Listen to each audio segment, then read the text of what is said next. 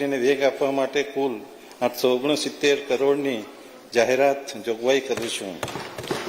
માનનીય અધ્યક્ષ શ્રી અન્ન નાગરિકોની અન્ન સુરક્ષા અભિગમથી પ્રધાનમંત્રી ગરીબ કલ્યાણ અન્ન યોજના અંતર્ગત રાજ્યના અંદાજે 75 લાખથી વધુ કુટુંબોને વિનામૂલ્યે અનાજ આપવાનું ભગીરથ કાર્ય અમારી સરકાર કરી રહી છે. માનનીય અધ્યક્ષ શ્રી રાજ્ય સરકારના દ્વારા 53,000થી વધુ આંગણવાડી કેન્દ્રોને પોષણ, પ્રારંભિક બાલ શિક્ષણ, આરોગ્ય સેવાના મજબૂત આધાર તરીકે વિકસાવવામાં આવી રહ્યા છે. આંગણવાડીના ભૌતિક અને ડિજિટલ માળખામાં વધારો કરતા આ વર્ષે નવી 2000 આંગણવાડીઓના નિર્માણ માટે રૂપિયા 360 કરોડની જોગવાઈ સૂચવી છે. ગુણવત્તાયુક્ત આરોગ્ય સેવાઓ દ્વારા સમાજનું નિર્માણ કરવાની રાજ્ય સરકારની નેમ છે. પ્રધાનમંત્રી જન આરોગ્ય મુખ્યમંત્રી મા યોજના હેઠળ 2,72,000થી વધુ લોકોને 2,72,00,000થી વધુ લોકોને સમાવેશ કરેલ છે, જેમાં 68 લાખ માટે જાહેરાત કરેલ છે. માનનીય અધ્યક્ષશ્રી, અમારી સરકાર દ્વારા આદિજાતિ વિસ્તારોમાં કરેલ અસરકારક કામગીરીના ફળ સ્વરૂપે પ્રધાનમંત્રી જનજાતિ આદિવાસી ન્યાય મહાઅભિયાન PM જનમન હેઠળ સમગ્ર દેશમાં ગુજરાતને બેસ્ટ પરફોર્મિંગ સ્ટેટ રાજ્ય તરીકેનો એવોર્ડ મહામહિમ રાષ્ટ્રપતિ દ્વારા વર્ષ 2025માં એનાયત કરવામાં આવ્યો છે, જે આપણા સૌ માટે ગૌરવની વાત છે. માનનીય વડાપ્રધાન શ્રી નરેન્દ્ર મોદીજીએ ગુજરાતના મુખ્યમંત્રી તરીકેના કાર્યકાળ દરમિયાન વર્ષ 2030થી શરૂ કરેલ વાઇબ્રન્ટ સમિટ રાજ્યના આર્થિક પ્રગતિને એક નવી ઉડાન આપી છે, જેને આગળ વધારતા રાજ્ય સરકારે વાઇબ્રન્ટ ગુજરાત પ્રાદેશિક સંમેલનો એટલે VGRG શરૂ કરેલ છે, જેનો મુખ્ય ધ્યેય રોજગારીનું સર્જન કરવું અને દરેક નાગરિકની માથાદીઠ આવક વધારવાનો છે.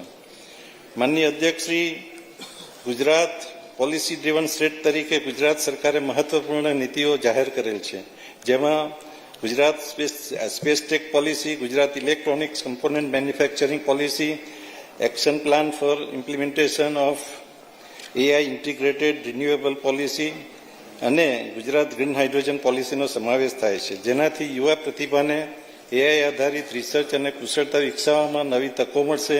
સેમિકન્ડક્ટર અને હાઈ વેલ્યુ મેન્યુફેક્ચરિંગમાં વધુ વેગ આવશે. કૃષિ, આપત્તિ વ્યવસ્થાપન, શહેરી આયોજન અને ગવર્નન્સને વધુ અસરકારક બનશે, તેમજ રિન્યુએબલ એનર્જીનો મહત્તમ ઉપયોગ કરી કાર્બન ઉત્સર્જનમાં ઘટાડો થશે, જે ગુજરાતને આત્મનિર્ભર ભારત અને વિકસિત ગુજરાત 2047ના લક્ષ્યને સાકાર કરવા મદદરૂપ બનશે. માનનીય અધ્યક્ષશ્રી, રાજ્ય સરકારના આ પ્રયાસોથી ગુજરાતની આર્થિક ગતિશીલતામાં રાષ્ટ્રીય વિકાસમાં આગવી અને મહત્વપૂર્ણ ભૂમિકા ભજવી રહી છે. આજે દેશના GDPમાં ગુજરાતનો ફાળો 8.2% છે અને ગુજરાતની માથાદીઠ આવક રૂપિયા 3,01,000, જે રાષ્ટ્રીય સરેરાશ કરતાં 60% વધારે છે,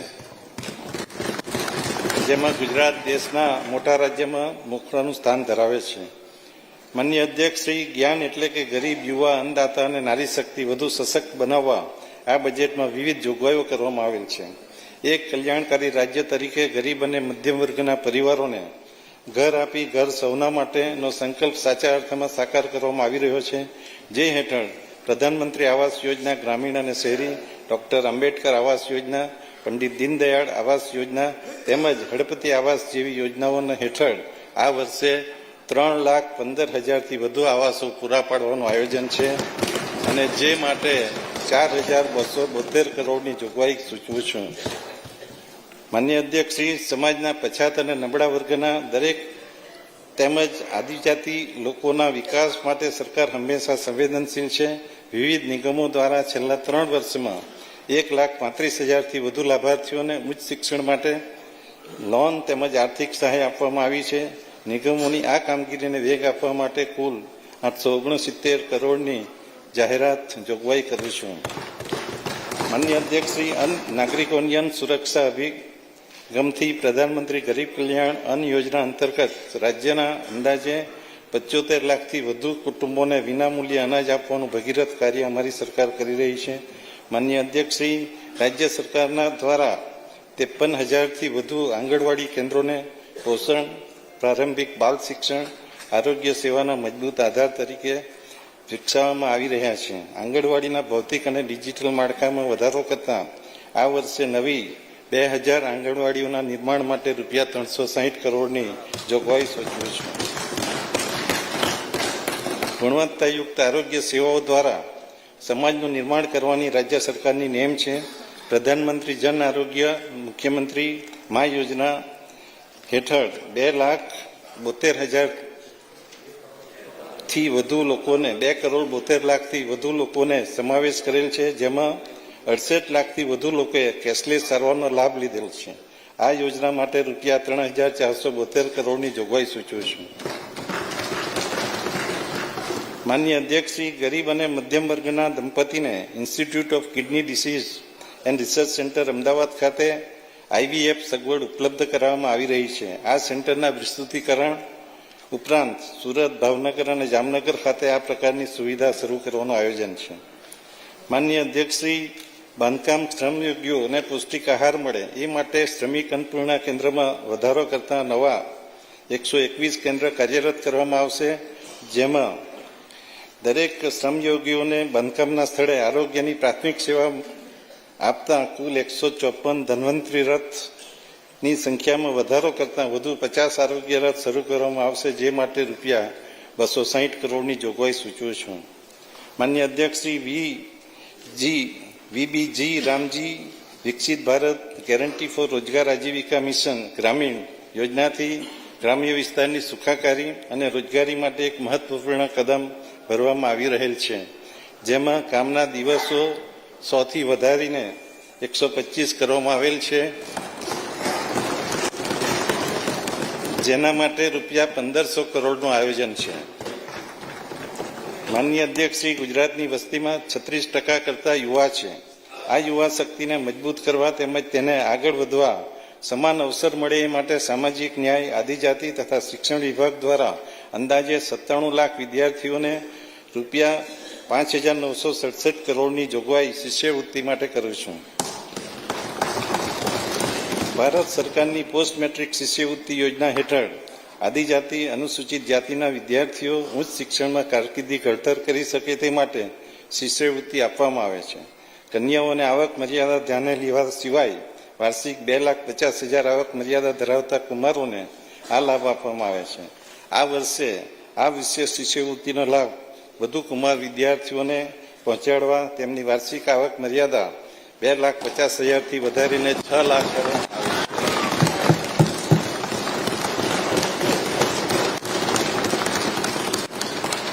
માન્ય અધ્યક્ષશ્રી, આદિજાતિ, અનુસૂચિત જાતિ, વિકસતી જાતિ તેમજ આર્થિક રીતે પછાત વર્ગના આશ્રમ શાળાઓ, ગ્રાન્ટીન એડ છાત્રાલયો અભ્યાસ કરતા આશરે 2,77,552 વિદ્યાર્થીઓને મળતી માસિક સહાય 2,160માં 340નો વધારો કરી 2,500 કરવાની જાહેરાત કરું છું.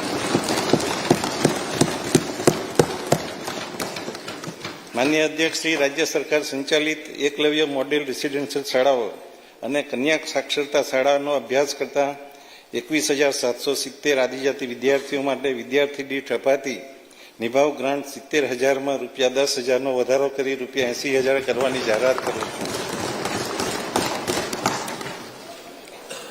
અતિ આધુનિક ઇન્ફ્રાસ્ટ્રક્ચર સાથે આવકારદાયક વાતાવરણમાં શિક્ષણ મળી રહે એ માટે વધુ 926 પીએમસી શાળાઓ શરૂ કરવામાં આવશે. માન્ય અધ્યક્ષશ્રી, એક કેમ્પસ અવિરત શિક્ષણ મજબૂત ભવિષ્યના ધ્યેય સાથે બાળવાટિકાથી ધોરણ 10 સુધી વિદ્યાર્થીઓના અભ્યાસમાં તૂટ ન પડે એ માટે સંકલિત શાળાઓ બનાવવાની જાહેરાત કરું છું, જેનાથી શિક્ષણમાં ગુણવત્તા અને સ્થિરતા જળવાઈ રહે તેના માટે રૂપિયા 120 કરોડની જોગવાઈ સૂચવું છું. માન્ય અધ્યક્ષશ્રી, ગાંધીનગર ખાતે દેશની સૌથી મોટી અને અતિ આધુનિક નમો સેન્ટ્રલ લાઇબ્રેરી સ્થાપવામાં આવશે, જેમાં અભ્યાસ અને વાંચનની સુવિધાઓ ડિજિટલ સ્વરૂપે ઉપલબ્ધ કરવામાં આવશે, જેના માટે આ બજેટમાં રૂપિયા 100 કરોડની જોગવાઈ સૂચવું છું. તેમજ આદિજાતિ વિસ્તારના તમામ તાલુકામાં ભગવાન બિરસા મુંડા લાઇબ્રેરી ઊભી કરવાના આયોજનના ભાગરૂપે આ વર્ષે 15 તાલુકાઓમાં લાઇબ્રેરી સ્થાપવાની જાહેરાત કરું છું.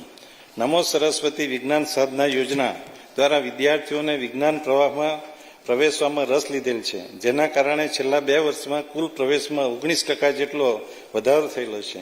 જે માટે રૂપિયા 250 કરોડની જોગવાઈ સૂચવે છે. માન્ય અધ્યક્ષ શ્રી, દિવ્યાંગજનોને શાળામાં અભ્યાસ કરવામાં મુશ્કેલીનો સામનો ન કરવો પડે તે હેતુથી પરિવહન વ્યવસ્થાના ભાગરૂપે ટ્રાન્સપોર્ટ, એસ્કોર્ટ એલાઉન્સ અથવા બીજી અન્ય સુવિધાઓ માટે આયોજન કરેલ છે. અમારી સરકારે કૌશલ્ય વિકાસને પ્રાધાન્ય આપી યુવાનોને આત્મનિર્ભર તેમજ રોજગારલક્ષી બનાવવા અનેક પગલાં ભર્યા છે. ઉદ્યોગો સાથે સક્રિય ભાગીદારીથી ભાવિ જરૂરિયાતોને અનુરૂપ માનવ સંસાધન તૈયાર કરવાના હેતુસર નમો ગુજરાત કૌશલ્ય અને રોજગાર મિશનને વેગ આપવા માટે રૂપિયા 226 કરોડની જોગવાઈ સૂચવું છું. માન્ય અધ્યક્ષશ્રી, યુવાનોને રોજગારીની માટે કૌશલ્ય તાલીમ આપવાના હેતુથી મુખ્યમંત્રી એપ્રેન્ટિસ યોજના હેઠળ 1 લાખથી વધુ એપ્રેન્ટિસ તાલીમ મેળવે છે. આ યોજના સેવા ક્ષેત્ર દ્વારા પૂરા પાડવામાં આવતા એપ્રેન્ટિસ કાર્યક્રમોને પણ આગળ વધારવામાં મદદરૂપ બનશે. આ તાલીમાર્થીઓને માસિક રૂપિયા 3,000 સુધીની સહાય માટે રૂપિયા 80 કરોડની જોગવાઈ સૂચવે છે. રાજ્યમાં સંશોધન અને ઉદ્યોગ સાહસિકતાને પ્રોત્સાહન આપવા આઈઆઈટી મોડેલ પર એલડી એન્જિનિયરિંગ કોલેજ અમદાવાદ ખાતે રિસર્ચ પાર્કની સ્થાપના કરવા માટે રૂપિયા 51 કરોડની જોગવાઈ સૂચવું છું. માન્ય અધ્યક્ષશ્રી, અમારી સરકારે ટેકનોલોજીને પરિવર્તનનું સાધન ગણેલ છે. સ્ટાર્ટઅપ માટે આઈ હબ અમદાવાદ ખાતે ઊભી થયેલ ઇકોસિસ્ટમને વિસ્તારતા સુરત, વડોદરા, મહેસાણા અને રાજકોટ ખાતે આઈ હબ રિજિયોનલ સેન્ટર સ્થાપવામાં આવશે, જેના માટે રૂપિયા 80 કરોડની જોગવાઈ સૂચવું છું. સ્ટાર્ટઅપ ક્ષેત્રે રાજ્યની સરકારની નીતિઓથી યુવાનોને વિચારથી વ્યવસાય સુધીનું પ્રોત્સાહન મળી રહ્યું છે. યુવાનોની નવીન વિચારશક્તિ, ટેકનોલોજી પ્રત્યેની અભિરુચિ અને સાહસના કારણે અત્યાર સુધી આશરે 16,000 જેટલા સ્ટાર્ટઅપ નોંધાયેલા છે, જેના પરિણામે રાજ્યને ભારત સરકાર દ્વારા બેસ્ટ પરફોર્મન્સ સ્ટેટનો એવોર્ડ મળેલ છે, જે બદલ રાજ્યના યુવાનોને અભિનંદન આપું છું. માન્ય અધ્યક્ષશ્રી, દેશના ઔદ્યોગિક ઉત્પાદનમાં 19% યોગદાન સાથે ગુજરાત રોજગારી સર્જન માટે ખૂબ જ મહત્વનું એમએસએમઈ ઇકોસિસ્ટમ ધરાવે છે. 29 લાખથી વધુ એમએસએમઈ રજીસ્ટ્રેશન ધરાવતા અગ્રેસર રાજ્યોની સૂચિમાં ગુજરાત સ્થાન ધરાવે છે. આ એકમોને પ્રોત્સાહન આપવા માટે Aatmanirbhar Gujarat scheme for assistance to MSME માટે રૂપિયા 1,775 કરોડની જોગવાઈ સૂચવું છું. માન્ય અધ્યક્ષશ્રી, ઇઝ ઓફ ડુઈંગ બિઝનેસને આગળ વધારતા આગામી સમયમાં 25 જીઆઈડીસીને આધુનિક ટેકનોલોજીથી સ્માર્ટ બનાવવામાં આવશે, જેમાં રૂપિયા 1250 કરોડના રોકાણથી પાણી, વીજળી, ગેસ અને ડિજિટલ નેટવર્કનું સુદૃઢીકરણ કરવામાં આવશે. આ માટે રૂપિયા 50 કરોડના રોકાણથી વધુ બીજી 120 મિની જીઆઈડીસીનું નવીનીકરણ કરવાનું આયોજન છે. માન્ય અધ્યક્ષશ્રી, રાજ્યના આદિવાસી વિસ્તારોમાં ઔદ્યોગિક પ્રોત્સાહન આપવા તેમજ રોજગારીની તકો મળી રહે તે માટે દાહોદ જિલ્લાના ઝાલોદ અને ગરબાડા તાલુકામાં 2 તથા અરવલ્લી જિલ્લા સહિતના અન્ય તાલુકાઓમાં 3 એમ 5 નવી ઔદ્યોગિક વસાહતો સ્થાપવાની જાહેરાત કરું છું. રાજ્યના ટેક્સટાઇલ ઉદ્યોગને વૈશ્વિક સ્તરે સ્પર્ધાત્મક બનાવવા માટે ગુજરાત ટેક્સટાઇલ પોલિસી અંતર્ગત રૂપિયા 67,000 કરોડથી વધુનું રોકાણ થયેલ છે, જેના લીધે 2 લાખથી વધારે પ્રત્યક્ષ રોજગારી સર્જન થયેલ છે. આવનાર સમયમાં આ ક્ષેત્રમાં વધારે મૂડીરોકાણ અપેક્ષિત છે અને તેથી મોટાપાયે પ્રત્યક્ષ રોજગારીનું સર્જન થશે. આ માટે રૂપિયા 2,755 કરોડની જોગવાઈ સૂચવું છું. રાષ્ટ્રના માલસામાન નિકાસમાં એટલે કે એક્સપોર્ટમાં 26%થી વધુ યોગદાન સાથે ગુજરાત સૌથી મોખરાનું સ્થાન ધરાવે છે. આ ક્ષેત્રને પ્રોત્સાહન, તાલીમ અને માર્કેટ સપોર્ટથી વધુ વેગ આપવા માટે ગુજરાત એક્સપોર્ટ પ્રમોશન કાઉન્સિલની સ્થાપના કરવાની જાહેરાત કરું છું. રાજ્યએ ઇઝ ઓફ ડુઈંગ બિઝનેસ અને ઇઝ ઓફ લિવિંગને વધુ સશક્ત બનાવવા ગુજરાત જન વિશ્વાસ જોગવાઈઓમાં સુધારા અધિનિયમ 2025 અમલમાં મૂક્યો છે, જેમાં 11 અધિનિયમો અને 516 જોગવાઈઓમાં હકારાત્મક કાયદાકીય સુધારાઓ કરવામાં આવ્યા છે. આ સરળીકરણના લીધે ઉત્પાદક, વેપારી, ઔદ્યોગિક કામદારોનો શાસન પ્રત્યેનો વિશ્વાસ વધુ મજબૂત બન્યો છે. માન્ય અધ્યક્ષશ્રી, રાજ્ય સરકારના આત્મનિર્ભર ભારતના સંકલ્પ સાથે વોકલ ફોર લોકલની પહેલ હેઠળ તમામ જિલ્લાઓના ગ્રામ્ય તેમજ શહેરી વિસ્તારોના સંતુલિત પ્રાદેશિક વિકાસને પ્રોત્સાહન આપી રહી છે. ભારત સરકાર દ્વારા રાજ્યના હાથસાળ, હસ્તકલા અને ગ્રામોદ્યોગના 90 જેટલા ઉત્પાદનોને એક જિલ્લો એક પ્રોડક્ટ અંતર્ગત પસંદ કરવામાં આવેલ છે. આ ચીજ વસ્તુઓ તૈયાર કરનાર કારીગરો તેમના વેચાણ માટે સ્વદેશી હાટ અને ઈ કોમર્સ પ્લેટફોર્મ પૂરું પાડવામાં આવશે. માન્ય અધ્યક્ષશ્રી, જગતના તાત એવા અન્નદાતા માટે કુદરતી આફતો જેવા કઠિન સમયમાં રાજ્ય સરકાર હંમેશા તેમની પડખે રહી છે. રાજ્યમાં આવેલ પૂર અને કમોસમી વરસાદને પરિણામે ખેડૂતોને થયેલા નુકસાનના મદદરૂપ થવા રૂપિયા 11,000 કરોડથી વધુના કૃષિ રાહત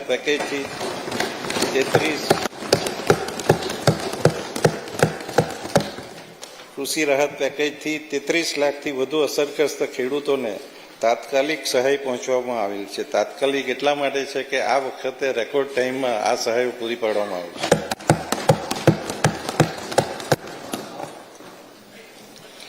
વાવણીથી વેચાણ સુધી ખેડૂતોને સાથે રહી ચડ ઉતર થતા બજારના ભાવોમાં મદદરૂપ કરવા 9,50,000થી વધુ ખેડૂતો પાસેથી રૂપિયા 18,000 કરોડથી વધુની મગફળી, મગ, અડદ, સોયાબીન અને કપાસના ટેકાની ભાવે ખરીદ કરેલ છે. ખેડૂતોને ખેતી ક્ષેત્રે થતો ખર્ચ ઘટાડવા તેમજ પાક ઉત્પાદન અને આવક વધારવા યાંત્રિકીકરણનું મહત્વ છે. Tractor, power trailer, seed drill, harvester જેવા યંત્રો દ્વારા ખેતીકામમાં ઝડપ અને ચોકસાઈ આવે છે. નાના સીમાંત ખેડૂતોના માટે કૃષિ યાંત્રિકીકરણ, વિવિધ ઓજારોની ખરીદીમાં સહાય આપવા રૂપિયા 1,565 કરોડની જોગવાઈ સૂચવે છે. વધુમાં વધુ ખેડૂતો પ્રાકૃતિક ખેતી અપનાવે તે માટે અમારી સરકાર પ્રતિબદ્ધ છે. જેનો વ્યાપ વધારી પ્રોત્સાહન આપવા સેન્ટર ઓફ એક્સિલન્સ ઊભા કરવા, બજાર સુવિધા ઉપલબ્ધ કરાવવા, માર્કેટિંગ અને બ્રાન્ડ પ્રમોશન તથા હેન્ડ હોલ્ડિંગ અને સર્ટિફિકેશન સહાય માટે રૂપિયા 39 કરોડની જોગવાઈ સૂચવું છું. માન્ય અધ્યક્ષશ્રી, રાજ્યમાં કઠોળ, તેલીબિયા, ફાર્મ મિકેનાઇઝેશન, વેલ્યુ એડિશન અને એગ્રો પ્રોસેસિંગ માટે 6 સેન્ટર ઓફ એક્સિલન્સ ઊભા કરવાનું આયોજન છે, જેના માટે રૂપિયા 12 કરોડની જોગવાઈ સૂચવું છું. રાજ્યમાં બગાયત ક્ષેત્ર હેઠળનો વિસ્તાર છેલ્લા 2 વર્ષમાં લગભગ 2 લાખ હેક્ટરથી વધુ વિસ્તર્યો છે અને ફળ, શાકભાજી સહિતનું કુલ ઉત્પાદન 21 લાખ મેટ્રિક ટન સુધી વધુ થયું છે. રાજ્યના ખેડૂતોને ઓછા ખર્ચની સામે આવક વધારતા પર ડ્રોપ મોર ક્રોપ સૂક્ષ્મ સિંચાઈ યોજના હેઠળ અત્યાર સુધીમાં 25 લાખ હેક્ટર વિસ્તાર આવરી લેવાયેલ છે. બાકી રહેતા વિસ્તાર માટેનું કામ પ્રગતિ હેઠળ છે. દરિયામાં વહી જતા નર્મદાના પાણીને ઉત્તર ગુજરાત, સૌરાષ્ટ્ર અને કચ્છના સૂકા પ્રદેશને વાળવા સુફલામ પાઇપલાઇન યોજના માટે રૂપિયા 1237 કરોડ, સૌની યોજના માટે રૂપિયા 473 કરોડ અને કચ્છની યોજના માટે રૂપિયા 1,333 કરોડ એમ કુલ 3,043 કરોડની જોગવાઈ સૂચવી છે. અમદાવાદ જિલ્લાના નળકાંઠા વિસ્તારના છેવાડાના ગામોને પાઇપલાઇન અને કેનાલ મારફતે સિંચાઈ સુવિધા પૂરી પાડવાનું પ્રથમ તબક્કાનું કામ પૂર્ણ થયેલ છે અને બીજા તબક્કાનું કામ શરૂ કરવામાં આવેલ છે, જેના માટે રૂપિયા 958 કરોડની જોગવાઈ સૂચવું છું. માન્ય અધ્યક્ષશ્રી, રાજ્યના મત્સ્ય અને પશુપાલન ક્ષેત્રને આવક, રોજગાર અને પોષણનો મજબૂત આધાર બનાવવા અમારી સરકાર પ્રતિબદ્ધ છે. રાજ્યની હાલની મત્સ્ય પેદાશનું ઉત્પાદન અને નિકાસ વધારવામાં લક્ષ્ય માટે માળખાકીય સુવિધા, સાધન સહાય અને સ્ટોરેજ માટે રૂપિયા 1,340 કરોડની જોગવાઈ સૂચવે છે. પશુઓના સંવર્ધન, સંરક્ષણ, રોગ નિદાન અને લગતી માળખાકીય સુવિધાઓ સહાય આપી દેશના દૂધ ઉત્પાદનમાં ગુજરાતનો ફાળો 10%થી વધુ લઈ જવાનું આયોજન છે. રાજ્ય સરકાર દ્વારા અમલમાં મુકાયેલ ગૌ માતા પોષણ યોજના ગાયોના સંરક્ષણ, સંવર્ધન અને ગૌ કલ્યાણ માટે રાજ્યની પ્રતિબદ્ધતાનું સ્પષ્ટ પ્રતિબિંબ છે, જેના માટે રૂપિયા 500 કરોડની જોગવાઈ સૂચવે છે. ખેડૂતો, પશુપાલકો, સાગર ખેડૂતો પોતાની પ્રવૃત્તિઓ સમયસર કરી શકે તે માટે કિસાન ક્રેડિટ કાર્ડ અંતર્ગત વ્યાજ સહાય આપવા માટે રૂપિયા 1,539 કરોડની જોગવાઈ કરું છું. સહકારી મંડળીઓને બહુહેતુક કાર્ય કરવા સક્ષમ બનાવવામાં આવશે, જેમાં અનાજ સંગ્રહથી લઈ રાજ્યના 4 ઝોનમાં બાયો સીએનજી પ્લાન્ટની સ્થાપના કરવામાં આવશે, જેનાથી પશુપાલકોને પૂરક આવક તેમજ વાહનો માટે ગ્રીન ફ્યુઅલ ઉપલબ્ધ થશે, જે માટે રૂપિયા 112 કરોડની જોગવાઈ સૂચવું છું. માનનીય અધ્યક્ષ શ્રી જ્ઞાન આ 4 આધાર સ્તંભો પૈકી એક સ્તંભ એવી નારી શક્તિની ભૂમિકા વિકસિત ગુજરાતના નિર્માણમાં ઘણી અગત્યની છે. મહિલા સશક્તિકરણને આર્થિક સ્વાવલંબન સાથે જોડવાના દૃઢ સંકલ્પ સાથે રાજ્ય સરકાર દ્વારા લખપતિ દીદી અભિયાનને વિશેષ પ્રાધાન્ય આપવામાં આવ્યું છે. ગ્રામ્ય અને શહેરી બંને વિસ્તારોમાં મહિલાઓ દ્વારા સંચાલિત સ્વરોજગાર પ્રવૃત્તિઓ વિસ્તૃત કરવા, નવા વ્યવસાય શરૂ કરવા અને હાલના વ્યવસાયને સ્કેલઅપ કરવા માટે રૂપિયા 47 કરોડની જોગવાઈ સૂચવું છું. સખી મંડળ સ્વસહાય જૂથો આજે મહિલા સશક્તિકરણનો સૌથી મજબૂત આધાર બન્યો છે. સ્વસહાય જૂથના વ્યવસાયને વિસ્તારવા અને સ્કેલઅપ કરવા બેંક લોન પર વ્યાજ સહાય અને પ્રોત્સાહક સહાય માટે રૂપિયા 45 કરોડની જોગવાઈ કરું છું. 3 થી 6 વર્ષના બાળકોને આંગણવાડીમાં ગરમ નાસ્તો, ભોજન તેમજ બાળકો અને કિશોરીઓ અને સગર્ભા ધાત્રી માતાઓને ટેક હોમ રાશન પૂરું પાડવા પૂરક પોષણ યોજના અંતર્ગત રૂપિયા 972 કરોડની જોગવાઈ સૂચવું છું. નમો લક્ષ્મી યોજનાના અસરકારક અમલીકરણથી ધોરણ 9 થી 12માં અભ્યાસ કરતી વિદ્યાર્થીઓના શાળામાં પ્રવેશમાં છેલ્લા 2 વર્ષમાં નોંધપાત્ર વધારો થયો છે, જેના માટે રૂપિયા 1250 કરોડની જોગવાઈ સૂચવું છું. માનનીય અધ્યક્ષશ્રી, મહિલા પ્રતિનિધિત્વને પ્રોત્સાહિત કરવા રાજ્યમાં આઈટીઆઈમાં અભ્યાસ કરતી તમામ દીકરીઓ માટે નમો કૌશલ્ય લક્ષ્મી યોજના જાહેર કરું છું, જેના માટે રૂપિયા 40 કરોડની જોગવાઈ. આ મહિલા આઈટીઆઈ માટે ફર્સ્ટ ટાઈમ આયોજન કર્યું છે. આ વખતે વિધવા બહેનોને આર્થિક રીતે મદદરૂપ થવા તથા ડીબીટી માધ્યમથી માસિક સહાય મળી રહે તે માટે ગંગા સ્વરૂપ આર્થિક સહાય યોજના અમલી છે, જેના માટે રૂપિયા 2848 કરોડની જાહેરાત કરી. રાજ્ય સરકાર દ્વારા 1091 મહિલા હેલ્પલાઇન, મહિલા પોલીસ સ્ટેશનો અને સીસીટીવી નેટવર્ક દ્વારા મહિલાઓની સુરક્ષા વ્યવસ્થા મજબૂત બનાવવામાં આવી છે.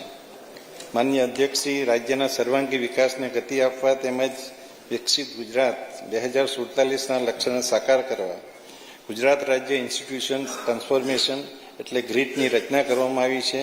ગ્રીડ દ્વારા ઇન્ફ્રાસ્ટ્રક્ચર, ઇનોવેશન, ઇન્ડિવિજ્યુઅલ અને ઇન્સ્ટિટ્યુશન્સ આ 4 આયામો પર આધારિત લાંબા ગાળાનો અને પરિણામલક્ષી વિકાસનું આયોજન થઈ રહ્યું છે.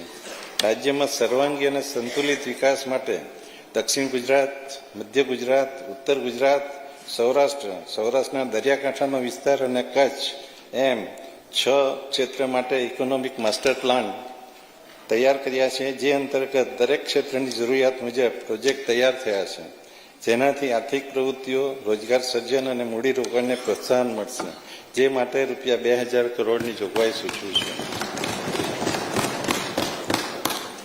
માનનીય અધ્યક્ષશ્રી, માનનીય વડાપ્રધાનશ્રીના વિકસિત ભારત 2047ના સંકલ્પને પરિપૂર્ણ કરવા ગુજરાત સરકાર આયોજનબદ્ધ રીતે આગળ વધી રહી છે.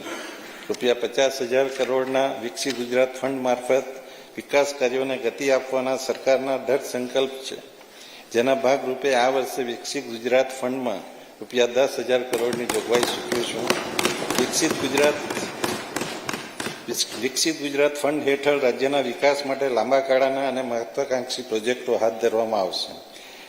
રાજ્યના મહત્વના સ્થળોને જોડતા નમો શક્તિ એક્સપ્રેસ વે તેમજ Somnath Dwarka express way project માટે વધુ 3,000 કરોડની જોગવાઈ કરે છે. આ પ્રોજેક્ટને સંસ્કૃતિ અને પ્રવાસનો સંગમ ધરાવતો હાઈવે બની રહેશે એવી ચોક્કસ ખાતરી છે. ધોલેરા અને સાણંદ ખાતે વિકસતા સેમિકોન હબ ગુજરાતને ચીપ ઉત્પાદન ક્ષેત્રે વિશ્વના નકશામાં મહત્વનું સ્થાન પ્રદાન કરી રહ્યા છે, જે ભારતની સેમિકોન આત્મનિર્ભરતાનો મુખ્ય આધારસ્તંભ બનશે. ધોલેરા એસઆર ખાતે ફેઝ 1 હેઠળ લોજિસ્ટિક એન્ડ ટ્રંક ઇન્ફ્રાસ્ટ્રક્ચર પ્રોજેક્ટનું અમલીકરણ કરવામાં આવી રહ્યું છે, તેમજ ધોલેરા એરપોર્ટ આધુનિક માર્ગો, પાણી અને વેસ્ટ વોટર ટ્રીટમેન્ટ, અંડરગ્રાઉન્ડ વીજ વિતરણ અને સ્માર્ટ આઈસીટી સુવિધાઓ વિકસાવવામાં આવી રહી છે, જેનાથી ધોલેરા ભવિષ્યના ઉદ્યોગ, નવીનતા અને રોજગારનું વિશ્વ કેન્દ્ર બનશે, જેના માટે વિકસિત ગુજરાત ફંડ હેઠળ કુલ 610 કરોડની જોગવાઈ સૂચવી છે. માનનીય અધ્યક્ષ શ્રી, વિકસિત ગુજરાત 2047ના લક્ષ્યને પૂર્ણ કરવા અમારી સરકાર અતિ મહત્વપૂર્ણ પ્રોજેક્ટ પર કામ કરી રહી છે. જે તરફ આપનું વિશેષ ધ્યાન દોરું છું, જેમાં રાજ્યના વિવિધ જળાશયો અને નહેરોની જળ સપાટીનો મહત્તમ ઉપયોગ કરવાના હેતુથી કડાણા ડેમમાં નવતર ફ્લોટિંગ સોલાર પ્રોજેક્ટ સ્થાપવાનું આયોજન છે, જેના માટે રૂપિયા 150 કરોડની જોગવાઈ સૂચવું છું. આત્મનિર્ભર ભારતની પહેલને સાકાર કરવા રાજ્ય પાસે સંગ્રહિત પરંતુ હાલમાં વણ વપરાયેલ વિપુલ ખનિજ સંસાધનો આધુનિક ટેકનોલોજીના ઉપયોગથી મેળવવામાં આવશે, જે પૈકી અંબાજી કોપર પ્રોજેક્ટ ગુજરાતની પ્રથમ ભૂગર્ભ કોપર લેડ ઝીંક ખાણ બનશે, જે આયાતની નિર્ભરતા ઘટાડશે. આ માટે રૂપિયા 613 કરોડની જોગવાઈ સૂચવે છે. માનનીય અધ્યક્ષશ્રી, તેમજ અંડરગ્રાઉન્ડ કોલ ગેસિફિકેશન પદ્ધતિથી લિગ્નાઇનમાંથી ગેસનું ઉત્પાદન કરવાનું આયોજન છે, જેનાથી પ્રદૂષણની સમસ્યાઓ હલ કરવામાં મદદ મળશે, જેના માટે રૂપિયા 300 કરોડની જોગવાઈ સૂચવું છું. ગુજરાત યુનિફાઈડ ડિજિટલ સ્ટેકની પહેલ દ્વારા રાજ્યના નાગરિકોને એક જ ડિજિટલ પ્લેટફોર્મ પરથી સરકારી સેવાઓ ઝડપથી મળશે, જેમાં અલગ અલગ સેવાઓ માટે પૂરા પાડવાના થતા દસ્તાવેજોનું પુનરાવર્તન ઘટવાથી સમય અને ખર્ચનો બચાવ થશે, જેના માટે રૂપિયા 100 કરોડનું આયોજન છે. માનનીય અધ્યક્ષશ્રી, રાજ્યની વીજ વિતરણ કંપનીની કાર્યક્ષમતાને ધ્યાનમાં લઈ 16મા નાણાં પંચે, જે નાણાં પંચ પોતાના દરેક રાજ્યમાં વિઝિટ કરીને આપણા નાણાં પંચના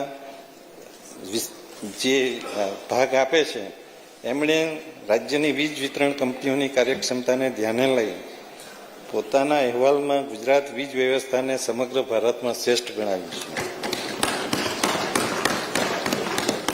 રાજ્યના શહેરી વિસ્તારોમાં હયાત ઓવરહેડ વીજ લાઇનને અંડરગ્રાઉન્ડ કેબલમાં રૂપાંતર કરવા Gujarat wire free city mission અંતર્ગત રૂપિયા 500 કરોડની જોગવાઈ સૂચવું છું. રાષ્ટ્રીય સુરક્ષાને ધ્યાનમાં રાખીને સંવેદનશીલ શહેરી વિસ્તારમાં ઓવરહેડ લાઇનના માળખાને આધુનિક એલિવેટેડ કેબલ નેટવર્કમાં રૂપાંતરિત કરવા માટે રૂપિયા 100 કરોડની જોગવાઈ સૂચવું છું. ભૂકંપ, પૂર, વાવાઝોડા જેવી આપત્તિઓની અસર ઘટાડવા માટે સ્ટેટ ડિઝાસ્ટર્સ મિટિગેશન ફંડની વ્યવસ્થા કરેલ છે, જેના માટે 1855 કરોડનું આયોજન છે. માનનીય અધ્યક્ષશ્રી, રાજ્યની 48% વસ્તી શહેરોમાં વસે છે. આજે ઉદ્યોગ, વેપાર અને સેવા ક્ષેત્રના વિસ્તરણથી શહેરો ઝડપથી વિકસી રહ્યા છે. આવાસ યોજના, સ્માર્ટ સિટી અને માળખાકીય સુવિધાઓથી શહેરી વિસ્તારનો વ્યાપ વધ્યો છે અને પરિવહન, સંચાર અને ડિજિટલ સુવિધાઓના વિકાસથી શહેરો જોડાયા છે.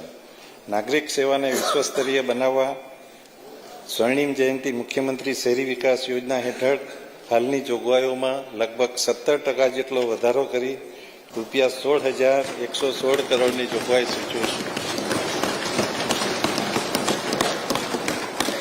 માનનીય અધ્યક્ષશ્રી, રાહદારીઓની પરિવહન કાર્યક્ષમતામાં સુધારો કરી સુલભ શહેરી ગતિશીલતાને પ્રોત્સાહન આપવા શહેરો અને નગરપાલિકાઓમાં રૂપિયા 100 કરોડના ખર્ચે સ્માર્ટ પાર્કિંગ બનાવવાનું આયોજન છે. રાજ્યમાં આવેલા મોટા શહેરો પરનું ભારણ ઘટે અને રોજગારીની નવી તકો ખુલે તે હેતુથી મુખ્ય શહેરોની નજીક આધુનિક સુવિધાઓ સાથે 5 નવા સેટેલાઇટ ટાઉન વિકસાવવામાં આવશે, જેમાં કલોલ, સાણંદ, સાવલી, બારડોલી અને હિરાસર વિકાસનું આયોજન છે, જેને રિજિયોનલ રેપિડ ટ્રાન્ઝિટ સિસ્ટમથી મોટા શહેરો સાથે જોડવામાં આવશે.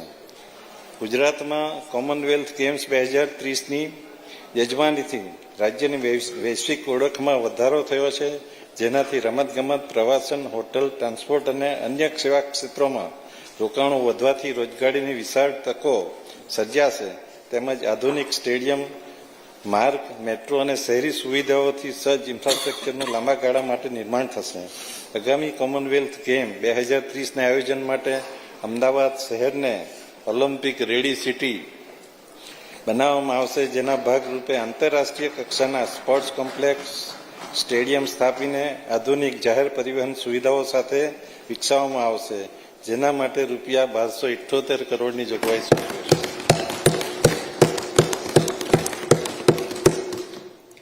ઘર ઘર સુધી નિયમિત ગુણવત્તાયુક્ત પાણી પહોંચાડવું એ અમારી સરકારની પ્રતિબદ્ધતા છે. 32 શહેરી સ્થાનિક સંસ્થાઓના વિસ્તારોમાં પાણી વ્યવસ્થા મજબૂત બનાવવા મિશન દૈનિક પાણી પુરવઠો જીવનધારા અમલમાં મૂકવામાં આવશે, જેના માટે ₹100 કરોડની જોગવાઈ કરું છું. ગુજરાત ડમ્પ ફ્રી રાજ્ય બનવાની સ્થિતિમાં આગળ વધી રહ્યું છે, જેના ભાગરૂપે ડમ્પ સાઇટ પર સંગ્રહિત 253 લાખ મેટ્રિક ટનથી વધુ કચરાને વૈજ્ઞાનિક ઢબે દૂર કરેલ છે. તેમજ બાકી રહેતા તમામ સાઇટને ડમ્પ ફ્રી કરી તેનો ઉપયોગ જાહેર હેતુ માટે કરવાનું આયોજન છે. માનનીય અધ્યક્ષશ્રી, મુખ્યમંત્રી ગ્રામ સડક યોજના હેઠળ ગામ અને પરાઓના જોડાણ તેમજ રસ્તાઓના રાખરખાવ અને કોઝવેના સ્થાને ઊંચા પુલ બનાવવાની કામગીરી કરવામાં આવે છે, જે માટે ₹5,600 કરોડની જોગવાઈ સૂચવી છે. રાજ્યના અલગ અલગ વિસ્તારોના આશરે 1155 કિલોમીટર લંબાઈના રસ્તાઓને ગરવી ગુજરાત હાઈસ્પીડ કોરિડોર તરીકે ઘોષિત કર્યા છે, જે રાજ્યના સર્વાંગી વિકાસ, રોજગાર અને આધુનિક ઇન્ફ્રાસ્ટ્રક્ચરની દિશામાં મહત્વપૂર્ણ કડી છે, જેના માટે ₹800 કરોડની જોગવાઈ સૂચવી છું. માનનીય અધ્યક્ષશ્રી, આજે ઔદ્યોગિક રાજ્યની સાથે ધાર્મિક અને આધુનિક પ્રવાસનનું વિશ્વ કેન્દ્ર બની રહ્યું છે. વર્ષ 2025-26માં 22 કરોડથી વધુ પ્રવાસીઓએ રાજ્યના મહેમાન બન્યા છે. ગુજરાત પાસે સફેદ રણથી સૌંદર્યથી દરિયાના ઘોઘવતા મોજા સુધી, સૂર્ય મંદિરથી સ્ટેચ્યુ ઓફ યુનિટી સુધી, ગીરના ગર્જનાથી સોમનાથ સુધી પ્રકૃતિનું સૌંદર્ય અને સંસ્કૃતિનો અદ્વિતીય સંગમ છે. ગુજરાતના પ્રવાસન ક્ષેત્રને રાષ્ટ્રીય અને આંતરરાષ્ટ્રીય ફલક ઉપર પ્રસ્થાપિત કરવા વર્ષ 2026ને ગુજરાત પ્રવાસન વર્ષ તરીકે ઉજવવાની જાહેરાત કરી છે.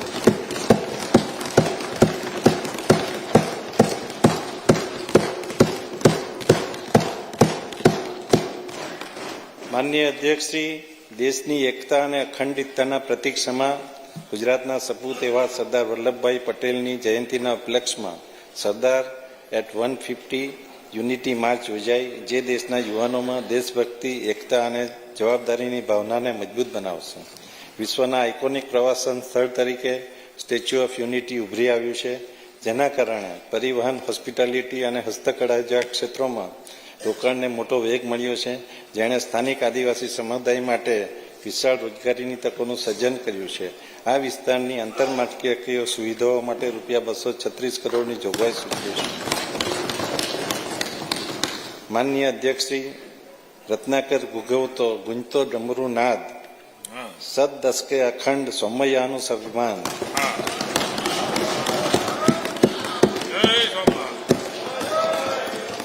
હવે તો માન્ય નાણામંત્રી શ્રી પણ શાયરી કહેતા થઈ ગયા છે. વાહ, જય સોમનાથ. ઓમ નમઃ પાર્વતી પતયે.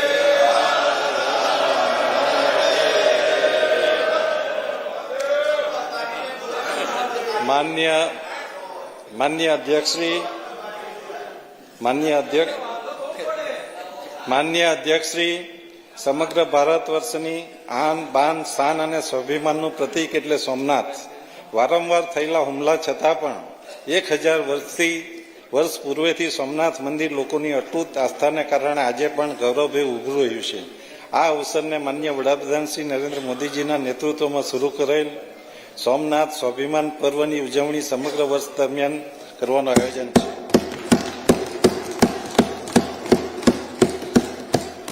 અમારી સરકારે સોમનાથ જેવી પવિત્ર વિરાસત સાથે વિકાસને જોડીને વિકાસ બી વિરાસત બીના મંત્રને સાકાર કર્યો છે.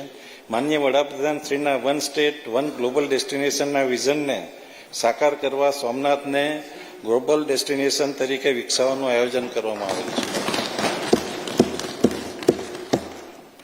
ગુજરાતની પવિત્ર ધરા પર હજારો વર્ષ જૂની સિંધુ સંસ્કૃતિના સાક્ષી એવા લોથલ અને ધોળાવીરા વિશ્વભરના પ્રવાસીઓ માટે નવા આકર્ષણનું કેન્દ્ર બન્યા છે. માનનીય વડાપ્રધાન શ્રી નરેન્દ્ર મોદીજીના ડ્રીમ પ્રોજેક્ટ એવા ભારતના પ્રાચીન સંસ્કૃતિની અનુભૂતિ કરાવતું national maritime heritage museum Lothal ખાતે નિર્માણ પામી રહ્યું છે. રાજ્યના પ્રવાસન સ્થળો ખાતે 1000 ટુરિસ્ટ ગાઈડોને તાલીમ આપી તૈયાર કરવાનું આયોજન છે. ઉપરોક્ત આયોજનો માટે ₹95 કરોડની જોગવાઈ સૂચવી છે. માનનીય અધ્યક્ષશ્રી, રાજ્યની પરંપરા, મહેમાન ગતિ અને ઐતિહાસિક ભવ્યતા સાથે વેડ ઇન ગુજરાત કેમ્પેઇન દ્વારા ગુજરાતની વેડિંગ ડેસ્ટિનેશન તરીકે આગવી ઓળખ ઊભી કરવામાં આવશે. માનનીય અધ્યક્ષ શ્રી, અંબાજી યાત્રાધામના સર્વાંગી વિકાસ માટે અંબાજી કોરિડોર માસ્ટર પ્લાન અંતર્ગત રૂપિયા 300 કરોડની જોગવાઈ સૂચવું છું.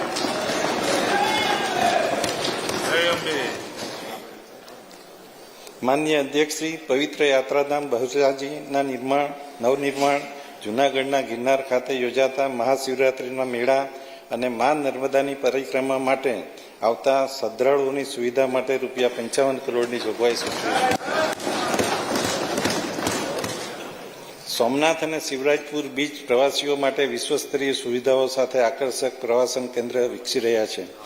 તેમજ વિસાવાડા પોરબંદર ખાતે સ્થાનિક પ્રવાસનને પ્રોત્સાહન આપવા રૂપિયા 60 કરોડની જોગવાઈ કરું છું.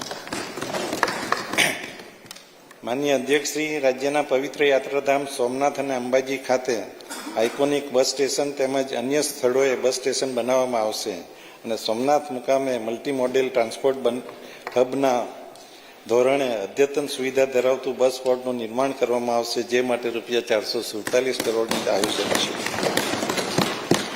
માનનીય અધ્યક્ષ શ્રી, જાહેર પરિવહનમાં નાગરિકોની સલામતી અને સગવડતાને ધ્યાનમાં લઈ આધુનિક ટેકનોલોજી ધરાવતી 2463 જેટલી નવી બસો, જેમાં 500 એસી ઇલેક્ટ્રિક બસો મૂકવાનું આયોજન છે. તેમજ આદિજાતિ વિસ્તારોમાં વસતા ભાઈ બહેનો, વિદ્યાર્થીઓ તથા ઔદ્યોગિક વિસ્તારમાં કામ માટે આવતા શ્રમિકો માટે 500 મિની બસ મૂકવામાં આવશે, જે માટે કુલ 1286 કરોડની જોગવાઈ છે. કચ્છ અને અન્ય વન વિસ્તારમાં ગાંડા બાવળને દૂર કરી તેના સ્થાને બાંબુ વાંસ સહિત અન્ય સ્થાનિક વૃક્ષોનું વાવેતર કરવા તેમજ કચ્છના બંને ઘાસિયા મેદાનમાં ગ્રાસલેન્ડ રિસ્ટોરેશન માટે રૂપિયા 97 કરોડની જોગવાઈ સૂચવું છું.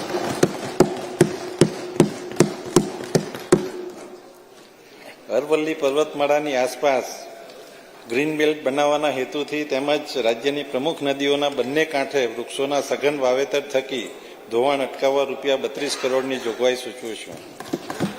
માનનીય અધ્યક્ષ શ્રી, રાજ્ય સરકાર દ્વારા ખેડૂતો, મધ્યમ વર્ગ અને ઉદ્યોગોને ધ્યાનમાં રાખીને તાજેતરમાં મહત્વના નીતિગત નિર્ણયો લેવામાં આવ્યા છે. ગ્રામ્ય વિસ્તારોમાં ખેતીની જમીન નવી અવિભાજ્ય કે પ્રતિબંધિત શરતની જમીનો હવે સ્વમેળે જૂની શરતની ગણાશે. આનાથી ખેડૂતોને પ્રીમિયમ ભરવામાંથી મુક્તિ મળશે.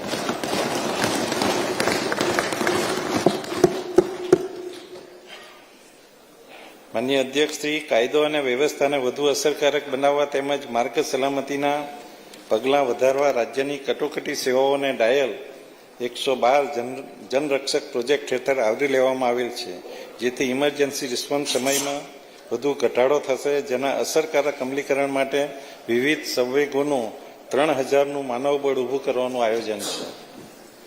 ગુજરાત પોલીસ માટે ડેટા ફ્યુઝન સેન્ટર અને centre of excellence for AI પોલીસિંગની સ્થાપના કરવામાં આવશે, જે તમામ મહત્વપૂર્ણ પોલીસ ડેટાનું સંકલન કરી વિશ્લેષણ કરશે અને આ પ્રોજેક્ટ માટે રૂપિયા 60 કરોડની જોગવાઈ સૂચવું છું. રાજ્યના કાયદા અને વ્યવસ્થા તેમજ પ્રજાજનોની સુરક્ષા માટે સતત ખડેપગે રહેતા પોલીસ કર્મચારીઓ માટે અત્યંત આધુનિક ટેકનોલોજી આગામી 5 વર્ષમાં રૂપિયા 20,444 જેટલા રહેણાંક મકાનો પૂરા પાડવાનું આયોજન છે, જે માટે આ બજેટમાં 1571 કરોડની જોગવાઈ સૂચવું છું. પીએમજેવાયના ધોરણે રાજ્ય સરકારના 6,40,000 જેટલા કર્મચારીઓ તેમજ પેન્શનરોને રૂપિયા 10 લાખ સુધીની કેશલેસ તબીબી સારવારનું સ્વાસ્થ્ય સુરક્ષા કવચ પૂરું પાડવામાં આવી રહ્યું છે. માનનીય અધ્યક્ષ શ્રી, માનનીય મુખ્યમંત્રી શ્રી ભૂપેન્દ્રભાઈ પટેલના નેતૃત્વમાં અમારી સરકાર અર્નિંગ વેલ, લિવિંગ વેલ પર ફોકસ કરીને આયોજનબદ્ધ રીતે આગળ વધી રહી છે. માનનીય વડાપ્રધાનશ્રીના દિશા દર્શનમાં અમારી સરકારનું સર્વગ્રાહી અને સર્વસમાવેશી અભિગમ અપનાવતું 5 સ્તંભ સામાજિક સુરક્ષા, માનવ સંસાધન વિકાસ, આંતર માળખાકીય સુવિધાઓ, આર્થિક પ્રવૃત્તિનો વિકાસ અને ગ્રીન ગ્રોથ પર આધારિત વર્ષ 2026-27નું 4,08,053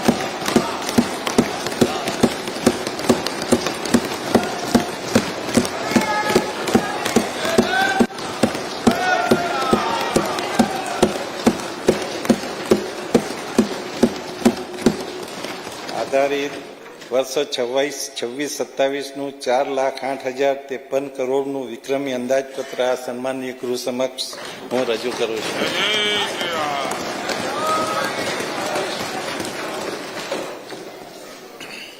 માન્ય મારા નામે ઘણા બધા રેકોર્ડ થઈ જશે. વારંવાર રજૂ કરવાનું અને આટલું મોટું વોલ્યુમ સાથે 4 લાખથી મોટું નામે થાય. બજેટ. એટલે તમે નાણામંત્રીશ્રીને માન્ય મુખ્યમંત્રીશ્રી તમારે અભિનંદન આપવા પડે. આ સેઠ બાબાસા કહેવાય માન્ય ભૂપેન્દ્રભાઈ પટેલની સરકારના. માન્ય અધ્યક્ષશ્રી,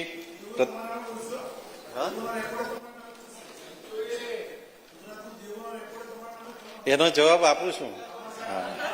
પણ તમે સાંભળજો પાછું બરાબર. ગુજરાતની અર્થવ્યવસ્થા સમગ્ર દેશમાં પહેલા નંબરે છે. First number.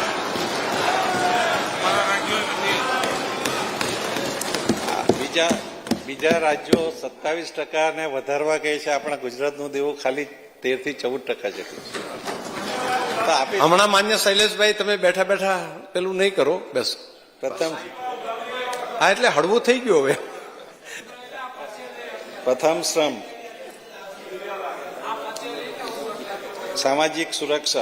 સામાજિક સુરક્ષા ન્યાય અધિકારીતા વિભાગ માટે કુલ 7,086 કરોડની જોગવાઈ. સમાજના જરૂરિયાતમંદ વર્ગોને સામાજિક સુરક્ષા પૂરી પાડી સામાજિક ન્યાય સુનિશ્ચિત કરવો એ અમારી સરકારની પ્રાથમિકતા છે.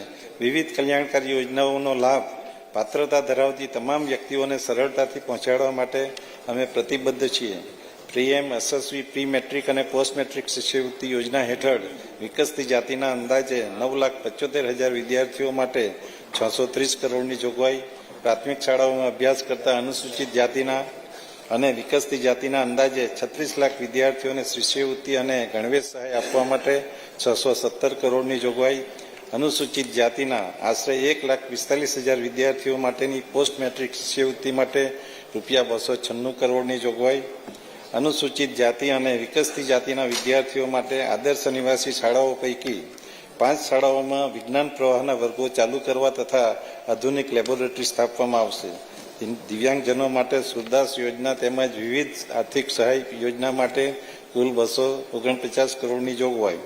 રાજ્યના 34 જિલ્લાઓમાં નશા મુક્તિ સેન્ટર અને રાજ્ય કક્ષાએ સ્ટેટ સેલ સ્થાપવા માટે 15 કરોડની જોગવાઈ.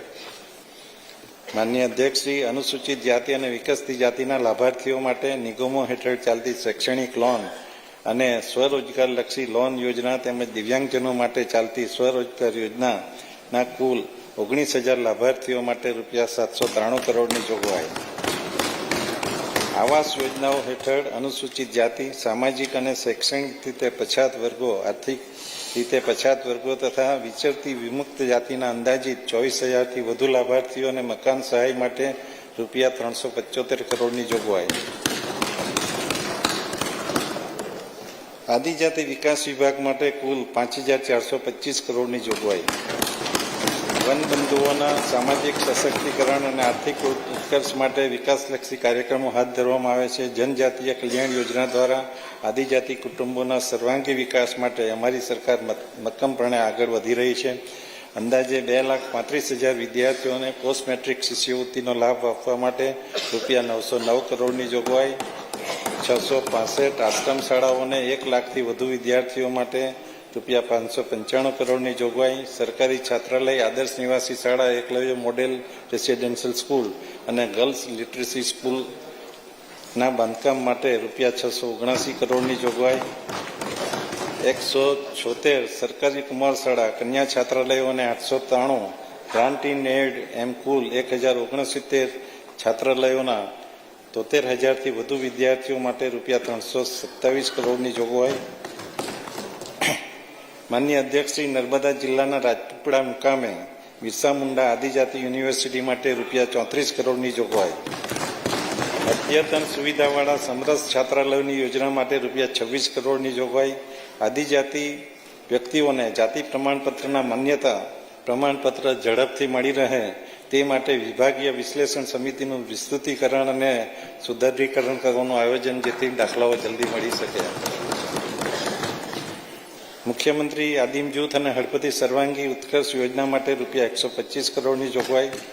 આદિજાતિ ખેડૂતો માટે પ્રાકૃતિક ખેતી આધારિત વાડી સહાય માટે રૂપિયા 30 કરોડની જોગવાઈ, આદિજાતિ વિસ્તારના ગામોમાં મોબાઈલ કનેક્ટિવિટી કરવા નવા મોબાઈલ ટાવર ઊભા કરવા 25 કરોડની જોગવાઈ. માન્ય અધ્યક્ષ શ્રી ન્યૂ ગુજરાત પેટર્ન યોજના અંતર્ગત રૂપિયા 200 કરોડની જોગવાઈ, આદિજાતિ વિસ્તારોમાં આદિજાતિના તબીબોને speciality multi speciality hospital, general nursing home, dispensary શરૂ કરવા માટે સ્વાસ્થ્ય સહાય યોજના માટે રૂપિયા 22 કરોડની જોગવાઈ.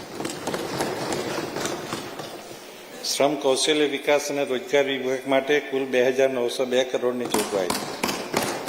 વિકસિત ગુજરાત 2047ના મહત્વાકાંક્ષી લક્ષ્યાંકોને હાંસલ કરવા માટે કુશળ માનવબળની સાથે શ્રમયોગીઓની સામાજિક સુરક્ષા અને કલ્યાણ માટે અમારી સરકાર સતત પ્રયત્નશીલ છે. નમો ગુજરાત કૌશલ્ય અને રોજગાર મિશન અંતર્ગત વિકસિત ગુજરાત માટે 226 કરોડની જોગવાઈ, શ્રમિક અન્નપૂર્ણા યોજના માટે રૂપિયા 200 કરોડની જોગવાઈ, રાજ્યની વિવિધ આઈટીઆઈના નવા બિલ્ડિંગના બાંધકામ માટે રૂપિયા 97 કરોડની જોગવાઈ, નમો કૌશલ્ય લક્ષ્મી યોજના માટે રૂપિયા 40 કરોડની જોગવાઈ, દ્વિતીય સ્તંભ માનવ સંસાધન વિકાસ શિક્ષણ વિભાગ માટે કુલ 63,184 કરોડની જોગવાઈ.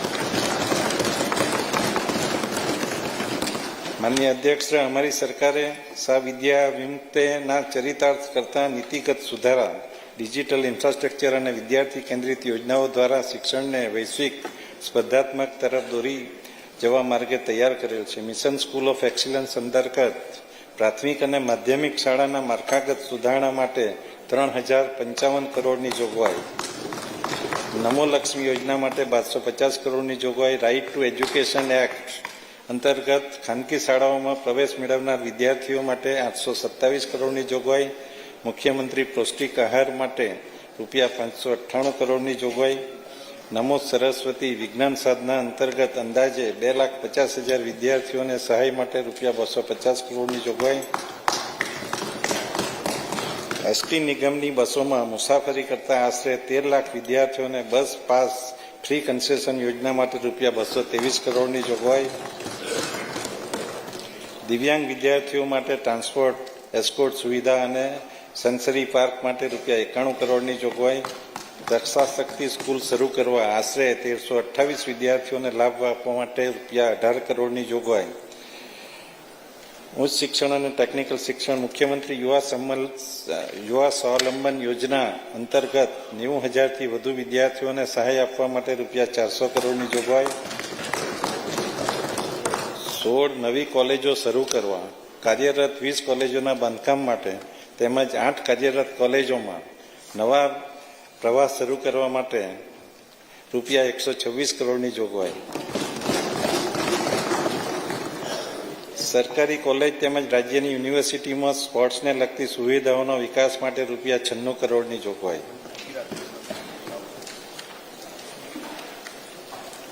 આરોગ્ય અને પરિવાર કલ્યાણ માટે 25,403 કરોડની જોગવાઈ. આપણે ત્યાં કહેવત છે કે પહેલું સુખ તે જાતે ન રહ્યા. આરોગ્ય તંદુરસ્તીને સાચી સંપત્તિ અને સુખ માનવામાં આવે છે. આ માટે દેશના વડાપ્રધાન શ્રી મોદીજીએ યોગથી લઈને આયુષ્યમાન સુધીની સુવિધા સુલભ બનાવી છે. પ્રાથમિક આરોગ્યથી માંડીને સ્પેશિયાલિટી સારવાર સુધીની સગવડોમાં વધારો કરવા અમારી સરકાર પ્રતિબદ્ધ છે.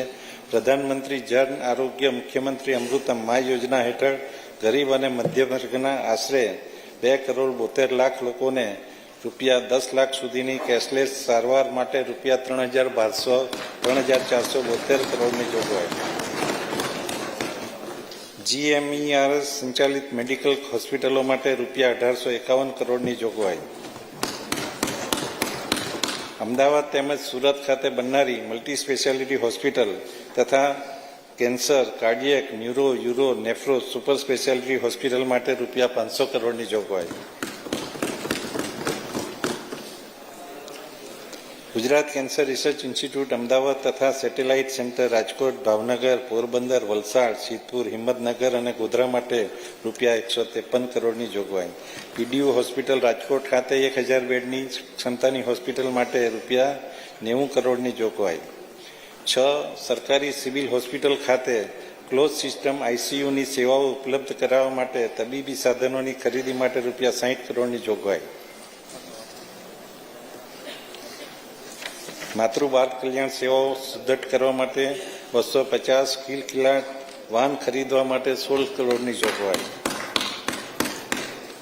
મહિલા અને બાળ વિકાસ વિભાગ માટે કુલ 7,690 કરોડની જોગવાઈ. ગંગા સ્વરૂપ આર્થિક સહાય યોજના અંતર્ગત વિધવા બહેનોને મદદરૂપ થવા માટે ડીબીટી માધ્યમથી માસિક સહાય માટે રૂપિયા 2848 કરોડની જોગવાઈ. આંગણવાડી કાર્યકર, તેડાગર, મિની આંગણવાડી કાર્યકર બહેનોના માનદ વેતન માટે રૂપિયા 1128 કરોડની જોગવાઈ. પૂરક પોષણ યોજના 3 થી 6 વર્ષના બાળકોને આંગણવાડીમાં ગરમ નાસ્તો, ભોજન તેમજ બાળકો, કિશોરીઓ અને સગર્ભા ધાત્રીમાતાઓને ટેક હોમ રેશન પૂરું પાડવા માટે રૂપિયા 972 કરોડની જોગવાઈ. અન્ન પુરવઠા અને ગ્રાહકોની બાબતોના વિભાગ માટે રૂપિયા 2,856 કરોડની જોગવાઈ. 75 લાખ NFSA કાર્ડ હોલ્ડરોને અન્ન સુરક્ષાની સાથે સાથે પ્રોટીનયુક્ત પોષણ આહાર મળી રહે તે માટે રાહત દરે કઠોળના વિતરણ માટે રૂપિયા 842 કરોડની જોગવાઈ. NFSA કાર્ડ ધારકોને યોજના મુજબ અન્ન પૂરું પાડવા માટે રૂપિયા 700 કરોડની જોગવાઈ. વાજબી ભાવના દુકાન સંચાલકોને હાલ મળતા કમિશનમાં વધારો કરીને રૂપિયા 125 પ્રતિ ક્વિન્ટલ કરવા માટે રૂપિયા 67 કરોડની જોગવાઈ. શ્રી અન્ન એટલે કે મિલેટના વપરાશને પ્રોત્સાહન આપવા બાજરી, જુવાર, રાગીની ખરીદી પર ખેડૂતોને પોષણક્ષમ ભાવ મળી રહે તે હેતુથી લઘુત્તમ ટેકાના ભાવ ઉપરાંત રૂપિયા 300 પ્રતિ ક્વિન્ટલ પ્રોત્સાહક બોનસ આપવાની જોગવાઈ. રમતગમત, યુવા અને સાંસ્કૃતિક પ્રવૃત્તિના પ્રભાગ માટે રૂપિયા 2,006 કરોડની જોગવાઈ. રમતગમત ક્ષેત્રે 131 કરોડની જોગવાઈ. અમદાવાદને ઓલિમ્પિક રેડી સિટી બનાવવા માટે એસવીપી સ્પોર્ટ્સ એન્કલેવ વિકાસ માટે રૂપિયા 500 કરોડની જોગવાઈ. અમદાવાદ અને ગાંધીનગર ખાતે રમતગમતને લગતી આંતરમાળખાકીય સુવિધાઓ ઊભી કરવા માટે રૂપિયા 101 કરોડની જોગવાઈ. કરાઈ ખાતે ઓલિમ્પિક કક્ષાનું ઇન્ફ્રાસ્ટ્રક્ચર બનાવવા માટે રૂપિયા 100 કરોડની જોગવાઈ. વિશ્વ કક્ષાના હોકી સ્ટેડિયમના નિર્માણ માટે રૂપિયા 90 કરોડની જોગવાઈ. પુરાતત્વ સંગ્રહાલય ક્ષેત્રે 226 કરોડની જોગવાઈ. ગ્રંથાલયો માટે 182 કરોડની જોગવાઈ. તૃતીય સ્તંભ આંતરમાળખાકીય સુવિધાઓ. માર્ગ અને મકાન વિભાગ માટે કુલ 29,709 કરોડની જોગવાઈ.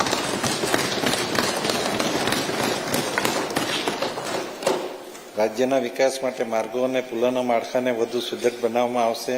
જરૂરિયાત મુજબના તથા ભારે ટ્રાફિકવાળા રસ્તાઓને હાઈ સ્પીડ કોરિડોરમાં અપગ્રેડ અને નિર્માણ કરવાનું આયોજન છે. રાજ્યના માર્ગો અને પુલની કામગીરી માટે 10,008 કરોડની જોગવાઈ. મુખ્યમંત્રી ગ્રામ સડક યોજનાના કામો માટે રૂપિયા 5,600 કરોડની જોગવાઈ. આદિવાસી વિસ્તારના રસ્તા અને પુલની કામગીરી માટે રૂપિયા 950 કરોડની જોગવાઈ.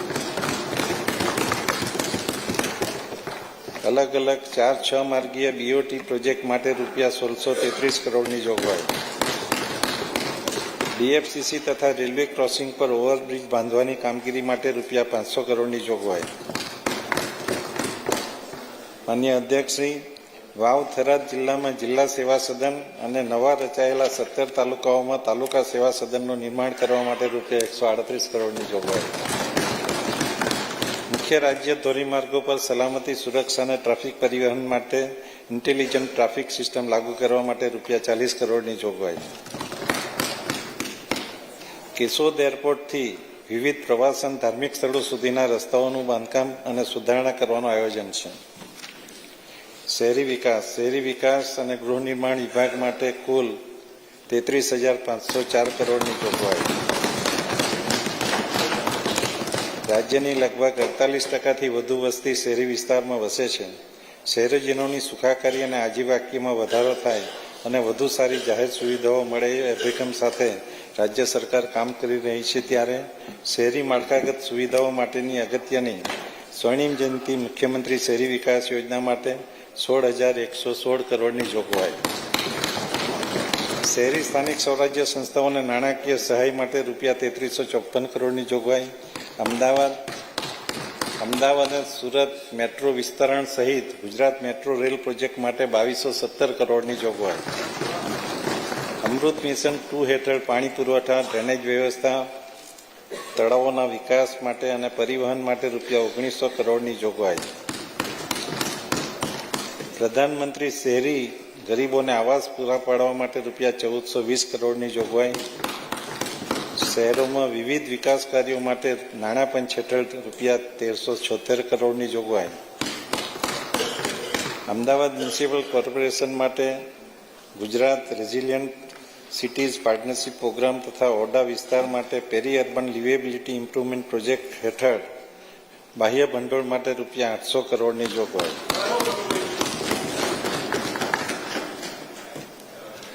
12 મ્યુનિસિપલ કોર્પોરેશનોમાં ઇન્ટિગ્રેટેડ કમાન્ડ એન્ડ કંટ્રોલની સ્થાપના માટે રૂપિયા 180 કરોડની જોગવાઈ.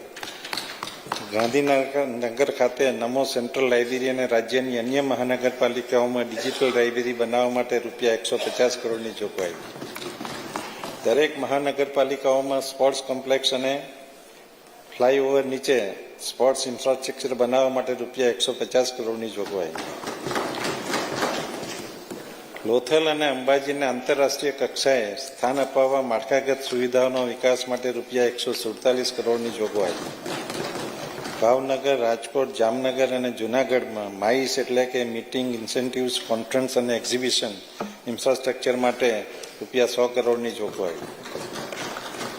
સુગમ્ય ઉદ્યાન યોજનાનો નમો ગૌરવ પાર્ક અને લિનિયર પાર્ક જેવા આઇકોનિક ઉદ્યાનો માટે લેક વોચ અને એર વોચ માટે રૂપિયા 90 કરોડની જોગવાઈ. 24 નવા સબ મોડેલ ફાયર સ્ટેશન તથા ગુજરાત સ્ટેટ ફાયર એકેડમી શરૂ કરવા માટે 50 કરોડની જોગવાઈ. એફોર્ડેબલ સેન્ટ્રલ હાઉસિંગ યોજના માટે રૂપિયા 50 કરોડની જોગવાઈ. ગિફ્ટ સિટીમાં માળખાકીય સુવિધાઓના વિકાસ માટે રૂપિયા 45 કરોડની જોગવાઈ. પંચાયત ગ્રામગૃહમાં ગ્રામ વિકાસ વિભાગ માટે રૂપિયા 14,858 કરોડની જોગવાઈ. ગામડાના છેવાડાના માનવીને પણ તમામ સરકારી યોજનાઓનો લાભ મળી રહે તે માટે રાજ્ય સરકારનું લક્ષ્ય છે. પ્રધાનમંત્રી આવાસ યોજના થકી રાજ્યના ગ્રામીણ વિસ્તારમાં વસતા પરિવારોને પોતાનું પાકું ઘર પ્રદાન કરવા છેલ્લા 3 વર્ષમાં 2,52,000થી વધુ આવાસોનું નિર્માણ કરેલ છે. તેમજ આગામી વર્ષમાં 1,60,000થી વધુ આવાસોનું નિર્માણ કરવાનું આયોજન છે. ગુજરાત સ્વચ્છ ગામ સ્વસ્થ ગામ, મહાત્મા ગાંધી સ્વચ્છતા મિશન તથા નિર્માણ ગુજરાત 2.0 ને એકીકૃત કરીને યોજના હેઠળ 650 પ્રધાનમંત્રી આવાસ યોજના ગ્રામીણ 55 કરોડની જોગવાઈ. વિકસિત ગેરંટી ફોર વીબીજી અંતર્ગત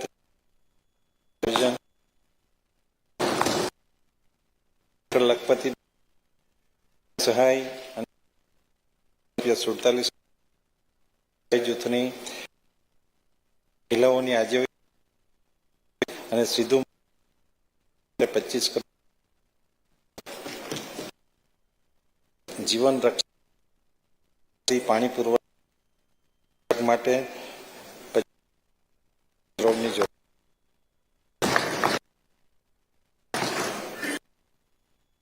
માન્ય માળખામાં વિસ્તરણ કરવા માટે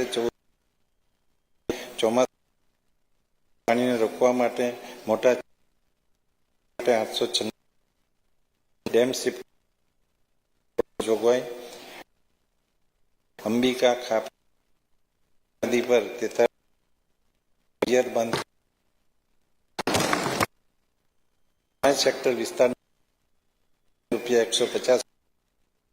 વલસાડ જિલ્લાના મધુબન ડેમ આધારિત ઉદ્વહન સિંચાઈ કામોના 16,235 હેક્ટર વિસ્તારમાં સિંચાઈ સુવિધા વધારવા માટે રૂપિયા 85 કરોડની જોગવાઈ. ખાસ જાહેરાત આ છે કે છોટાઉદેપુર, દાહોદ અને પંચમહાલ જિલ્લામાં નર્મદા આધારિત ઉદ્વહન સિંચાઈ યોજનાથી 18 તાલુકાના 51,480 હેક્ટર વિસ્તારને સિંચાઈ સુવિધા ઉપલબ્ધ કરાવવાનું આયોજન છે. માનનીય મુખ્યમંત્રીશ્રી અને નાયબ મુખ્યમંત્રીશ્રીએ અત્યારે જ આ યોજના પાસ કરી છે. માનનીય અધ્યક્ષશ્રી, સમુદ્રની ભરતીનું ખારું પાણી નર્મદા નદીમાં પ્રવેશતું અટકાવવા ભરૂચ જિલ્લાના ભડભૂત ગામે બેરેજની યોજના પ્રગતિ હેઠળ છે, જે માટે રૂપિયા 1700 કરોડની જોગવાઈ. સરદાર સરોવર યોજના માટે 3317 કરોડની જોગવાઈ. અમદાવાદ જિલ્લાના નળકાંઠા વિસ્તારમાં ફેઝ 2 સિંચાઈ સુવિધા વધારવા માટે રૂપિયા 600 કરોડની જોગવાઈ. માનનીય અધ્યક્ષશ્રી, પાણી પુરવઠા પ્રભાગ માટે 6,984 કરોડની જોગવાઈ. લોકોના આરોગ્ય અને જીવન ધોરણમાં સુધારા માટે પૂરતા પ્રમાણમાં ગુણવત્તાયુક્ત પાણી પૂરવા માટે રાજ્ય સરકાર ભગીરથ પ્રયત્નો કરી રહી છે. ધોલેરા સ્પેશિયલ ઇન્વેસ્ટમેન્ટ રિજનને પાણી પ્રવાહ અવિરતપણે મળી રહે તે માટે નવીન 100 MLD બલ્ક પાઇપલાઇનનું નેટવર્ક 650 કરોડના ખર્ચે આયોજન. આદિવાસી જિલ્લાના કુલ 14 જિલ્લાઓમાં 651 ગામોને આવરી લેતી 26 જૂથ યોજનાઓ માટે 280 કરોડનું આયોજન. રાજ્યના આદિજાતિ અને અન્ય વિસ્તારો માટે મહત્વની યોજનાઓની કામગીરી જોઈએ તો આદિવાસી વિસ્તારના ડાંગ જિલ્લાના કુલ 276 ગામો તથા 3 શહેરોનો સમાવેશ કરતી ડાંગ જિલ્લાની જૂથ પાણી પુરવઠા યોજના માટે 866 કરોડના કામો પ્રગતિ હેઠળ. વાવ થરાદ જિલ્લામાં નર્મદા મુખ્ય નહેર આધારિત 240 ગામો માટેની સુધારણા યોજના માટે રૂપિયા 346 કરોડની જોગવાઈ. બનાસકાંઠા જિલ્લામાં ધરોઈ સંચાલિત અંબાજી જૂથ પાણી પુરવઠા યોજના માટે રૂપિયા 153 કરોડના કામો પ્રગતિ હેઠળ. સૌરાષ્ટ્ર વિસ્તારમાં ભવિષ્યમાં પીવાના પાણીની જરૂરિયાતોને પહોંચી વળવા ઢાંકીથી નાવડા બલ્ક પાઇપલાઇનના કામો પ્રગતિમાં છે, જેમાં અમદાવાદ, બોટાદ, અમરેલી, ભાવનગર, ગીર સોમનાથ, જૂનાગઢ, પોરબંદર જિલ્લાઓ માટે ઢાંકીથી નાવડા સુધીની બલ્ક પાઇપલાઇન માટે રૂપિયા 1044 કરોડના કામો પ્રગતિ હેઠળ. જાહેર પરિવહનમાં નાગરિકોની સલામતી અને સગવડતાને ધ્યાનમાં લઈ આધુનિક ટેકનોલોજી ધરાવતી 2963 જેટલી નવી બસો માટે રૂપિયા 1286 કરોડની જોગવાઈ. માનનીય અધ્યક્ષશ્રી, વિકસિત ગુજરાત 2047ના લક્ષ્યાંકના દ્રષ્ટિકોણથી ગુજરાતના બંદરોની હાલની વાર્ષિક ક્ષમતા 600 મિલિયન મેટ્રિક ટનથી 2047 સુધીમાં 3000 મિલિયન મેટ્રિક ટન કરવાનું આયોજન છે. સાયન્સ એન્ડ ટેકનોલોજી વિજ્ઞાન અને પ્રૌદ્યોગિકી વિભાગ માટે રૂપિયા 2634 કરોડની જોગવાઈ. ગુજરાત સેમિકન્ડક્ટર પોલિસી હેઠળ 1100 કરોડની જોગવાઈ. ગુજરાત ઇલેક્ટ્રોનિક પોલિસી અંતર્ગત સહાય માટે રૂપિયા 150 કરોડની જોગવાઈ. ગુજરાતને સ્પેસ મેન્યુફેક્ચરિંગ હબ બનાવવા માટે dedicated Gujarat space tech policy અંતર્ગત સ્પેસ ઇકોસિસ્ટમના વિકાસ માટે રૂપિયા 25 કરોડની જોગવાઈ. પોરબંદર ખાતે રિજનલ સાયન્સ સેન્ટરની સ્થાપના માટે રૂપિયા 25 કરોડની જોગવાઈ. વાવ થરાદ જિલ્લા ખાતે જિલ્લા વિજ્ઞાન કેન્દ્રની સ્થાપના કરવામાં આવશે. ચતુર્થ સ્તંભ ઉદ્યોગ અને ખાણ વિભાગ માટે કુલ 13,942 કરોડની જોગવાઈ. પ્રવાસન, યાત્રાધામ અને નાગરિક ઉડ્ડયન માટે 3,090 કરોડની જોગવાઈ. પવિત્ર યાત્રાધામ વિકાસ બોર્ડ હેઠળ વિવિધ યાત્રાધામોના વિકાસ માટે રૂપિયા 550 કરોડની જોગવાઈ. તે પૈકી અંબાજી યાત્રાધામ ખાતે સુવિધાઓ વિકસાવવા માટે રૂપિયા 300 કરોડની જોગવાઈ. પ્રવાસન ક્ષેત્રને રાષ્ટ્રીય અને આંતરરાષ્ટ્રીય સ્તરે પ્રસ્થાપિત કરવા માટે 100 કરોડની જોગવાઈ. દાહોદ ખાતે નવું ગ્રીનફિલ્ડ એરપોર્ટ વિકસાવવા તેમજ પોરબંદર, ભાવનગર, સુરત, વડોદરા અને અંકલેશ્વર ખાતેના હયાત એરપોર્ટના વિસ્તરણ માટે રૂપિયા 95 કરોડની જોગવાઈ. આસ્થાના કેન્દ્ર અંબાજી, ડાકોર, દ્વારકા, માતાનો મઢ, આશાપરા તેમજ ગિરનાર ખાતે મહાશિવરાત્રિના મેળામાં આવતા શ્રદ્ધાળુઓ તથા મા નર્મદાની પરિક્રમા ખાતે પદયાત્રીઓ માટે સુવિધાઓ ઊભી કરવા માટે રૂપિયા 20 કરોડની જોગવાઈ. લોથલ ખાતે બેઝિક ફેસિલિટી વિકસાવવા માટે development of trunk facility for PPP parcel Lothal માટે જોગવાઈ. ગુજરાત આદિવાસી સમાજના આસ્થાના કેન્દ્રો જેવા કે માનગઢ ખાતે આદિવાસી બલિદાન દિવસ, દેવમોગરા ખાતે પાંડોરી માતા મહાશિવરાત્રિ મહોત્સવ અને સબરીધામ શ્રી રામ મિલન મહોત્સવ ઉજવવા માટે અનુસૂચિત જાતિના આસ્થાના કેન્દ્રોમાં તેમજ અનુસૂચિત જાતિના આસ્થાના કેન્દ્રોમાં આ રીતે આયોજન કરવા માટેની જોગવાઈ. ઉદ્યોગ અને ખાણ વિભાગ માટે 9,873 કરોડની જોગવાઈ. ટેક્સટાઇલ એકમોના પ્રોત્સાહન માટે ₹2755 કરોડની જોગવાઈ. Aatmanirbhar Gujarat scheme for assistance to MSME નાના ઉદ્યોગો માટે ₹1775 કરોડની જોગવાઈ. ધોલેરા ખાતે ઇન્ફ્રાસ્ટ્રક્ચર ઓગમેન્ટેશન હેઠળ વિકાસ કરવા માટે 182 કરોડની જોગવાઈ. રાજ્યની નિકાસ ક્ષમતા વધારવા માટે એક્સપોર્ટ પ્રમોશન કાઉન્સિલની જોગવાઈ. કુટીર અને ગ્રામ ઉદ્યોગ પ્રભાગ માટે ₹979 કરોડની જોગવાઈ. શ્રી વાજપાઈ બેન્કેબલ યોજના હેઠળ સબસિડી સહાય માટે ₹494 કરોડની જોગવાઈ. ખાદી સંસ્થા મંડળીઓને વિવિધ સ્થળોએ પ્રદર્શન મેળા યોજી વેચાણ ક્ષમતા વધારવા ₹57 કરોડની જોગવાઈ. વન ડિસ્ટ્રિક્ટ વન પ્રોડક્ટ હેઠળ ઉત્પાદનને પ્રોત્સાહન મળી રહે તે માટે 25 કરોડની જોગવાઈ. ખેડૂત કલ્યાણ અને સહકાર વિભાગ માટે ₹24,022 કરોડની જોગવાઈ.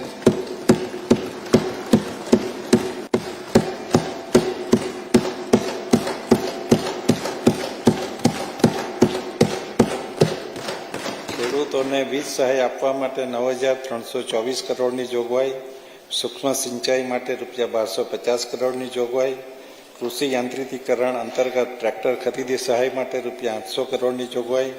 કૃષિ યાંત્રિકીકરણ વિવિધ ઓજારોની ખરીદીમાં સહાય માટે 765 કરોડની જોગવાઈ.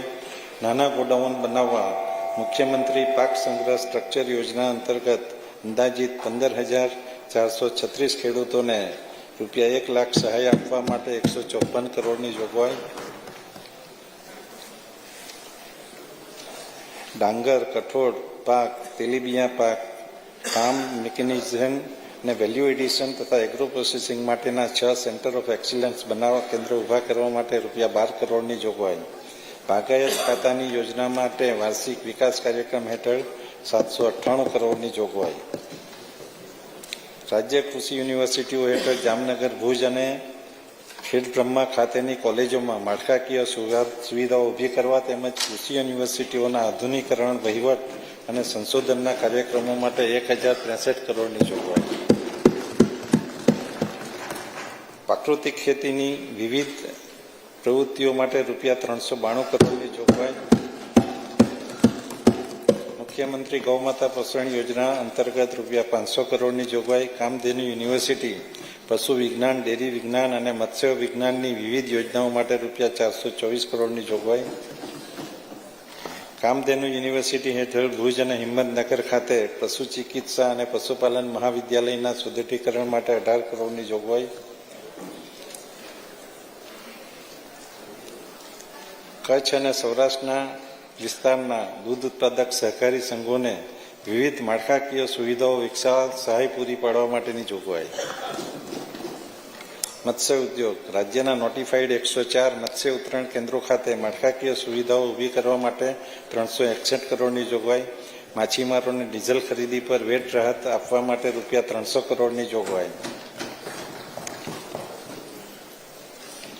સહકાર સમયસર ચૂકવણી કરનાર કિસાન ક્રેડિટ કાર્ડના લાભાર્થીઓને ₹3 લાખ સુધીની 0% વ્યાજે પાક ધિરાણ આપવા માટે ₹1,539 કરોડની જોગવાઈ. જિલ્લા આયોજન કાર્યક્રમ, એટીબીટી અને અન્ય યોજનાઓ હેઠળ સ્થાનિક જરૂરિયાતોના વિકાસોના કામ માટે ₹2102 કરોડની જોગવાઈ. મહેસૂલ વિભાગ માટે કુલ 5,552 કરોડની જોગવાઈ. કુદરતી આફતો સામે રાહત આપવા 2,145 કરોડની જોગવાઈ. સુરેન્દ્રનગર, મહુધા, માળિયા, લાઠી, ટંકારા, ઉમરેઠ, અબ્રામા ખાતે નવા મહેસૂલી ભવનના બાંધકામ તથા દસક્રોઈ, ઠાસરા અને પાટણ ખાતેના હયાત મહેસૂલી ભવનના વિસ્તરણ અને 51 તાલુકાના અંદાજિત 562 મહેસૂલી કર્મચારીઓની વસાહતના બાંધકામ માટે 240 કરોડની જોગવાઈ. સૌથી અગત્યના ગૃહ વિભાગ માટે 14,265 કરોડની જોગવાઈ. રાજ્યના પોલીસ બિન રહેણાંક મકાનો જેમાં વિવિધ જિલ્લાની કચેરીઓ પોલીસ સ્ટેશન જેવા કુલ 107 મકાનો બનાવવા માટે 136 કરોડની જોગવાઈ. ડાયલ 112 જનરક્ષક પ્રોજેક્ટ હેઠળ નવી 3000 જગ્યાઓ ઊભી કરવાની જોગવાઈ. કાયદા વિભાગ માટે રૂપિયા 2702 કરોડની જોગવાઈ. માહિતી અને પ્રસારણ માટે રૂપિયા 2452 કરોડની જોગવાઈ. પંચમ ગ્રીન ગ્રોથ ઉર્જા અને પેટ્રોકેમિકલ વિભાગ માટે રૂપિયા 4842 કરોડની જોગવાઈ. આદિજાતિ સાગરકાંઠા અને અન્ય વિસ્તારોમાં નવા કૃષિ વિષયક જોડાણો આપવા માટે 1166 કરોડની જોગવાઈ. ખેડૂતોને દિવસે વીજળી આપવા માટે કિસાન સૂર્યોદય યોજના અંતર્ગત રૂપિયા 500 કરોડની જોગવાઈ. સાગરકાંઠા તથા આદિજાતિ વિસ્તારોમાં નવા સબસ્ટેશનો બનાવવા માટે રૂપિયા 350 કરોડની જોગવાઈ. પીએમ કુસુમ યોજના અંતર્ગત stand alone of grid solar power agriculture pump માટે રૂપિયા 200 કરોડની જોગવાઈ. રાજ્યના યાત્રાધામોમાં સતત વીજ પુરવઠો જળવાઈ રહે તે માટે ગ્રીન અને વીજ સલામત ઝોન વિકસિત કરવા રૂપિયા 100 કરોડની જોગવાઈ. વન અને પર્યાવરણ વિભાગ માટે રૂપિયા 3560 કરોડની જોગવાઈ. મને જણાવતા આનંદ થાય છે કે કચ્છના બન્ની પ્રદેશમાં આવતા છારી ઢન જલપરિત ક્ષેત્રનો પ્રતિષ્ઠિત રામસર સાઇટમાં સમાવેશ થયેલ છે અને આ સાથે જ રામસર સાઇટમાં સામેલ ગુજરાતના સ્થળોની સંખ્યા વધીને 5 થઈ છે. વધુમાં વન વિસ્તાર બહાર વૃક્ષ આવરણમાં વધારો કરવામાં આપણા રાજ્ય સમગ્ર દેશમાં પ્રથમ નંબરે છે. વન વિસ્તાર બહારના વિસ્તારમાં સામાજિક વનીકરણને વેગવંતુ બનાવવા માટે 750 કરોડની જોગવાઈ. વનોના વિકાસ સંરક્ષણ અને સંવર્ધનની કામ માટે 667 કરોડની જોગવાઈ. વન્ય પ્રાણીની વ્યવસ્થા અને વિકાસ માટે 469 કરોડની જોગવાઈ. આહવા ખાતે વન વિજ્ઞાન કેન્દ્રની સ્થાપના કરવા માટે અને અંબાજી ખાતે લોકહદ બનાવવા માટે રૂપિયા 8 કરોડની જોગવાઈ. ક્લાઇમેટ ચેન્જ વિભાગ માટે કુલ 429 કરોડની જોગવાઈ.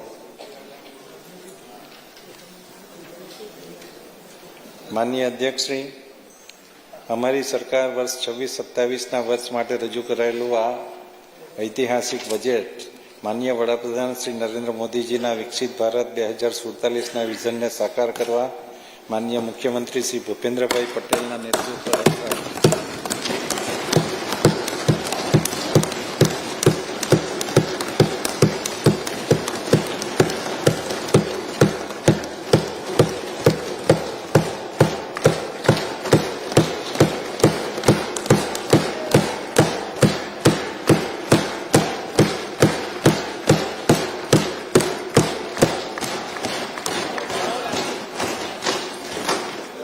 માનનીય મુખ્યમંત્રી શ્રી ભૂપેન્દ્રભાઈ પટેલના નેતૃત્વ હેઠળ દઢ પગલાં ભરી રહ્યું છે. નાગરિકોની સુખાકારી અને સર્વાંગી વિકાસના કેન્દ્રમાં રાખીને તૈયાર થયેલા આ બજેટથી ગુજરાત આર્થિક અને સામાજિક વિકાસના નવા શિખરો સર કરશે. માનનીય અધ્યક્ષશ્રી, હવે હું 2024-25ના વર્ષની ખરેખર આવક અને ખર્ચની સમીક્ષા હાથ ધરીશ. વર્ષ 24-25નો હિસાબ. વર્ષ 24-25 દરમિયાન ચોખ્ખી લેવડ દેવડના કારણે 344 કરોડની પુરાંત રહેશે એવી ધારણા સુધારેલા અંદાજમાં હતી. વર્ષ 24-25 માટેના હિસાબમાં ચોખ્ખી આ લેવડ દેવડના કારણે 271 કરોડની ખાત દર્શાવે છે. વર્ષ 25-26ના સુધારેલા અંદાજમાં ચોખ્ખી લેવડ દેવડના કારણે 1007 કરોડની પુરાંત રહેવાની ધારણા હતી. વર્ષ 25-26ના અંતે ચોખ્ખી લેવડ દેવડના કારણે સુધારેલા અંદાજમાં 12,088 કરોડની પુરાંત રહેવાની ધારણા છે. વર્ષ 26-27નો અંદાજ. માનનીય અધ્યક્ષશ્રી, વર્ષ 26-27ના અંદાજ મુજબ મહેસૂલી હિસાબ પર પુરાંત 25,586 કરોડ રહેશે. મહેસૂલી હિસાબ સાથે મૂડી હિસાબ અને ચોખ્ખો જાહેર હિસાબ ગણતરીમાં લેતા વર્ષ 26-27ના અંદાજમાં 1184 કરોડની એકંદર પુરાંત દર્શાવે છે. માનનીય અધ્યક્ષશ્રી, હું મારા અંદાજપત્રનો ભાગ ખ રજૂ કરીશ. માન્ય અધ્યક્ષશ્રી, સને 26-27 વર્ષના અંદાજો અનુસાર પુરાંત 1184 કરોડની રહેશે. અંદાજપત્રના ભાગરૂપે હવે હું ચાલુ નાણાકીય વર્ષે કરવામાં આવેલા સુધારાની વિગતો અને સન્માન્ય ગૃહના ધ્યાને મૂકવાની સાથોસાથ વર્ષો 26-27માં કરવેરા અંગેની દરખાસ્ત રજૂ કરું છું. માન્ય અધ્યક્ષશ્રી, ગુજરાતના પનોતા પુત્ર અને આપણા યશસ્વી વડાપ્રધાન શ્રી નરેન્દ્ર મોદીજીએ 79માં સ્વાતંત્ર્ય દિવસે લાલ કિલ્લા ઉપરથી રિફોર્મ એક્સપ્રેસના રોડમેપની ઘોષણા કરી હતી, જેમાં જીવન જરૂરિયાતની અનેક ચીજ વસ્તુઓ જે સામાન્ય જનસમૂહને અસર કરે છે તેના પર ટેક્સમાં રજિસ્ટ્રેશન પ્રક્રિયાને વધુ સરળ બનાવવા વૈકલ્પિક જીએસટી રજિસ્ટ્રેશનની યોજના શરૂ કરવામાં આવી છે. નાના અને મધ્યમ ઉદ્યોગકારો કે જેઓ દર મહિને 2.5 લાખ સુધીની વેરા શાક પાસ ઓન કરે તો તેઓને કામકાજમાં 3 દિવસમાં જીએસટી રજિસ્ટ્રેશન મળી રહે તેવી જોગવાઈ કરવામાં આવી છે. આ યોજના હેઠળ 3 જ માસમાં આશરે 52,000 જેટલા વેપારીઓએ નોંધણી નંબર મેળવેલ છે. જીએસટી આવક જીએસટી તંત્રની કાર્યદક્ષતા અને રાજ્યના કરદાતાઓના સહકારથી ગત નાણાકીય વર્ષમાં ટેક્સ કલેક્શનની સરખામણીમાં ચાલુ નાણાકીય વર્ષમાં 12%ની વૃદ્ધિ બતાવે છે. ગુજરાત જીએસટી હેઠળ નોંધાયેલ કરદાતાઓ ગત નાણાકીય વર્ષ કરતાં 8% વધારા સાથે કુલ નોંધાયેલ કરદાતાઓની સંખ્યા 13.69 લાખ છે. જીએસટી રિટર્ન ગુજરાત કરદાતાઓની શિસ્તબદ્ધતાના પરિણામે નાણાકીય વર્ષ 25-26 દરમિયાન ગુજરાત રાજ્ય સમગ્ર દેશમાં સતત પ્રથમ ક્રમ જાળવી રાખેલ છે. આ સિદ્ધિ માટે રાજ્યના આર્થિક વિકાસમાં સહભાગી થવા માટે રાજ્યના તમામ કરદાતાઓનો હૃદયપૂર્વક આભાર માનું છું. માન્ય અધ્યક્ષશ્રી, વેપારીઓની સુવિધાઓ અને રજિસ્ટ્રેશન પ્રક્રિયાના સરળીકરણની વાત કરીએ તો જામનગરના વેપારીઓને તેમની સંવર્ધનની સાથે સાથે રાજ્યની જનતાને આશરે 210 કરોડ જેટલી રાહત પહોંચાડવાનો પણ શુભ આશય છે. માન્ય અધ્યક્ષશ્રી, 26-27 વર્ષના અંદાજપત્રની આખરી પરિસ્થિતિ આ પ્રમાણે છે. અંદાજ અનુસારની પુરાંત 1184 કરોડ, કરવેરામાં સૂચિત વધારો 0, કરવેરામાં સૂચિત ઘટાડો 210, એકંદરે અંદાજિત પુરાંત 974 કરોડ. માન્ય અધ્યક્ષશ્રી, માન્ય વડાપ્રધાન શ્રી નરેન્દ્ર મોદીજીના વિકસિત ભારત 2047ના વિઝનને સાકાર કરવા માટે માન્ય મુખ્યમંત્રીશ્રીના વડપણ હેઠળ વિકસિત ગુજરાત 2047ના રોડમેપના લક્ષ્ય સાથે મહત્તમ ફાળો આપવા માટે ગુજરાત આગળ વધી રહેલ છે. આ રોડમેપ ઉપર રાજ્યની અવિરત વિકાસ યાત્રાને જાળવી રાખવા માટે સંતુલિત અંદાજપત્ર રજૂ કરવાનો મેં નમ્ર પ્રયાસ કર્યો છે. સૌ ગૌરવશાળી ગુજરાતીઓ આ રાજ્યની વિકાસ ગાથામાં વિકાસ યાત્રામાં સહભાગી થઈ રહ્યા છે, ત્યારે આ સન્માનીય ગૃહ મારફત હું તમામ ગુજરાતીઓનો પ્રમાણિક પ્રયાસોને બિરદાવું છું. જય હિન્દ, જય જય ગરવી ગુજરાત, જય જય ગરવી Gujarat.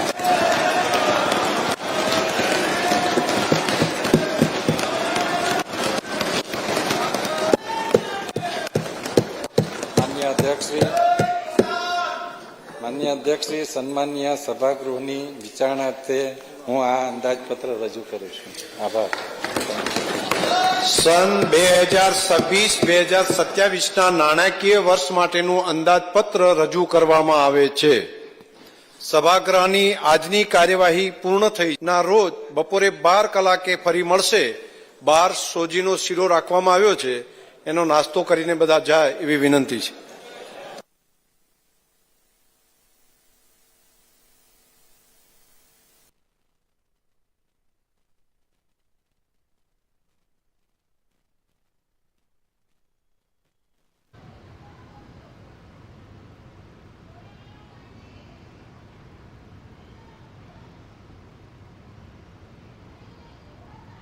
Minister Narendra Modi ji, Dr. Alexander Stubb, the President of Finland, Honorable Ministers, dignitaries, colleagues and friends, a very warm welcome to Raisina Dialogue. As Raisina Dialogue begins its second decade, this century entered its second quarter. In some ways, it's an important moment for us, a moment worth celebrating. We are humbled by this journey and by the enormity of building a platform that you all have nourished. Yet we also stand amidst a crisis, and we must spare a moment for all those who are in conflict zones in West Asia and elsewhere. May peace prevail, may Shanti prevail, and may all of us work towards peace. But first, the last 5 days of my life were that of a travel agent. I was involved in cancelling 1,200 tickets and issuing 180 new ones. So I thank each one of you, many of you who have rescheduled your flights and traveled through unfamiliar routes, determined to meet in New Delhi as a collective to discuss and debate issues that should matter most to all of us today based on what is happening around us. Thank you so much, and please applaud yourselves.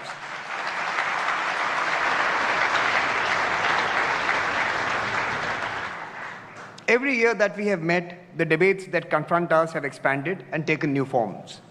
But throughout, the Raisina dialogue has remained Amrit steadfast સરોવરનું in લોકાર્પણ થઈ being રહ્યું છે. the proverbial આ banyan Amrit tree, Sarovar planted firmly in the ground, watching, gently nudging, and persuasively shaping our lives and those around us. The Raisina dialogue has kept faith in its aim of unpacking the present to help shape our future. And with the task comes a commitment to agility and to deepening our engagement with the world in flux. Alongside this flagship annual dialogue in New Delhi, we have Raisina satellite convenings in Australia, Japan, the UAE, and the Mediterranean in Marseille, France. This year, we will also launch Raisina Americas in Canada. Today, we are also proud to launch the Science and Diplomacy Initiative in collaboration with the Office of the Principal Scientific Advisor. 75 top-notch international scientists met this morning. We will also launch Raisina decided Americas to continue to meet Canada and help science shape our futures. Access, diffusion, and knowledge will enlighten our past and our future. To thank the Principal Scientific Advisor for his leadership, I also have to thank the Geneva Science and Diplomacy Anticipator, the Kaitu Center in New Zealand, and many others who are determined to make India once again the hub of knowledge, science, and innovation as 1.5 billion people reach for the stars and the moon. Our long-standing Raisina Young Fellows program has also produced hundreds of global leaders. 4 years ago, on the advice of the Prime Minister, we also launched the Raisina Forum for the Future of Diplomacy for early career diplomats. Both these programs have made a seminal contribution in diplomacy. Today, over 2,500 leaders from more than 130 countries have become part of this Raisina Leaders family. And in these difficult times, nearly 200 of them are in this room with us, showing their commitment to the family they have entered into. Indeed, discovering and investing in tomorrow's leaders is central to our work. This year, 250 students from 60 countries are taking part in the dialogue under different programs. In a moment unlike any before, we recall the words of Prime Minister Modi. Strength in a nation does not suddenly emerge. It is built over generation. It is refined through knowledge, tradition, hard work, and experience. Indeed, Prime Minister, we have to invest in generations. Today, nations are manifesting strength in different ways, some through demography, some through geography. We see boldness of intent in some areas. We also see contests for land and leverage around us. We see mutual respect and efforts to be inclusive, and we see the desire for growth and progress. In other words, we see nations asserting their identity, accommodating differences, and advancing through dialogue. Sanskara, the theme of Raisina 2026, captures this perfectly. At this dialogue, we prize honesty. We prize who we are. We will be honest to ourselves and to our aspirations. We will be honest to the partners who impact us, and we will be honest to the civilization we have inherited. This is Sanskara. At this dialogue, we prize our principles while searching for what is possible. Together, we will acknowledge the differences between us and create a path forward that may not be perfect, but will be framed by what our chief guest, the Finnish President Alexander Stubb, articulates as value-based realism. That is also Sanskara, Mr. President. Our goal is to find shared priorities and a common purpose. We will not linger over a damaged world order. Indeed, we will rebuild, repair, and embellish it anew This has never been more difficult, and yet the stakes have never been higher. And in a sense, this is the responsibility of Sanskara. We must recenter the world to its most pressing aspiration, development. Global shocks, debt crisis, wars and conflict, and financing fatigue have forced on us the cold reality that with less than 5 years remaining to 2030, the SDGs may not be achieved. What will take all of us to prioritize development as a policy? Who will decide the next development goals when these remain unmet, and what will they be like? The Raisina dialogue this year will focus on this crucial aspect of global governance, because that is indeed Sanskara. In 2026, ORF is pleased to initiate a high-level empowered board on green transition under the chairmanship of Mr. N.K. Singh, who's with us today. It will be supported by the Secretariat, and the board will guide and accelerate our journey towards a planet-friendly growth and sustainability model. This is the moment that the states must advance on climate and must demand accountability. At this dialogue, we will examine how the cost of delay can indeed be turned into a call for action. During the AI Impact Summit, the world gathered in New Delhi and saw the future of technology, where code defines identity, data drives geopolitics, and AI is shaping the wealth of nations. Algorithms become power. We are delighted to announce a new initiative this year, the Raisina Global Innovation Square. Here we will seek to build AI for India and AI for the world out of India. We will ask how technology will shape civilizations, and more importantly, how civilizations must shape technology. Finally, the map of global commerce is being redrawn. From the dance of creation and destruction, innovation is born. It's born not in ease, but in effort, not despite adversity, but because of it. This dialogue will examine the new geoeconomics, where policy, politics, and polycrisis are shaping a new arrangement. This is the broad canvas of Raisina Dialogue 2026. And as always, its conversations will remind us that change must begin with ourselves. I welcome you once again to the dialogue and to the Raisina family. Let us, with our eyes and hearts wide open, debate, disagree, contemplate, and co-create. Thank you very much for joining us this year in New Delhi, ladies and gentlemen, and indeed, we are grateful that you have made this journey. Without further ado, let me invite Mr. Sanjay Joshi, Chairman of ORF, to introduce the theme and our speaker this evening. Mr. Sanjay Joshi, may I invite you on stage.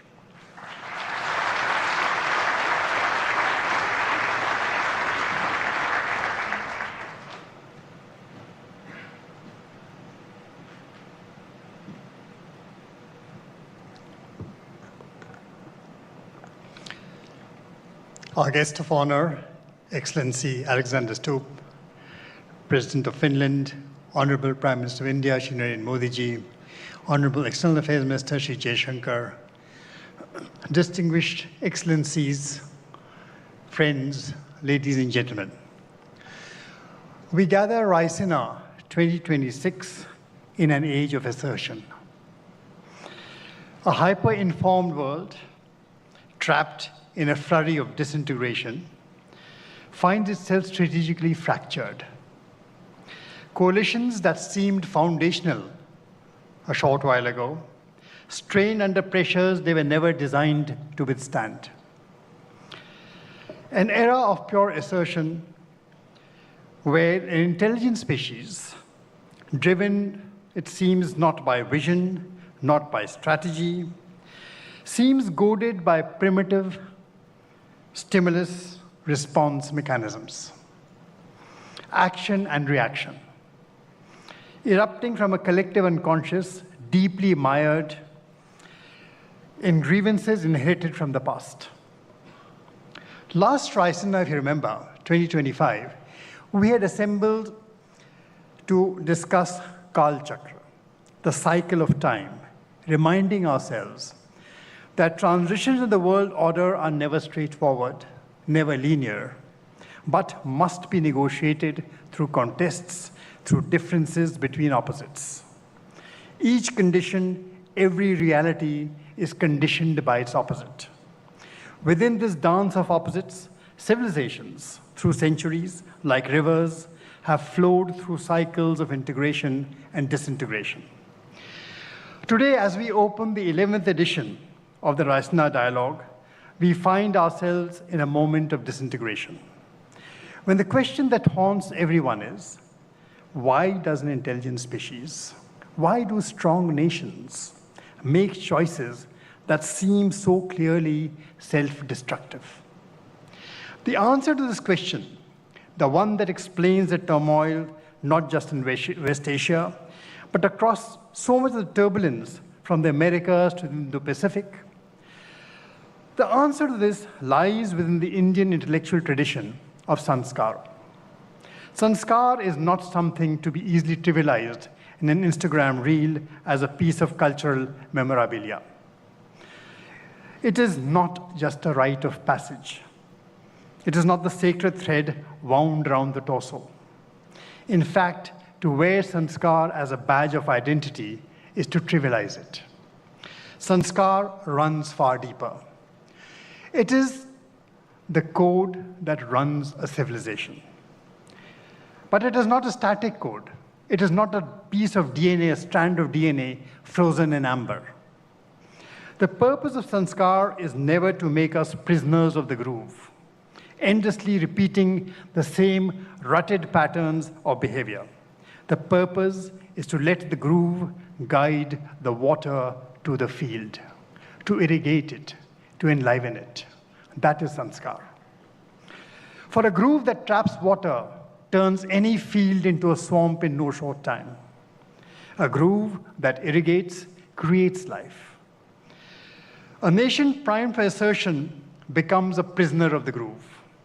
It operates out of a wounded sense of self-worth with the force of historical memory. It escalates because its historical scars compel it to escalate.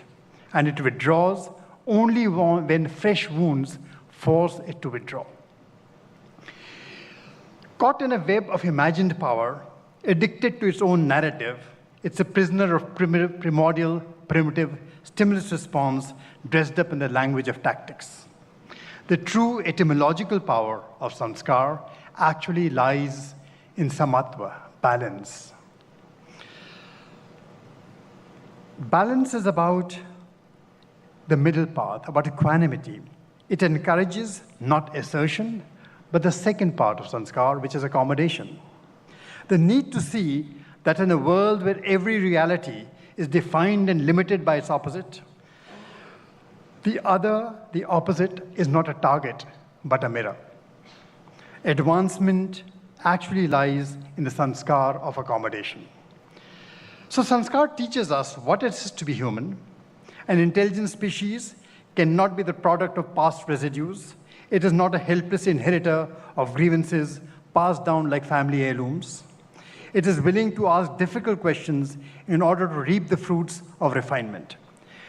Today, from research in tariffs to research in geopolitics, in the world of data centers, automation, and digitally enabled warfare, we are not advancing, but rather confronting a complex overlay of the old and the new. The conflicts we witness are new only in their technological prowess. The impulses that rise from are inherently old. The solutions to them will not be found in silos, and least of all, by those who mistake narrative for reality, make it the substance of power. The solutions demand sustained interrogation, intellectual engagement, ideological candor, and the willingness to engage across profound differences. It is therefore timely and deeply significant that we have today with us His Excellency Mr. Alexander Stubb, President of Finland, as a chief guest in this edition of the Raisina Dialogue. European civilization, too, finds itself at a consequential juncture. Finland has served as a pillar of the Western order for generations, as it now also introspects about the contours of the future. Finland's journey, shaped by geography, by resilience, by strategic clarity, in the most difficult of circumstances, offers a particularly relevant lens for examining questions of sovereignty, security, and cooperative multilateralism. Finland understands that nations, small and large, must navigate not through assertion alone, but through the conscious refinement of national interests. We no longer actually operate in the simple world of states talking to states. So that is why we have Raisina. We live in a multi-nodal reality, where knowledge and power flow through networks encompassing far more than just governments. And at the Raisina Dialogue, our attempt is to gather all such nodes together for 3 days, to create a space where policymakers, practitioners, scholars, and innovators deliberate without artifice. In an age defined by fragmentation, we present a platform to test ideas, to listen as much as to speak, to realize that tomorrow need not be shaped by the anxieties of today. The task before us is not merely to interpret change, but to shape it collectively so that our shared civilizational confidence can come together to do better than simply react. So I invite all of you over the next 3 days to engage not as prisoners of the groove, but as irrigators of new possibilities. With that, I present His Excellency Dr. Alexander Stubb, the President of Finland, to give us the benefit of his thoughts. Dr. Stubb, the floor is yours.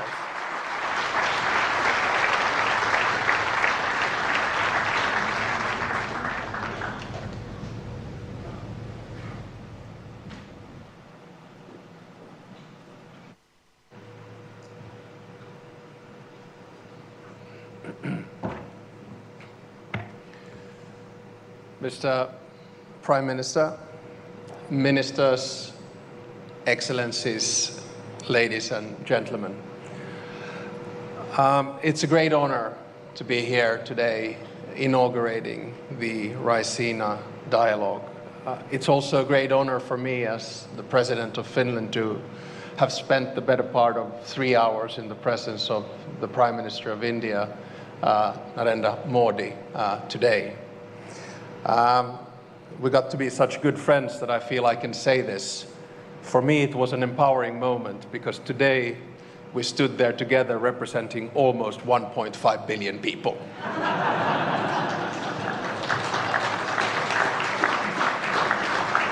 And I'm sorry the speech is going to go only downhill from here.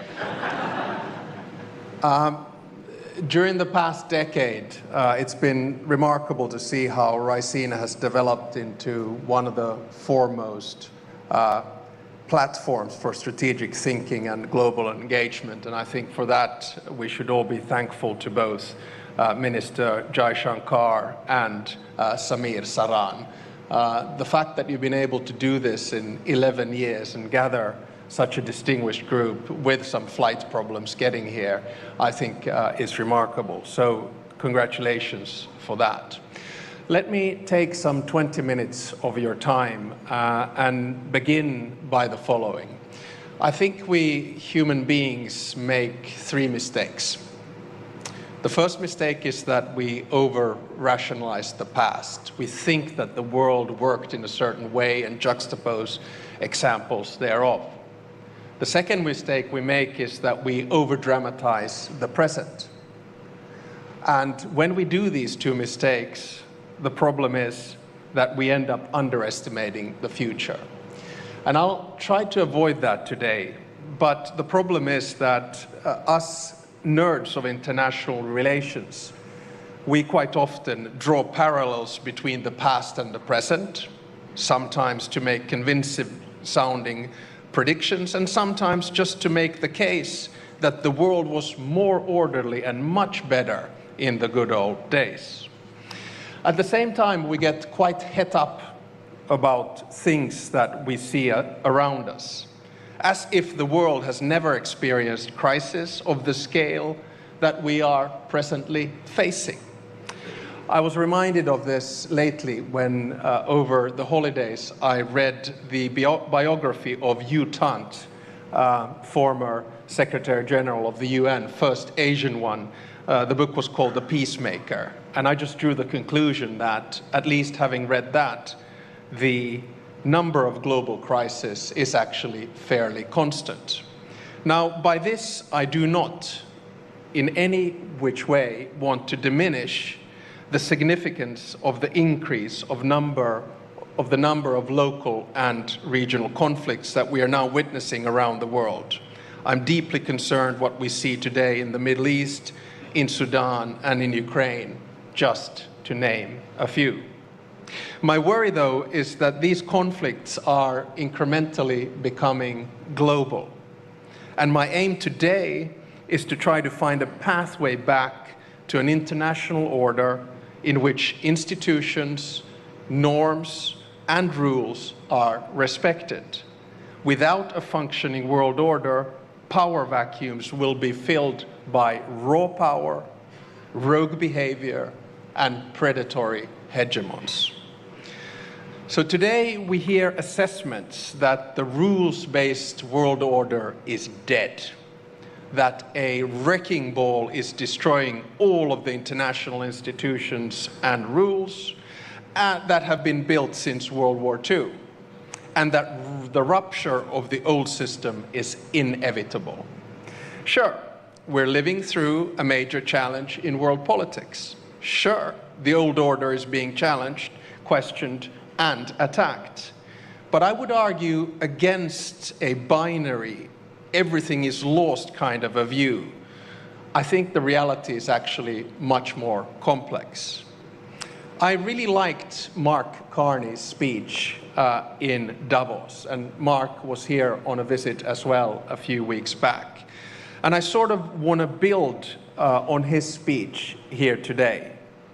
But instead of only describing what is presently wrong of the global order, or disorder as the case might be, or longing back to the good old days, I think we should set our sights on the future.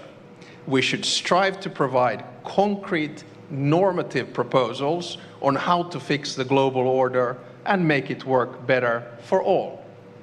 That is not idealism, but it is motivated by interests and realism.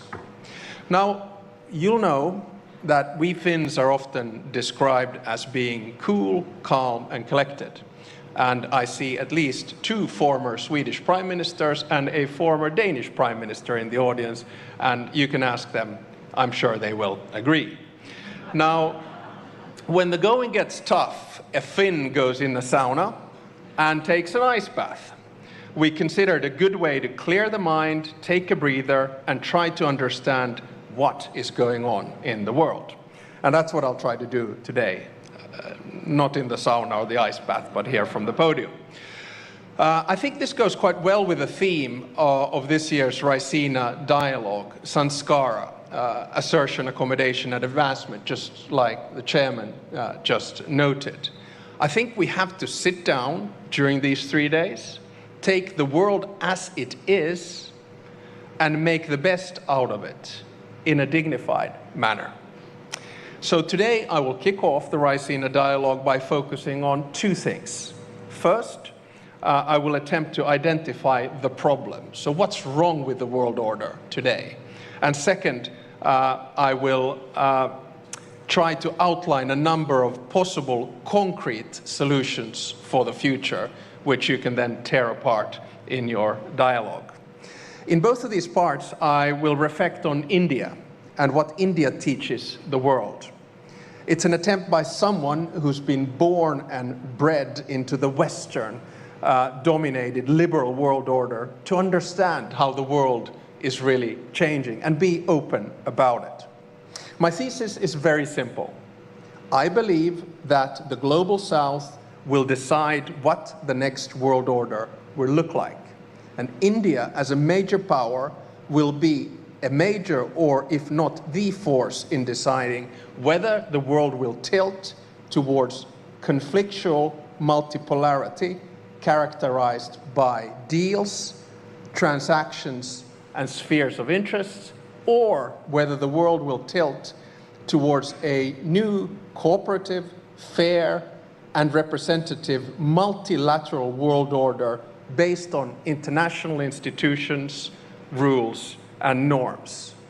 The policy choices that India and other key powers make truly matter in this time of transition. They will set the direction of the future. Let me begin by stating the obvious. The world is changing, much like it did after World War I, World War II, and the Cold War. It'll take a few days to settle, but only two things are sure. One, there are more players who have agency than they were after World War I or World War II, or indeed the Cold War. And number two, the starting point for a new settlement is different from 1918, 1945, and 1989. The global power balance has shifted. The global south has both demography and economy on its side. I mean, here we are in a country which is portraying growth rates of 7%, probably projecting all the way to 2047. And at the same time, it's the biggest democracy in the world. But my argument is that the era of a Western-dominated world is over. That's the disruption. This is obvious, but it will take some time to sink in across the West. Nostalgia can give us lessons, but it rarely provides us with solutions. So I think that a good starting point to any analysis is to deal with the world as it is, not with a world that we would wish it to be. So we live in a time of power politics, a time where might seems to make right. Violence has once again become a go-to foreign policy tool used around the world with very little restraint. In Ukraine, Russia is trying to subjugate a sovereign country through a war that is a blatant violation of international law. The way this war will end will have major consequences, not only in Europe, but globally. It is in all of our interests that the outcome does not reward the aggressor. In the Middle East, the events have taken rapid turns. We're now witnessing a regional escalation with countries who were pushing for diplomatic solutions. I had the chance to speak to the President of the United Arab Emirates yesterday and the Emir of Qatar today, while getting insights from the Prime Minister of India on how he sees the situation. In Sudan, the vicious circle of domestic power battles and regional rivalry have led to one of the deadliest conflicts of our time, forcing millions of people to leave their home. Gone are the days when international politics were predictable, even to some degree. Now each new day may bring new surprises and challenges to tackle. This is, of course, interesting for us who deal with international relations, but in terms of global stability, it is an ongoing challenge. One of my favorite foreign ministers, Dr. Jaishankar, has remarked, and let me quote once again, "Europe has to grow out of the mindset that Europe's problems are the world's problems, but the world's problems are not Europe's problems." End of quote. See, this is what you get. You give speeches and you quote someone else and immediately everyone applauds. I wholeheartedly agree with you, Dr. Jaishankar. What we need to recognize is that all the three examples that I mentioned, Ukraine, Middle East, and Sudan, and many other wars and conflicts, are all of our problems. We need to work together to solve them. We can see the effects of Russia's war of aggression in Ukraine on fertilizers, on oil prices. The same thing we're now seeing, of course, with the ongoing conflict in the Middle East. Now, does all of this mean that the liberal world order, the one we created after World War II, is dead? No, it doesn't. The fact that the rules are broken does not make the whole system null and void, any more than someone getting caught for speeding makes speeding limits irrelevant. If we give up on international rules, the current world order would collapse, but we are far from that. Now, none of the previous world orders have been perfect. We should drop the illusion of a utopian order in which all 200 nation states of this world live in harmony, peace, and eternal love. Instead, we should try to figure out how best to contain power in an imperfect world. When I say we should drop the illusion of a perfect order, I should probably specify. I mean we in the West. To us, the change we're living through has come as somewhat of a shock. History didn't end as many expected in 1989. For decades, we got to enjoy relative peace and stability, functional global supply chains, and stable alliances. At times, we offered advice and criticism from our ivory towers to those faced with a different reality. Now, our holiday from history is over. Instead of preaching and teaching, it's time for us to learn from others, and India would be a good starting point. India has been under no illusions. For your entire independence, you have based your foreign policy on a pragmatic and realistic worldview. You've showed the rest of the world what strategic caution and safeguarding autonomy means, all the while championing multilateralism and global cooperation. It is time that we all became a little bit more India. Whether you call it non-alignment or multi-alignment, you've been careful not to rely solely on the goodwill of one partner or bloc. You have invested in your own security and actively developed partnerships in many directions. Your approach makes sense. You represent 1/5 of the global population, together with Finland. And you cannot be a mere follower. You have to be an active and independent actor. The Europeans have now also been taught a lesson from India. Passivity is not a strategy. We have to develop our capabilities, avoid harmful dependencies, and strengthen our global partnerships. And we have to continue investing in our alliances. Indeed, for a country like Finland, the collective security that NATO provides is a necessity. The economic clout that the EU projects is a must. Despite not being part of a formal alliance, India does not isolate itself. Quite the contrary. Your power is based on active engagement. A timely example of this is, of course, the EU-India strategic partnership that took major steps forward earlier this year with the conclusion of a comprehensive free trade agreement and the launch of a security and defense partnership. I think this was huge. This agreement and the other major trade agreements signed by both India and the EU in the past year underline the fact that we still believe in multilateral cooperation and the benefit that it brings. Our deal is not just the mother of all deals, but a strategic choice and a gesture that opens up a new era in our relationship. Together, we're building a partnership that can set an example to the rest of the world. A partnership that is built on mutual respect and common interest and serves to strengthen the multilateral system, not to undermine it.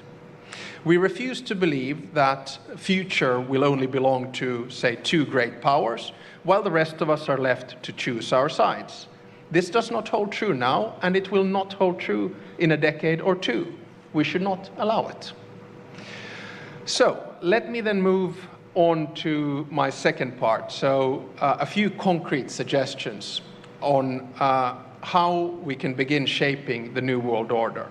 Some of the proposals are of substance and others are of process. India and Finland, we might be geographically different, but we understand what it means when power goes unchecked. We have both gone through difficult periods in history and fought for our democracy, equality, and sovereignty. We don't want to see these values forgotten. Finland's foreign policy is based on what Samir Saran noted earlier, values-based realism.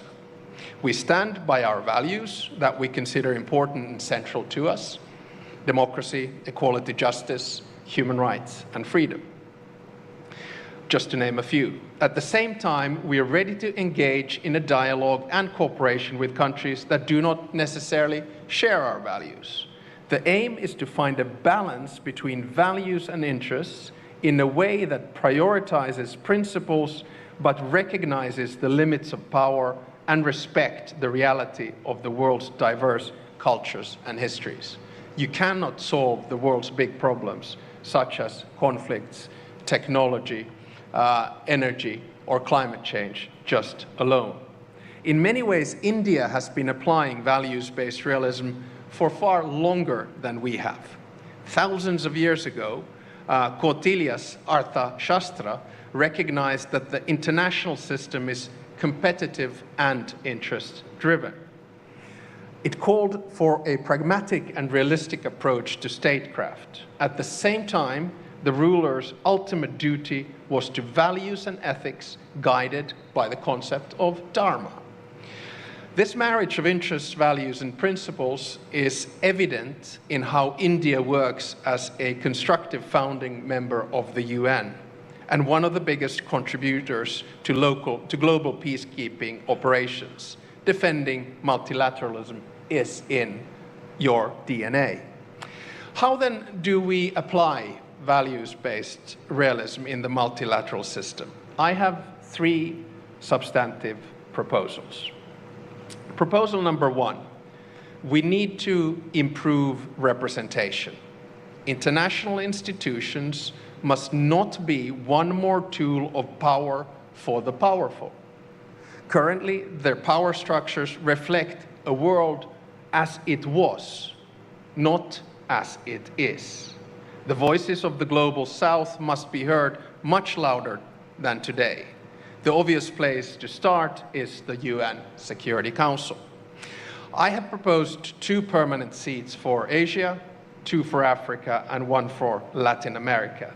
And let me be clear, India should have a permanent seat in the UN Security Council.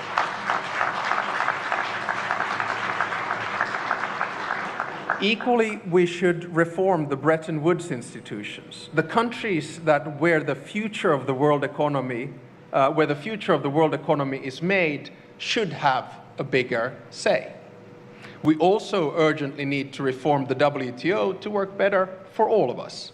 Currently, the rules-based trade system is not delivering as it should, and trade is being wielded as a geopolitical tool, an instrument of power. In this area, India's leadership is needed.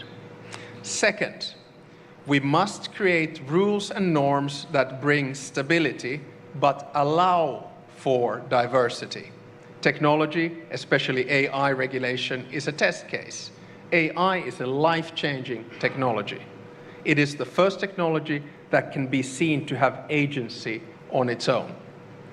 We're creating something new, and we have to make sure that what we create works for all.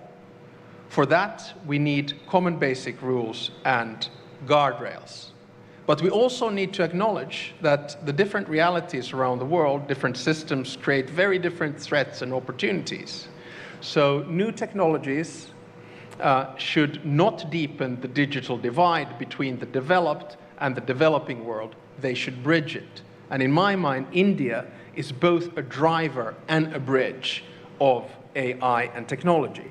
This is a field where you showed leadership recently in the AI Impact Summit. I could not agree more with you, Mr. Prime Minister, when you said in your address at the summit that AI will only benefit the world when it is shared.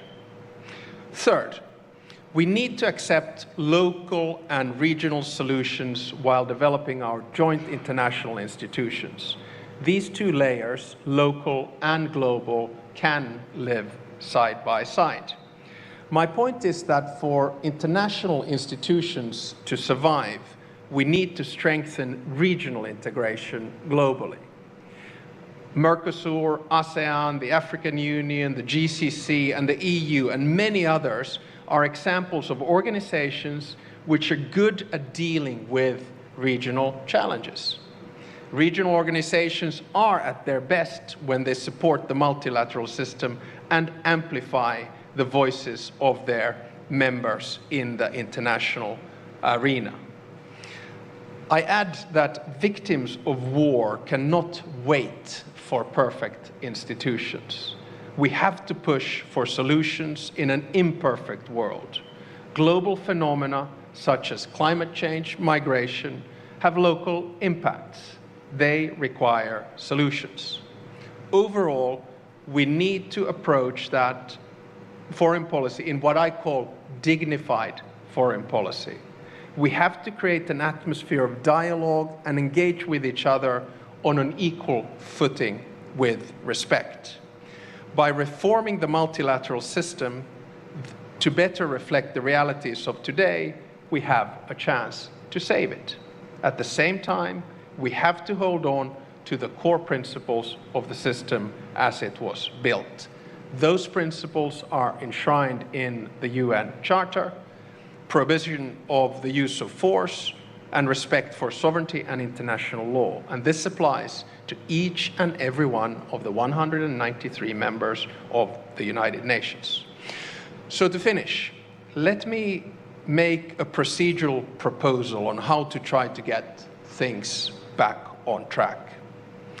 The foundations of the United Nations were built in San Francisco, much like the framework for our global financial system was built in Bretton Woods. I think what the world needs now is a new San Francisco moment. A moment where world leaders come together in the spirit of cooperation to think long and hard how to reform the international institutions that have served us since World War II. We need to rebalance the world order. We need to agree on the principles on which we can find common solutions to common problems. And if I may, my procedural proposal is that we should have a new Delhi moment. In other words, that India gathers world leaders here in Delhi and begins the process of looking what happens after wars. So in conclusion, it is in our interest to make the international system more inclusive and fairer while maintaining its core values and principles. The division of power is a political reality. Some have more, others less. How one uses power is a political choice. We can choose multipolar, opportunistic competition, or we can choose mutually beneficial, multilateral cooperation. Now, us Finns, we're known for 8 years running as the happiest people in the world. Although I have to say that one would not necessarily draw that conclusion from a Monday morning tram ride in Helsinki in November, but statistics tells us that we're happy. Now, Indians, on the contrary, are smiling people. And you're constantly topping one very important statistic, the one that measures optimism. Most Indians believe that tomorrow will be better than today. So let's combine Finnish happiness and Indian optimism in constructing a fairer and a more stable new world order. Together, we're stronger. Thank you very much.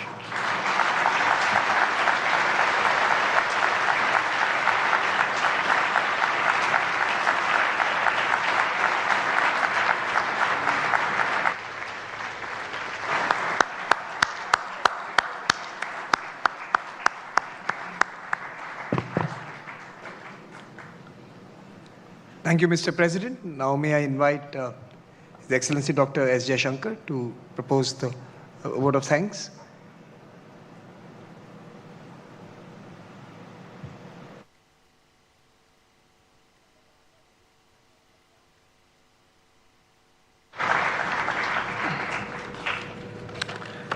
Namaskar and a very good evening to all of you.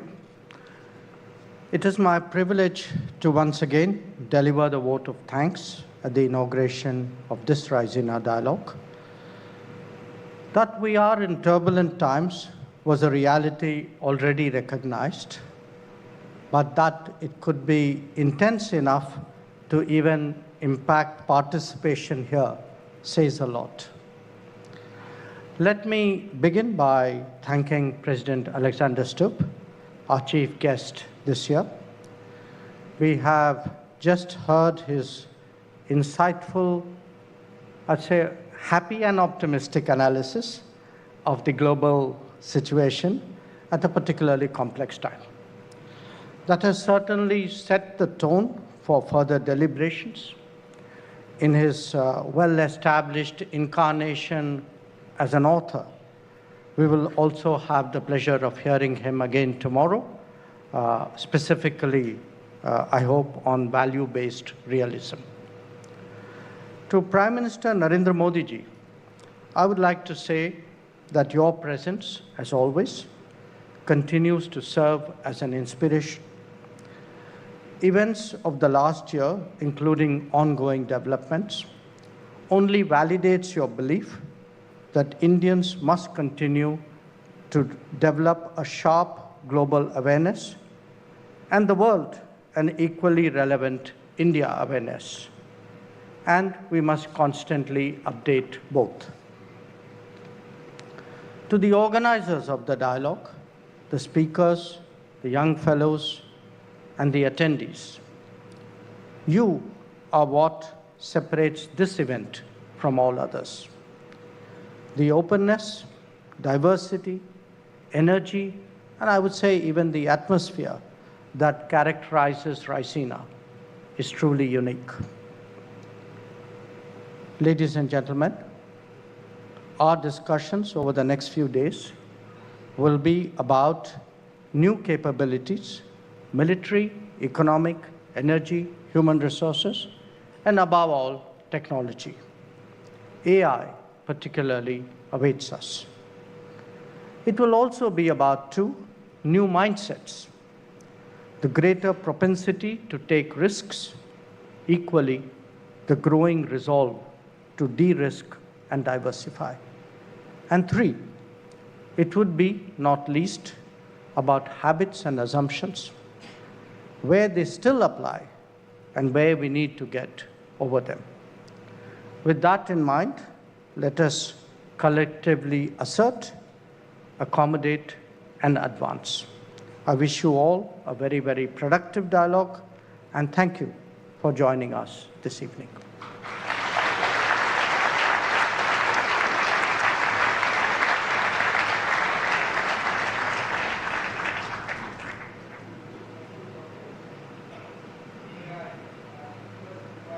President Stubb and Prime Minister Narendra Modi ji on stage for a family photograph.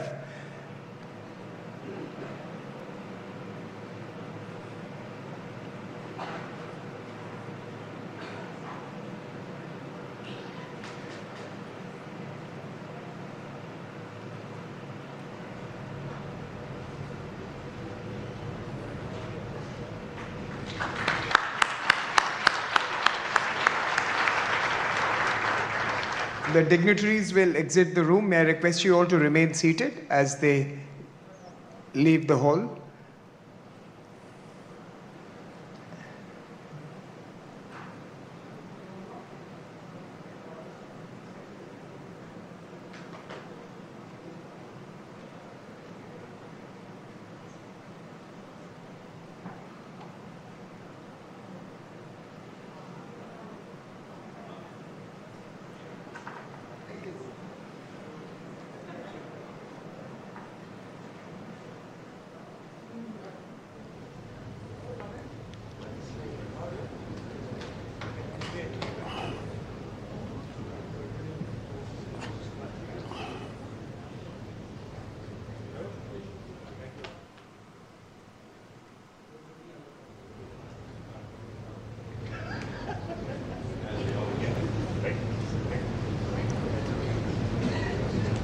I request you all to still be here with us for a few more moments as the VIPs leave.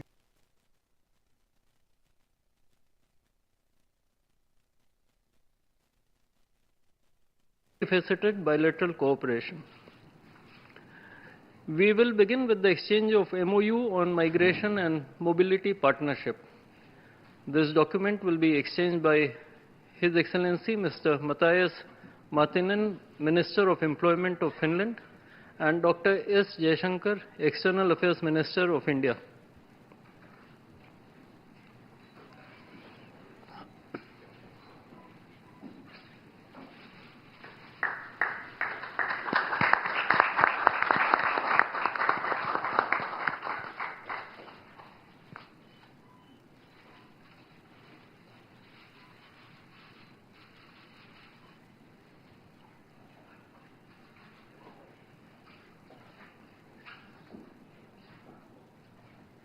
The next document is the renewed MOU on environmental cooperation. This document will be exchanged by Her Excellency Ms. Sari Multala, Minister of Environment and Climate of Finland, and Shri Kirti Vardhan Singh, Minister of State for External Affairs and Environment, Forests and Climate Change.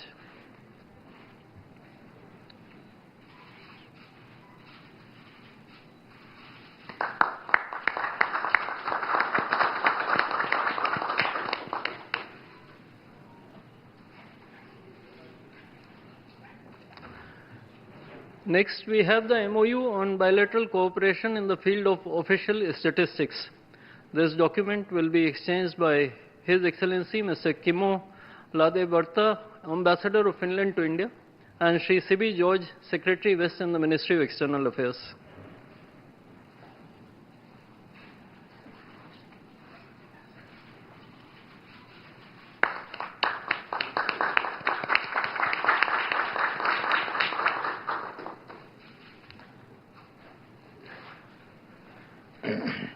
Ladies and gentlemen, this concludes the exchange ceremony. I would like to inform that Prime Minister Modi will be addressing the media in Hindi. Members of the audience may use the audio device provided to listen to the translation in English language. I now request the spokesperson of the Ministry of External Affairs to conduct the rest of the proceedings.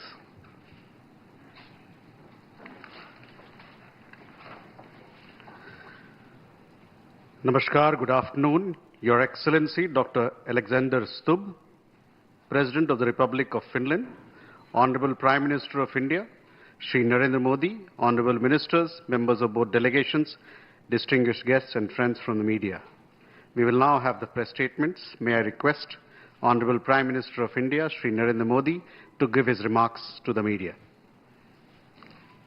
Your Excellency, President Stubb, दोनों देशों के delegates, media के साथियों, नमस्कार। 13वें Finland के राष्ट्रपति के रूप में अपनी पहली भारत यात्रा पर मैं प्रेसिडेंट स्टुब का हार्दिक स्वागत करता हूं। प्रेसिडेंट स्टुब एक प्रसिद्ध ग्लोबल लीडर ही नहीं, एक सम्मानित थिंकर और लेखक भी हैं। एक्सेलेंसी, आप जैसे अनुभवी और डायनेमिक लीडर का इस वर्ष के रायसीना डायलॉग का चीफ गेस्ट बनना हमारे लिए बहुत सम्मान और खुशी की बात है। फ्रेंड्स, आज विश्व एक अस्थिरता और अनिश्चितता के दौर से गुजर रहा है। यूक्रेन से लेकर वेस्ट एशिया तक दुनिया के कई हिस्से उसमें संघर्ष की स्थिति बनी हुई है। ऐसे ग्लोबल एनवायरनमेंट में भारत और यूरोप दुनिया की दो बड़ी डिप्लोमेटिक पावर्स अपने संबंधों के सुनहरे दौर में प्रवेश कर रहे हैं। हमारा बढ़ता सहयोग वैश्विक स्थिरता, विकास और साझा समृद्धि को नई मजबूती दे रहा है।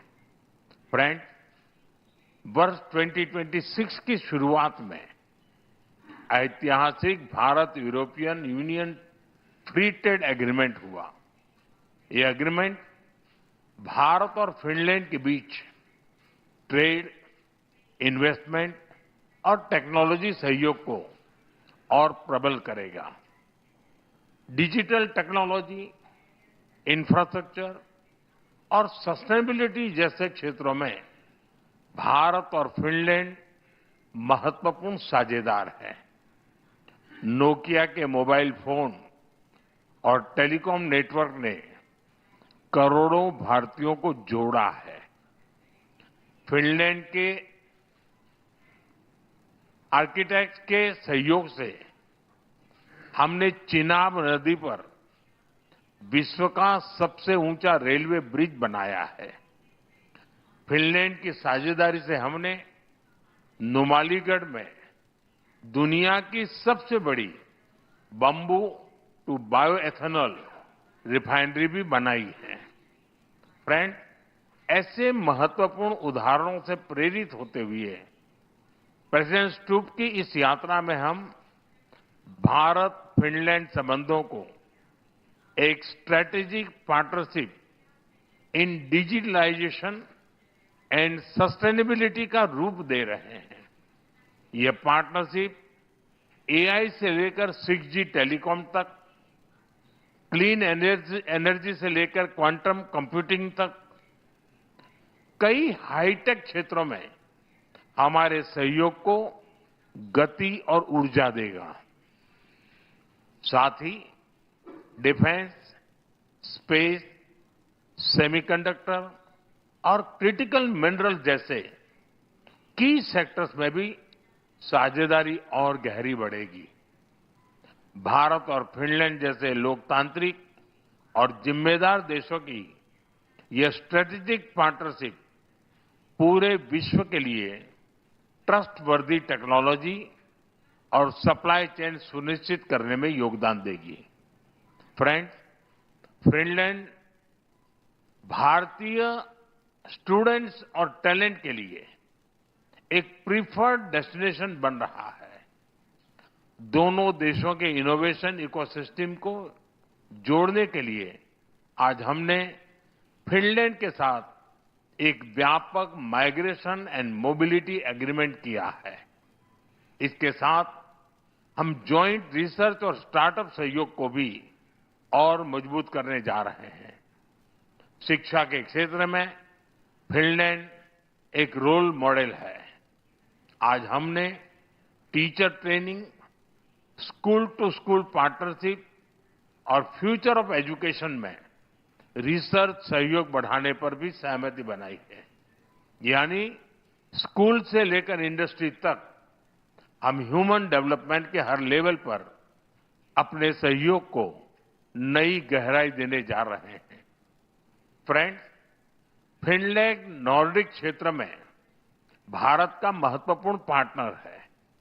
हम फिनलैंड के साथ मिलकर आर्कटिक और पोलर रिसर्च में भी सहयोग बढ़ा रहे हैं। एक हेल्दी प्लैनेट हमारी साझी प्राथमिकता है। हमें बहुत खुशी है कि इस वर्ष फिनलैंड के साथ हम भारत में world circular economy forum host करने जा रहे हैं।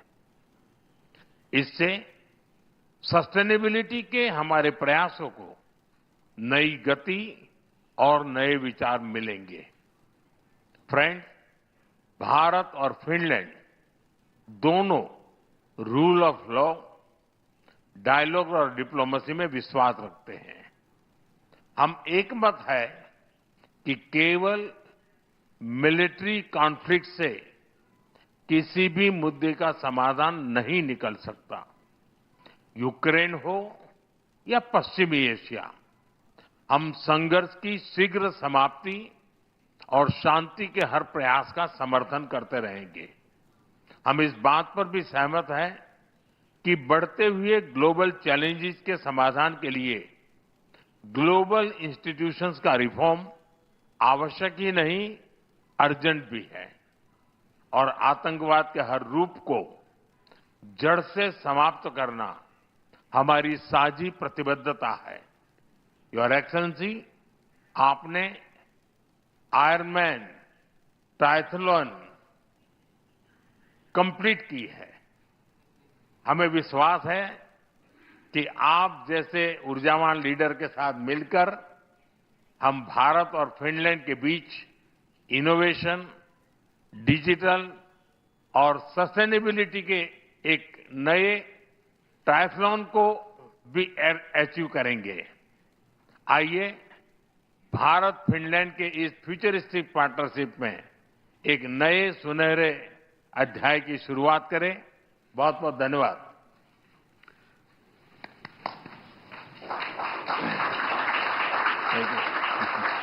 Thank you, sir. May I now request His Excellency Dr. Alexander Stubb, President of the Republic of Finland, to give his remarks to the media. Mr. Prime Minister, Excellencies, ladies and gentlemen, namaskar, terve, as you said. Thank you very much for your kind words. Also, thank you for the warm hospitality that you have shown us here. I have to say that I salute your diplomatic skills when you say that we stand here as two big democracies. There is one big and one slightly smaller, but I think the key message is that we share values. I would also like to congratulate you for your leadership. My last visit to India was actually in 2013 in my capacity as Minister of Trade. And the change that I just see on the streets of New Delhi and that I will most probably see in Mumbai in a couple of days is palpable. This is an economic miracle that we're witnessing, and I wish you all the best. Thank you also for welcoming me. I arrived yesterday in the middle of Holi, which was lovely to see. I was able to escape some of the color attacks that were coming at me, but it was a great experience as such. The previous state visit of Finnish head of state, the president, was actually in 1996 with President Martti Ahtisaari, who was very much a man of peace. He won the Nobel Prize of Peace in 2008 and was a great respected leader. Rarely, if ever, have we been in a situation also where we've had a prime minister here 2 weeks ago in the form of Petteri Orpo, and now a president 2 weeks later. India obviously is one of the world's largest and most influential countries and the world's largest democracy. And as we have seen, you are now a key strategic partner for Europe. Its importance in foreign and security policy and trade policies is difficult to overstate. You are one of the fastest growing economies in the world. That we can witness here every day.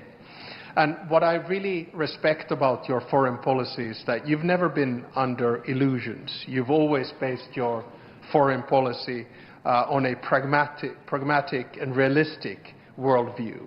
You've showed the rest of the world that strategic caution and safeguarding autonomy means a lot, all the while championing multilateralism and global cooperation. And I believe personally that we should all become a little bit more Indian. It's an honor for me to open the Raisina dialogues today together with you, Mr. Prime Minister. It's amazing to see the growth of Raisina. Only in 10 years it's become one of the key set pieces where everyone in the world is listening and watching what is happening at Raisina, not least right now when the world is so turbulent. The world is changing. We are living through a transition in the global order, and India, together with its friends in the global south, will determine the direction in which this order will go. And that is one of the key issues. It's been so fruitful to discuss and understand your approach. Today we discussed security issues in the region. We have conflicts in both regions, in West Asia and also, of course, in Ukraine. And for us, Russia's war of aggression against Ukraine has lasted for too long, 4 years. We agreed that ending the war is in everyone's interests. A lasting peace can only be one that respects the principles of the United Nations. Today, in my speech at Raisina, I will once again call for a change in the multilateral system where the division of labor and power would reflect today's world, and therefore I think a seat in the UN Security Council for India is of utmost importance. We of course also discussed today the relationship between India and the EU, and I have to say that the trade agreement and the strategic partnership that was forged just a little while back between the EU and India is of great significance.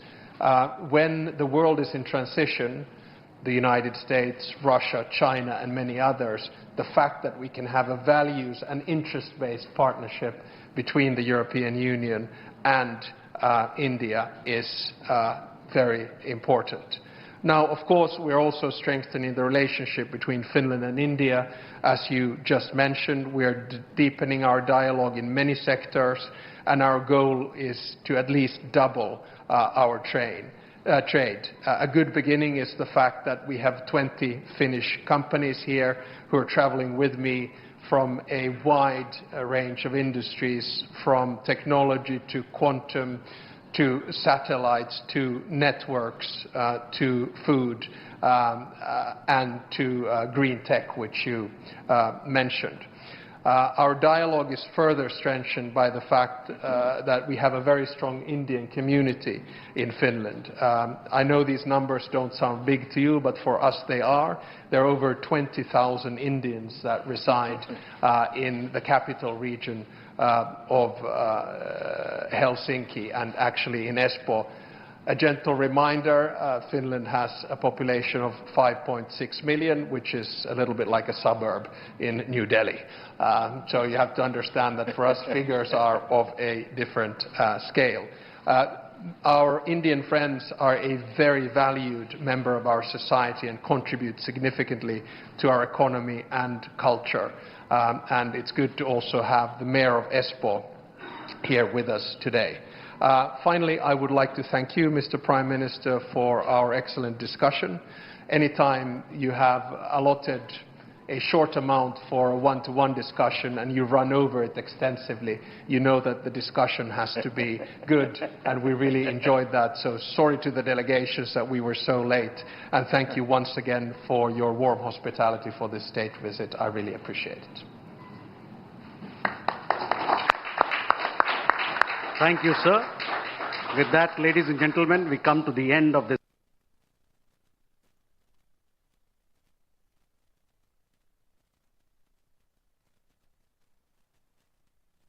Her Excellency Ms. Ursula von der Leyen, President of the European Commission, Shri Narendra Modi, Prime Minister of the Republic of Bharat, Honorable Ministers, distinguished guests, ladies and gentlemen, good afternoon. I welcome you all to this ceremony where we shall witness exchange of several agreements and MOUs. These documents reflect the wide-ranging, multifaceted bilateral cooperation as part of the India-EU strategic cooperation, a strategic partnership. We will begin with the signing and exchange of political declaration on conclusion of negotiations of the India-EU Free Trade Agreement.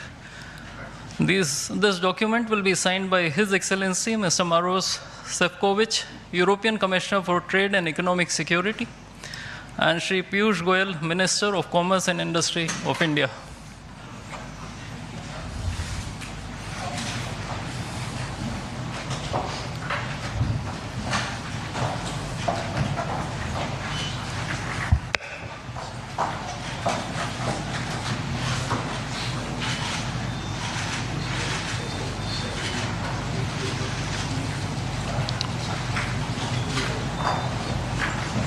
I think we can.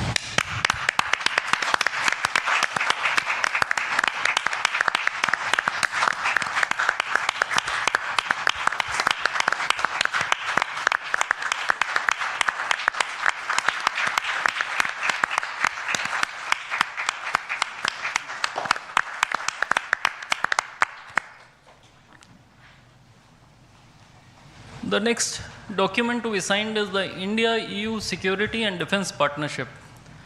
This document will be signed by Her Excellency Ms. Kaja Kallas, High Representative for Foreign Affairs and Security Policy and the Vice President of the European Commission, and Dr. S. Jaishankar, External Affairs Minister of India.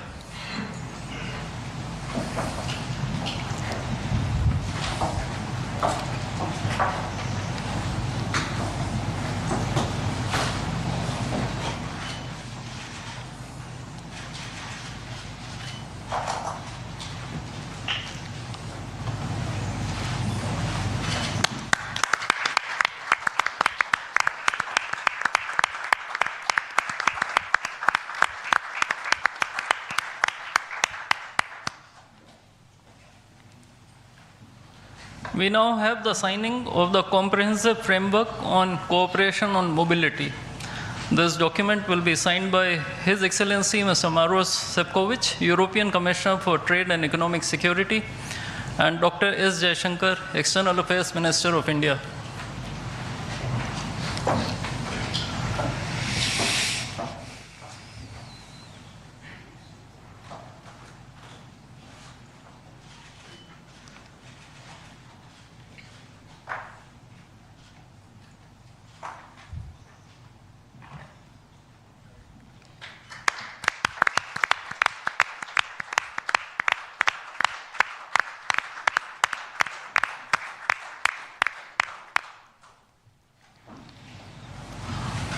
A few documents will now be exchanged. The administrative arrangement on cooperation and disaster risk management will be exchanged between His Excellency Mr. Hervé Delphin, EU Ambassador to India, and Shri Vikram Misri, Foreign Secretary of India.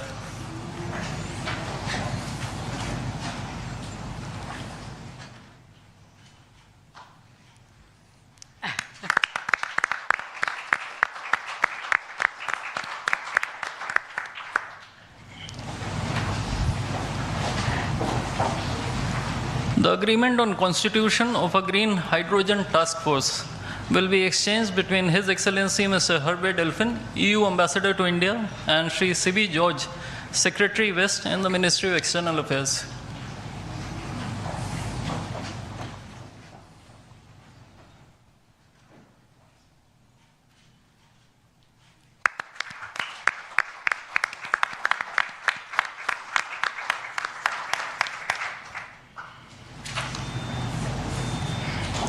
Lastly, two documents, namely the MOU between the Reserve Bank of India and the European Securities and Market Authority, and the administrative arrangement on advanced electronic seals and signatures, will be exchanged between His Excellency Mr. Hervé Delphin, EU Ambassador to India, and Shri Saurabh Kumar, Ambassador of India in Brussels.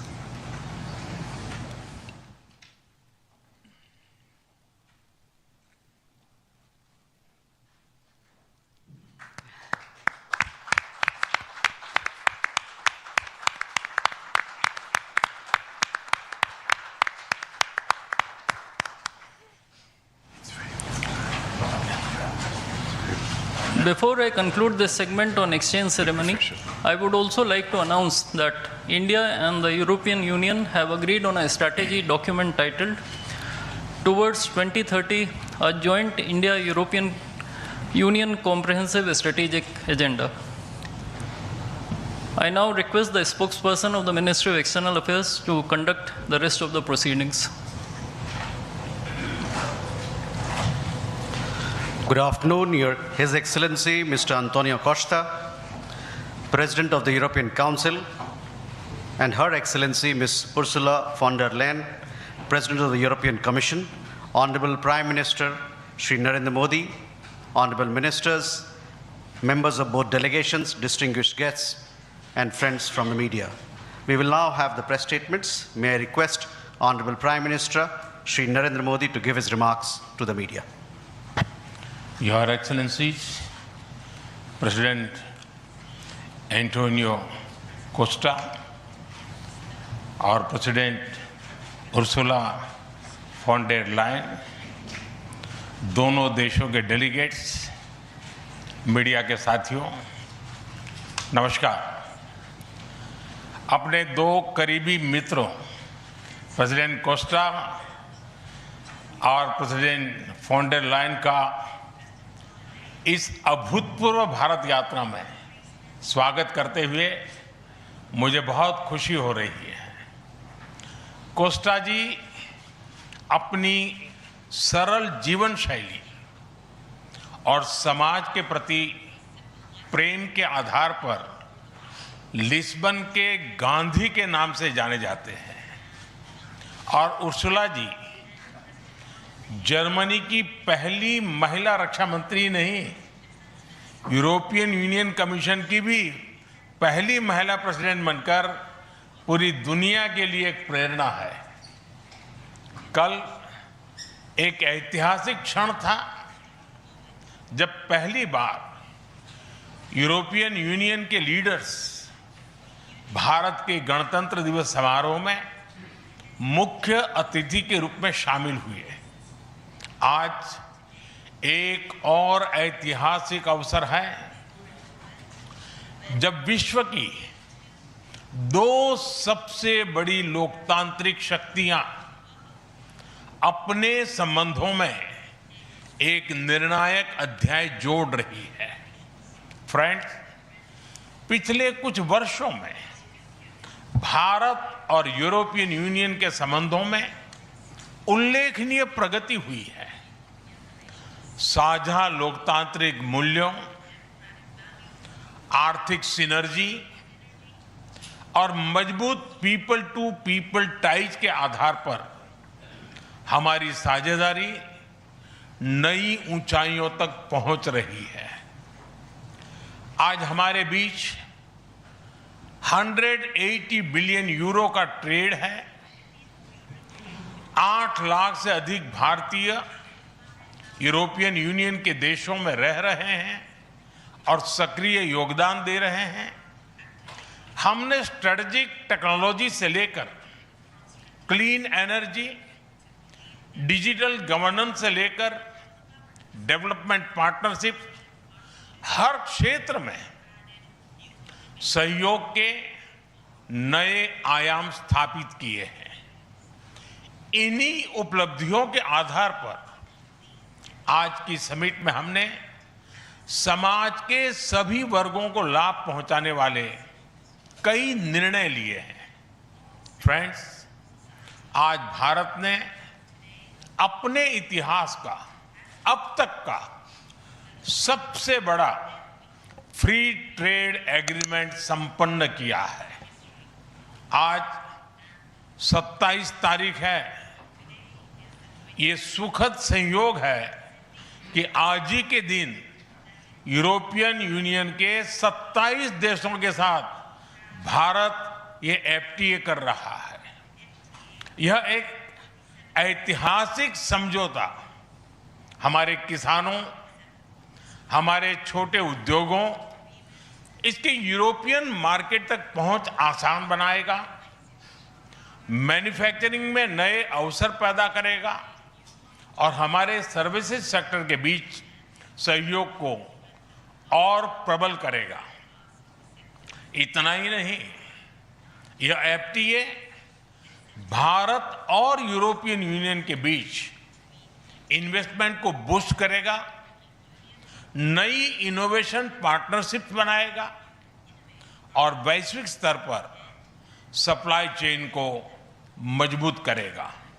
यानी यह सिर्फ trade agreement नहीं है, यह साझा समृद्धि का नया blueprint है। फ्रेंड्स, इस महत्वाकांक्षी एफटीए के साथ साथ हम मोबिलिटी के लिए भी एक नया फ्रेमवर्क बना रहे हैं। इससे भारत के स्टूडेंट्स, वर्कर्स और प्रोफेशनल्स के लिए यूरोपियन यूनियन में नए अवसर खुलेंगे। साइंस एंड टेक्नोलॉजी में हमारा लंबे समय से एक व्यापक सहयोग रहा है। आज हमने इन महत्वपूर्ण लिंकेजेस को भी और मजबूत करने का निर्णय लिया है। फ्रेंड्स, रक्षा और सुरक्षा सहयोग किसी भी स्ट्रेटेजिक पार्टनरशिप की नींव होती है और आज हम इसे सिक्योरिटी एंड डिफेंस पार्टनरशिप के जरिए औपचारिक रूप दे रहे हैं। इससे काउंटर टेररिज्म, मैरीटाइम और साइबर सिक्योरिटी में हमारी साझेदारी और गहरी होगी। यह रूल्स बेस्ड इंटरनेशनल ऑर्डर के प्रति हमारी साझा प्रतिबद्धता को भी बल देगा। इंडो पैसिफिक क्षेत्र में हमारे सहयोग का दायरा और बढ़ेगा और इसके साथ हमारी डिफेंस कंपनियां को डेवलपमेंट और को प्रोडक्शन के नए अवसर साकार करेगी। फ्रेंड्स, आज की इन उपलब्धियों के आधार पर हम अगले 5 वर्ष के लिए एक और भी एम्बिशियस और होलिस्टिक स्ट्रेटेजिक एजेंडा लॉन्च कर रहे हैं। एक जटिल वैश्विक वातावरण में ये एजेंडा स्पष्ट दिशा देगा, हमारी साझा समृद्धि को आगे बढ़ाएगा, इनोवेशन को गति देगा, सुरक्षा सहयोग और सुदृढ़ करेगा और पीपल टू पीपल टाइज को और गहरा करेगा। फ्रेंड, भारत और यूरोपियन यूनियन का सहयोग एक पार्टनरशिप फॉर ग्लोबल गुड है। हम इंडो पैसिफिक से लेकर कैरेबियन तक ट्राइलेटरल प्रोजेक्ट को विस्तार देंगे। इससे सस्टेनेबल एग्रीकल्चर, क्लीन एनर्जी और विमेन एम्पावरमेंट को ठोस समर्थन मिलेगा। हम साथ मिलकर आईमैक कॉरिडोर को ग्लोबल ट्रेड और सस्टेनेबल डेवलपमेंट की एक प्रमुख कड़ी के रूप में स्थापित करेंगे। फ्रेंड्स, आज ग्लोबल ऑर्डर में बड़ी उथल-पुथल है। ऐसे में भारत और यूरोपियन यूनियन की साझेदारी अंतर्राष्ट्रीय सिस्टम में स्थिरता को मजबूती देगी। इस संदर्भ में आज हमने यूक्रेन, पश्चिमी एशिया, इंडो पैसिफिक सहित कई वैश्विक मुद्दों पर विस्तार से चर्चा की। मल्टीलेटरलिज्म और इंटरनेशनल नॉर्म्स का सम्मान हमारी साझी प्राथमिकता है। हम एकमत है कि आज के चैलेंजेस का समाधान करने के लिए ग्लोबल इंस्टीट्यूशंस का रिफॉर्म अनिवार्य है। फ्रेंड्स, राष्ट्रों के संबंधों में कभी-कभी ऐसा क्षण आता है जब इतिहास स्वयं कहता है, यहीं से दिशा बदली, यहीं से एक नया युग शुरू हुआ। भारत की और यूरोपियन यूनियन की यह ऐतिहासिक समिट वही क्षण है। मैं एक बार फिर इस अभूतपूर्व यात्रा के लिए, भारत के प्रति आपकी मित्रता के लिए और हमारे साझा भविष्य के प्रति आपकी प्रतिबद्धता के लिए प्रेसिडेंट कोस्टा और प्रेसिडेंट फॉन डेर लायन का हार्दिक धन्यवाद करता हूं। Thank you.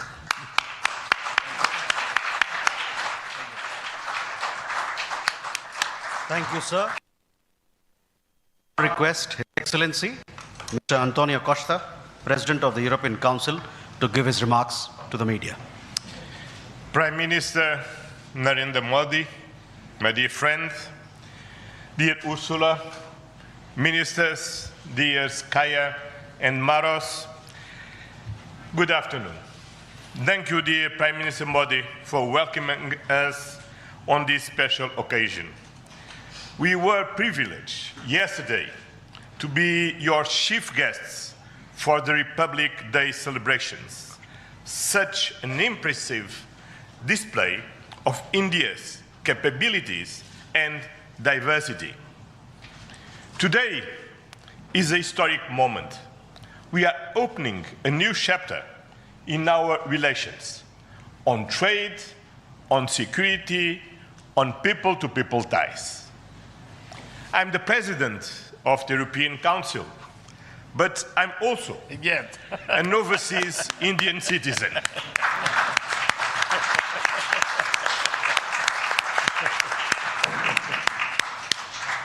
Then, as you can imagine, for me, it has a special meaning.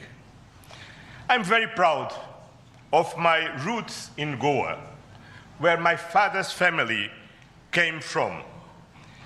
And the connection between Europe and India is something personal to me.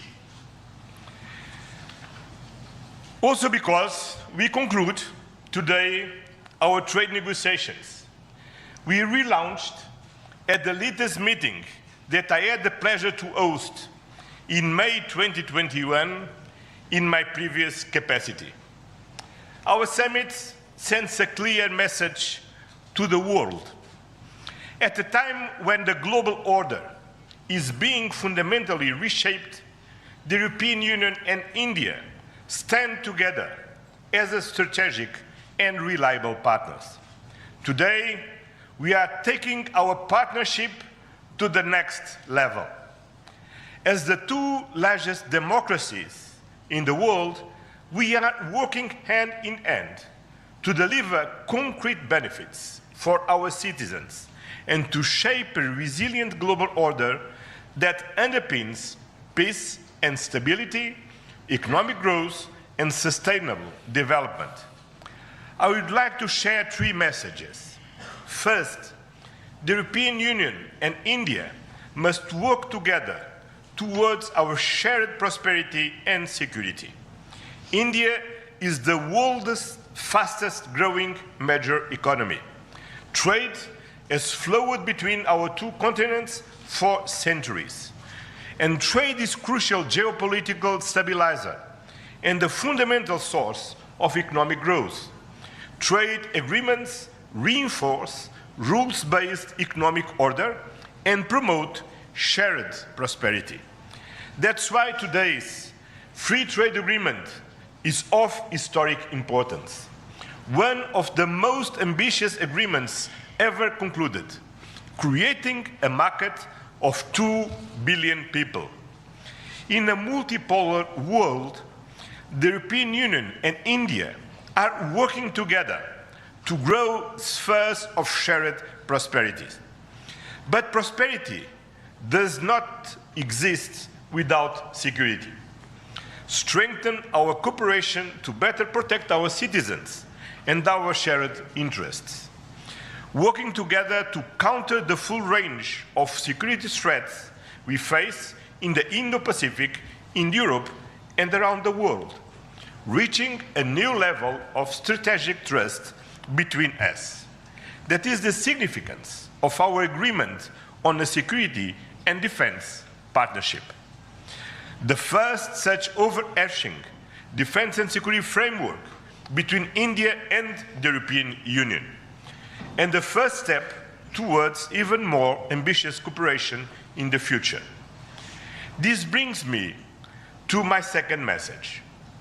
As the world's largest democracies and champions of multilateralism, the European Union and India share the responsibility to upholding the international law with the United Nations Charter at its core. Earlier this morning, we and Ursula, and President Ursula, had the opportunity to pay tribute to Mahatma Gandhi. And I reflected upon his words, which still hold true today, and I quoted, "Peace will not come out of a clash of arms, but out of justice lived and done by unarmed nations in the face of odds." Our summit reaffirmed our commitment to supporting efforts towards a comprehensive, just and lasting peace in Ukraine, one that fully respects Ukraine's independence, sovereignty, and territorial integrity. This is a key moment. We are supporting all efforts to reach a just and sustainable peace. Ukraine has shown its readiness, including at the cost of difficult compromise. I know, dear Prime Minister, that we can count on you to help creating conditions for peace through dialogue and diplomacy. And this is my final message. Together, we must show leadership on global issues. Cooperation between the European Union and India will help shape a more balanced, resilient, and inclusive global order. Just two examples. I'm proud of the commitments we are making for greater cooperation on clean energy, green transition, and climate resilience. And our collaboration through the Global Gateway and on the India-Middle East-Europe Economic Corridor is decisive for global connectivity.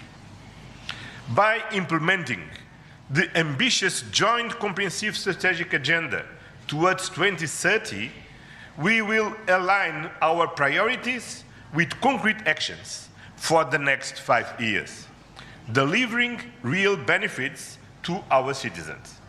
Today, we have tangible progress and set an example of cooperative leadership on global issues with our free trade agreement, our security and defense partnership, and our joint strategic agenda.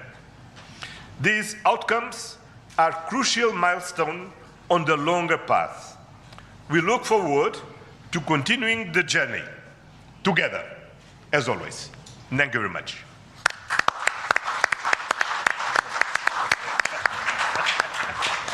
Thank you, sir. May I now request Her Excellency Ms. Ursula von der Leyen, President of the European Commission, to give her remarks to the media. Dear Prime Minister Modi, distinguished friend, Antonio, my friend, ministers, especially Shankar and Goyal, Vice President Kallas, Commissioner Šefčovič, Excellencies, friends, thank you very much for the exceptional hospitality we experienced. It was such an honor for us to be your chief guests at the Republic Day yesterday. This is a memory I will carry for a lifetime, because the sense of communion was so powerful. People filled the streets united in pride and joy of belonging to the Indian nation, and rightfully so. India has risen, and Europe is truly glad about it, because when India succeeds, the world is more stable, more prosperous, and more secure, and we all benefit. Prime Minister Modi, dear friend, 1 year ago, the full College of Commissioners came to India. You mentioned it. And this is also a very special memory for me. It showed the seriousness of our intent and the strength of our commitment. Today, we reap the fruits of that commitment with our historic summit. And let me start with trade. Prime Minister, distinguished friend, we did it. We delivered the mother of all deals. We are creating a market of 2 billion people. And this is the tale of two giants, the world's second and fourth largest economies. Two giants who choose partnership in a true win-win fashion. A strong message that cooperation is the best answer to global challenges. This trade will integrate further our supply chain and strengthen our joint manufacturing power. It will cut up to 4 billion euros in annual tariffs for exporters of all sizes. And it will create good jobs for millions of workers here in India and in Europe. At the same time, this agreement will build on the natural complementarity of our economies. It brings together Indian skills, services, and scale with Europe's technology, capital, and innovation. It will create levels of growth that neither side can achieve alone. And by combining these strengths, we reduce strategic dependencies at a time when trade is increasingly weaponized. We will discuss this and more at our first EU-India Business Forum later today. I want to offer a special word of thanks to the people who worked so hard to make this day a reality. Starting with the European Union's Trade Commissioner, Maroš Šefčovič, and his counterpart, India's Commerce Minister Piyush Goyal. You have done an outstanding work. This is historic, and it would not have been possible without you. I also want to pay tribute to their colleagues, Sabine Weyand and Secretary Rajesh Agrawal. Many others made vital contributions. I congratulate you all. The hard work was worth it. Prime Minister, distinguished friend, we're not only making our economy stronger, we are also delivering security for our people in an increasingly insecure world. And today, the world's two largest economies and democracies launched their first ever security and defense partnership.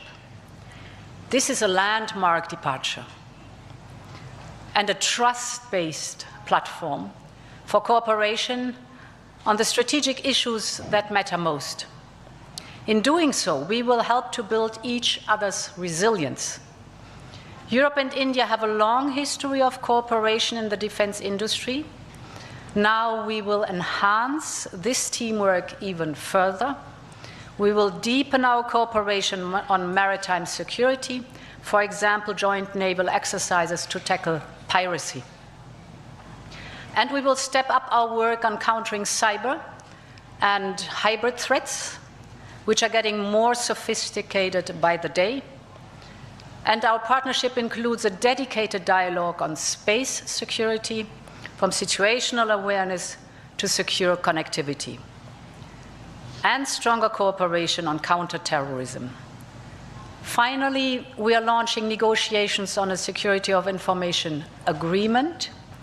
Europe and India have chosen to be reliable partners to one another, and this is how we demonstrate the trust we share. Prime Minister Modi, distinguished friend, I want to turn to innovation, because here too we share core values. The freedom of research and science is paramount for us. Europe and India will always choose science. We will always choose progress, the way forward. We will always choose technology at the service of our people. It's part of who we are. And our cooperation on human-centric, trustworthy artificial intelligence is one of the best examples. So today I'm glad to announce that we are working on India's association with Horizon Europe. Backed by funding firepower of 100 billion euros, Horizon is the world's largest public research program. And I can't wait for our best talents to get to work to advance health, clean energy, frontier technologies, just to name some. We will set up EU-India innovation hubs. This will help researchers and startups to collaborate on next-generation technology. And we are also launching the EU-India Startup Partnership to boost co-creation and high-potential ventures. Finally, Prime Minister dear Narendra, we both know our greatest wealth are our people. That is why I'm so glad that we are signing an agreement on mobility. We will facilitate the movement of students, researchers, seasonal and highly skilled workers. And this is also why we are launching the first EU legal gateway office in India. It will be a one-stop hub to support Indian talent moving to Europe in full alignment with EU member states' needs and policies. This is good for our economies. This is good for the friendship between our people. And this openness benefits us all. As we conclude this 16th summit, let me reflect on another event of deep meaning. 2 weeks ago, India marked Makar Sankranti.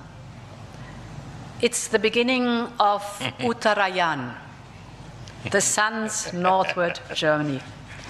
From darkness to light, from stillness to growth, from what was to what can be. And that is what makes our summit so unique and timely. The time is right for renewal, for fresh momentum, and for opening a new chapter in EU-India friendship. And this is exactly what we have achieved together today. Thank you very much.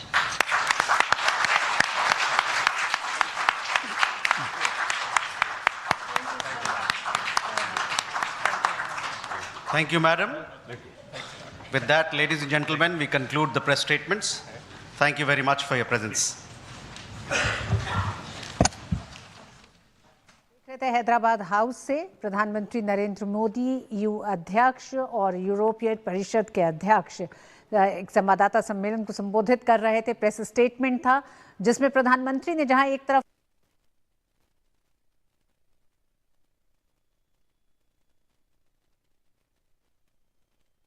The interview question that decides everything. What AI tools do you use? If you say Chat GPT, you're done. Stop. Please stop using ChatGPT like it's Google. Get AI certified in 28 days and you won't recognize yourself. So I'm over 42 and I just got AI certified in less than a month. One program changed everything. I didn't quit my job or spend thousands on courses. Instead, I joined the 28-day AI challenge. What if I've never worked with AI before? Perfect. This challenge is built for people over 40. Yeah. A simple learning routine that fits your life, not disrupts it, and the best part, you're AI certified at the end. So when does the program start showing results? In 1 week, you'll feel unstoppable. Yeah. In 2 weeks, you'll have your strategy. In a month, you'll wonder why you didn't start sooner. Tap the screen to join us.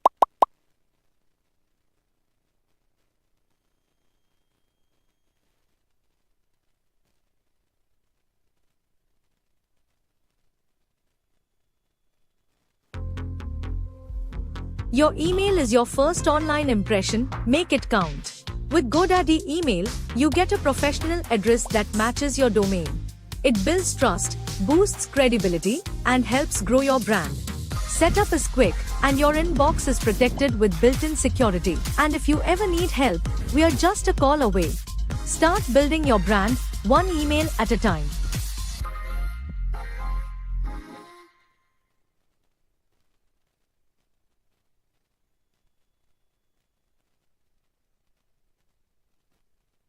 Her Excellency Ms. Ursula von der Leyen, President of the European Commission, Shri Narendra Modi, Prime Minister of the Republic of Bharat, Honorable Ministers, distinguished guests, ladies and gentlemen, good afternoon. I welcome you all to this ceremony where we shall witness exchange of several agreements and MOUs. These documents reflect the wide-ranging, multifaceted bilateral cooperation as part of the India-EU strategic cooperation, a strategic partnership. We will begin with the signing and exchange of political declaration on conclusion of negotiations of the India-EU Free Trade Agreement. This document will be signed by His Excellency Mr. Maros Sefcovic, European Commissioner for Trade and Economic Security, and Shri Piyush Goyal, Minister of Commerce and Industry of India.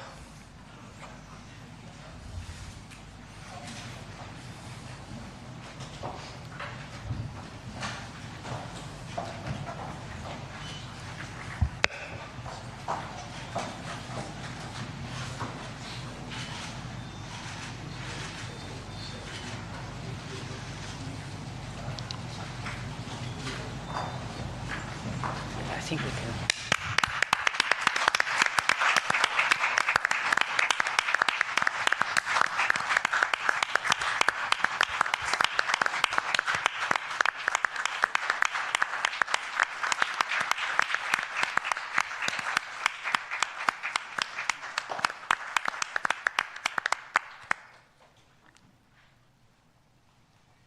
The next document to be signed is the India-EU Security and Defense Partnership. This document will be signed by Her Excellency Ms. Kaja Kallas, High Representative for Foreign Affairs and Security Policy and the Vice President of the European Commission, and Dr. S. Jaishankar, External Affairs Minister of India.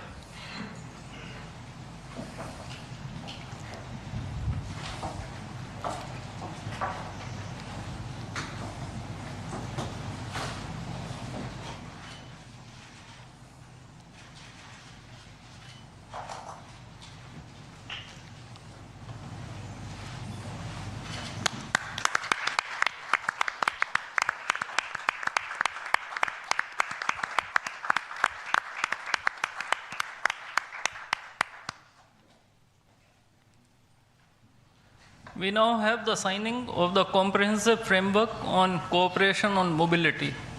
This document will be signed by His Excellency Mr. Maros Sefcovic, European Commissioner for Trade and Economic Security, and Dr. S. Jaishankar, External Affairs Minister of India.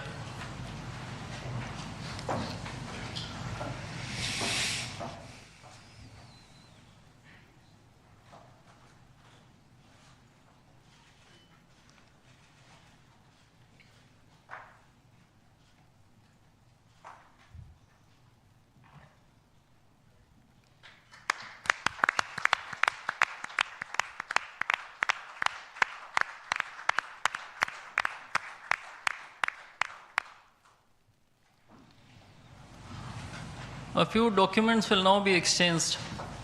The Administrative Arrangement on Cooperation and Disaster Risk Management will be exchanged between His Excellency Mr. Hervé Delphin, EU Ambassador to India, and Shri Vikram Misri, Foreign Secretary of India.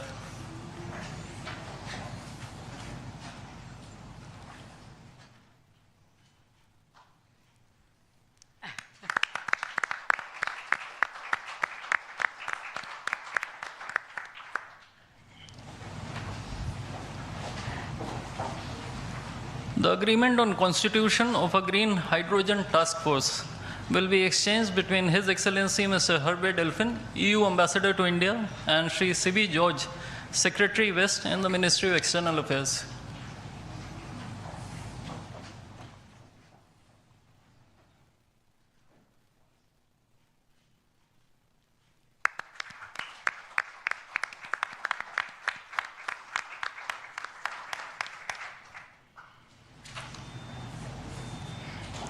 Lastly, two documents, namely the MOU between the Reserve Bank of India and the European Securities and Market Authority, and the Administrative Arrangement on Advanced Electronic Seals and Signatures, will be exchanged between His Excellency Mr. Hervé Delphin, EU Ambassador to India, and Shri Saurabh Kumar, Ambassador of India in Brussels.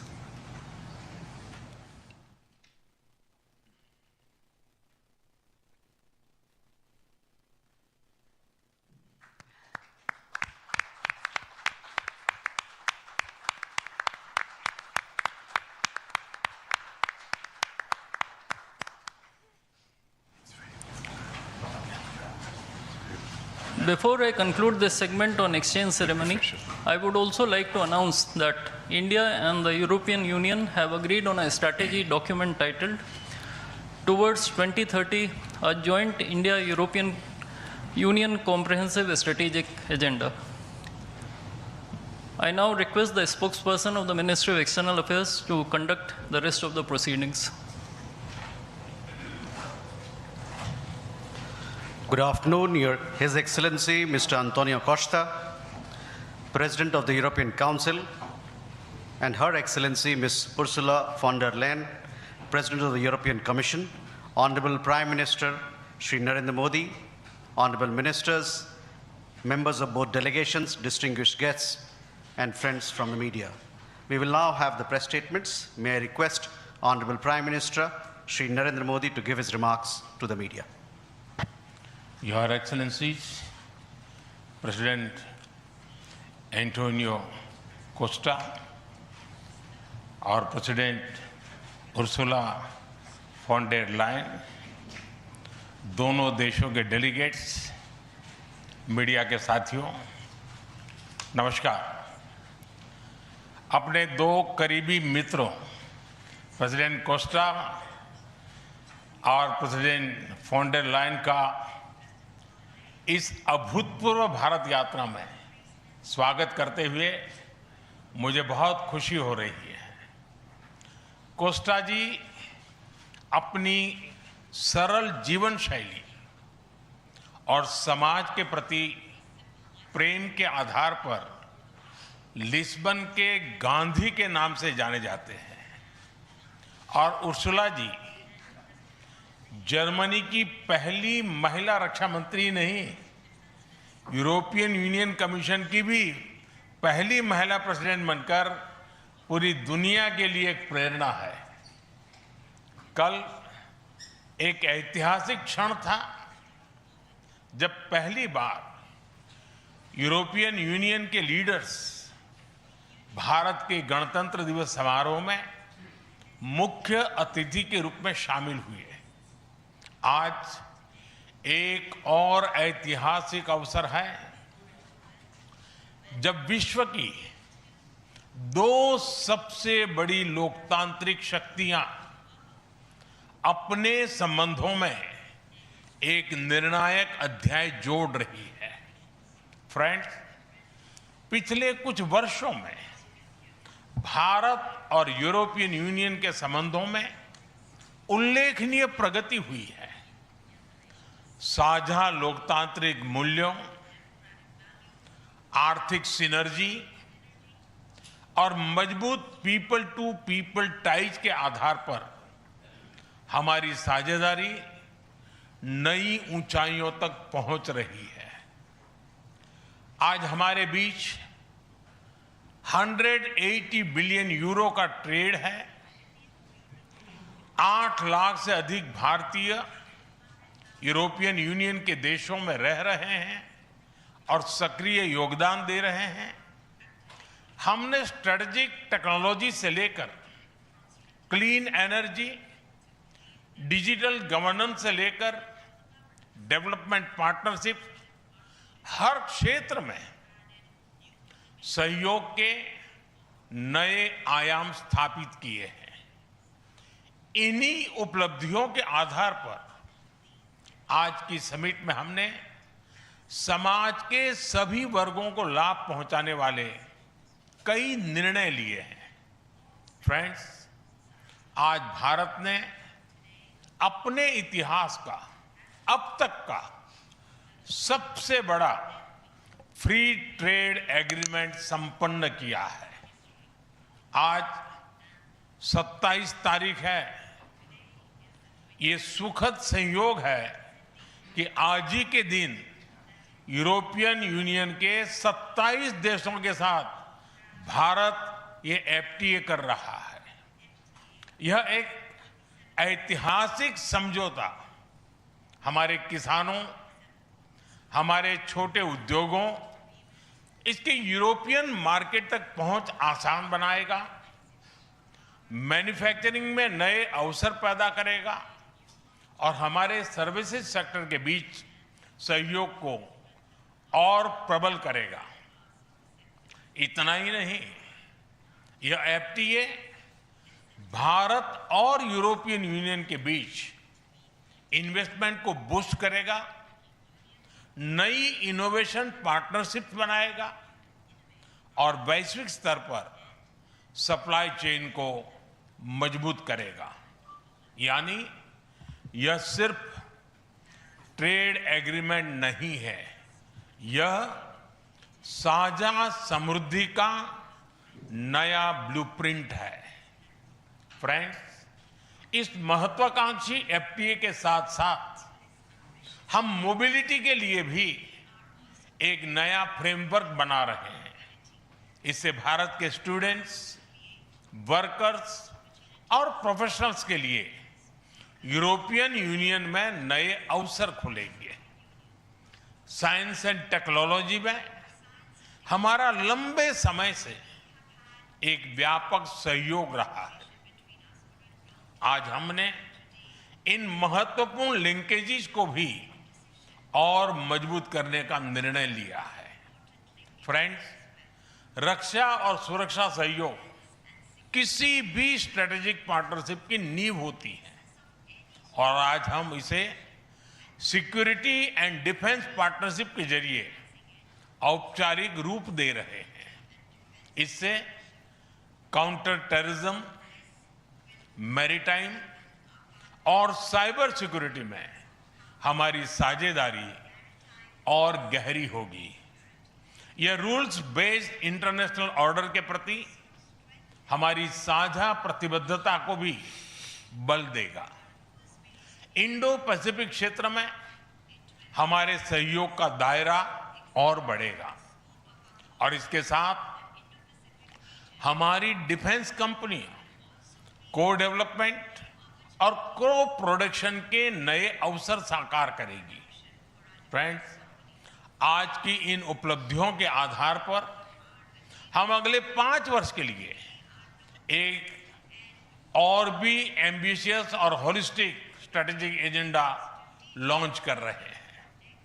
एक जटिल वैश्विक वातावरण में ये agenda स्पष्ट दिशा देगा, हमारी साझा समृद्धि को आगे बढ़ाएगा, इनोवेशन को गति देगा, सुरक्षा सहयोग और सुदृढ़ करेगा और पीपल टू पीपल टाइज को और गहरा करेगा। फ्रेंड, भारत और यूरोपियन यूनियन का सहयोग एक पार्टनरशिप फॉर ग्लोबल गुड है। हम इंडो पैसिफिक से लेकर कैरेबियन तक ट्राइलेटरल प्रोजेक्ट को विस्तार देंगे। इससे सस्टेनेबल एग्रीकल्चर, क्लीन एनर्जी और विमेन एम्पावरमेंट को ठोस समर्थन मिलेगा। हम साथ मिलकर आईमैक कॉरिडोर को ग्लोबल ट्रेड और सस्टेनेबल डेवलपमेंट की एक प्रमुख कड़ी के रूप में स्थापित करेंगे। फ्रेंड्स, आज ग्लोबल ऑर्डर में बड़ी उथल-पुथल है। ऐसे में भारत और यूरोपियन यूनियन की साझेदारी अंतर्राष्ट्रीय सिस्टम में स्थिरता को मजबूती देगी। इस संदर्भ में आज हमने यूक्रेन, पश्चिमी एशिया, इंडो पैसिफिक सहित कई वैश्विक मुद्दों पर विस्तार से चर्चा की। मल्टीलेटरलिज्म और इंटरनेशनल नॉर्म्स का सम्मान हमारी साझी प्राथमिकता है। हम एकमत है कि आज के चैलेंजेस का समाधान करने के लिए ग्लोबल इंस्टीट्यूशंस का रिफॉर्म अनिवार्य है। फ्रेंड, राष्ट्रों के संबंधों में कभी-कभी ऐसा क्षण आता है जब इतिहास स्वयं कहता है, यहीं से दिशा बदली, यहीं से एक नया युग शुरू हुआ। भारत की और यूरोपियन यूनियन की यह ऐतिहासिक समिट वही क्षण है। मैं एक बार फिर इस अभूतपूर्व यात्रा के लिए, भारत के प्रति आपकी मित्रता के लिए और हमारे साझा भविष्य के प्रति आपकी प्रतिबद्धता के लिए प्रेसिडेंट कोस्टा और प्रेसिडेंट फॉन डर लायन का हार्दिक धन्यवाद करता हूं। Thank you.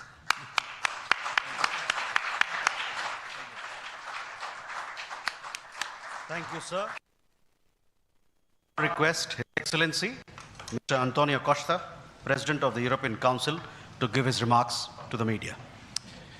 Prime Minister Narendra Modi, my dear friends, dear Ursula, ministers, dear Kaya and Maros, good afternoon. Thank you, dear Prime Minister Modi, for welcoming us on this special occasion. We were privileged yesterday to be your chief guests for the Republic Day celebrations. Such an impressive display of India's capabilities and diversity. Today is a historic moment. We are opening a new chapter in our relations on trade, on security, on people-to-people ties. I'm the president of the European Council, but I'm also an overseas Indian citizen.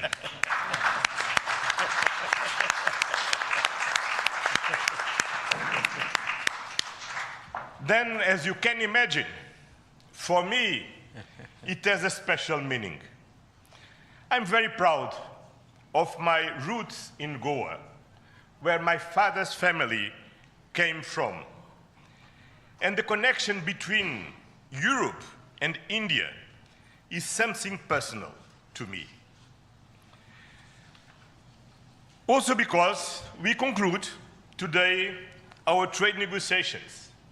We relaunched at the latest meeting that I had the pleasure to host in May 2021 in my previous capacity.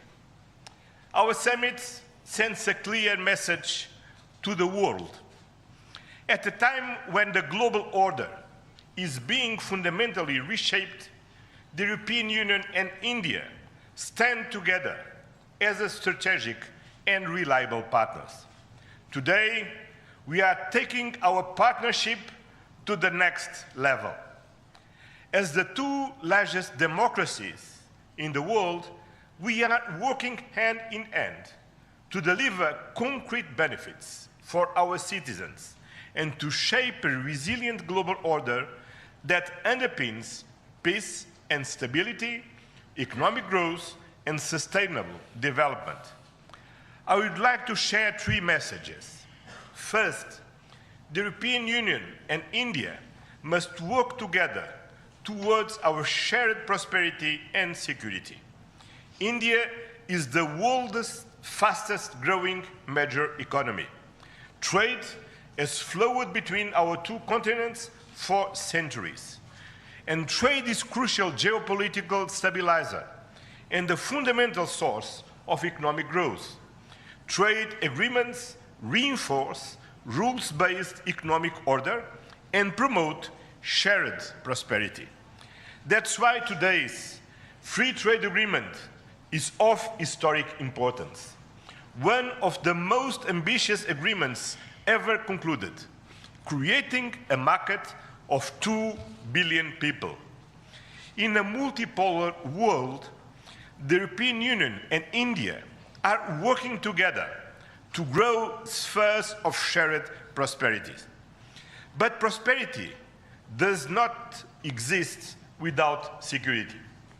Strengthen our cooperation to better protect our citizens and our shared interests.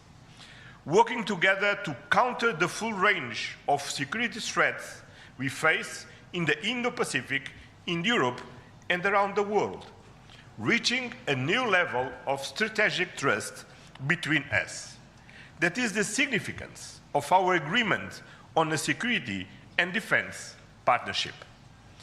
The first such overarching defense and security framework between India and the European Union, and the first step towards even more ambitious cooperation in the future. This brings me to my second message. As the world's largest democracies and champions of multilateralism, the European Union and India share the responsibility to upholding the international law with the United Nations Charter at its core. Earlier this morning, we and Ursula and President Ursula had the opportunity to pay tribute to Mahatma Gandhi. And I reflected upon his words, which still holds true today, and I quoted, "Peace will not come out of a clash of arms, but out of justice lived and done by unarmed nations in the face of odds." Our summit reaffirmed our commitment to supporting efforts towards a comprehensive, just and lasting peace in Ukraine, one that fully respects Ukraine's independence, sovereignty, and territorial integrity. This is a key moment. We are supporting all efforts to reach a just and sustainable peace. Ukraine has shown its readiness, including at the cost of difficult compromise. I know, dear Prime Minister, that we can count on you to help creating conditions for peace through dialogue and diplomacy. And this is my final message. Together, we must show leadership on global issues.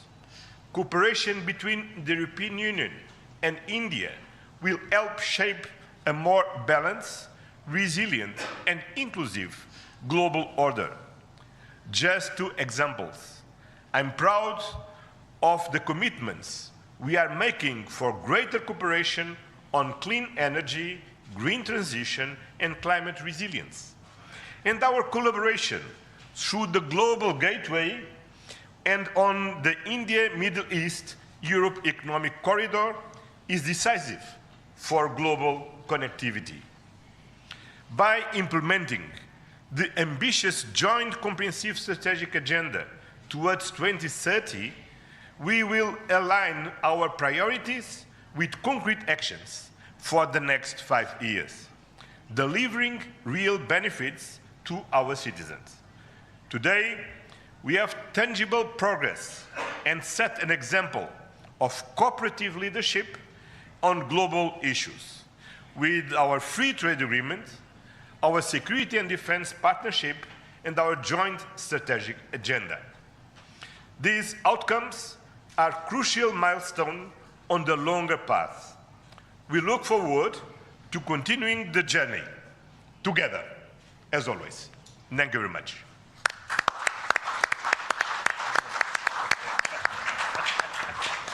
Thank you, sir. May I now request Her Excellency Ms. Ursula von der Leyen, President of the European Commission, to give her remarks to the media. Dear Prime Minister Modi, distinguished friend, Antonio, my friend, ministers, especially Shankar and Goyal, Vice President Kallas, Commissioner Šefčovič, Excellencies, friends, thank you very much for the exceptional hospitality we experienced. It was such an honor for us to be your chief guests at the Republic Day yesterday. This is a memory I will carry for a lifetime, because the sense of communion was so powerful. People filled the streets united in pride and joy of belonging to the Indian nation, and rightfully so. India has risen, and Europe is truly glad about it, because when India succeeds, the world is more stable, more prosperous, and more secure, and we all benefit.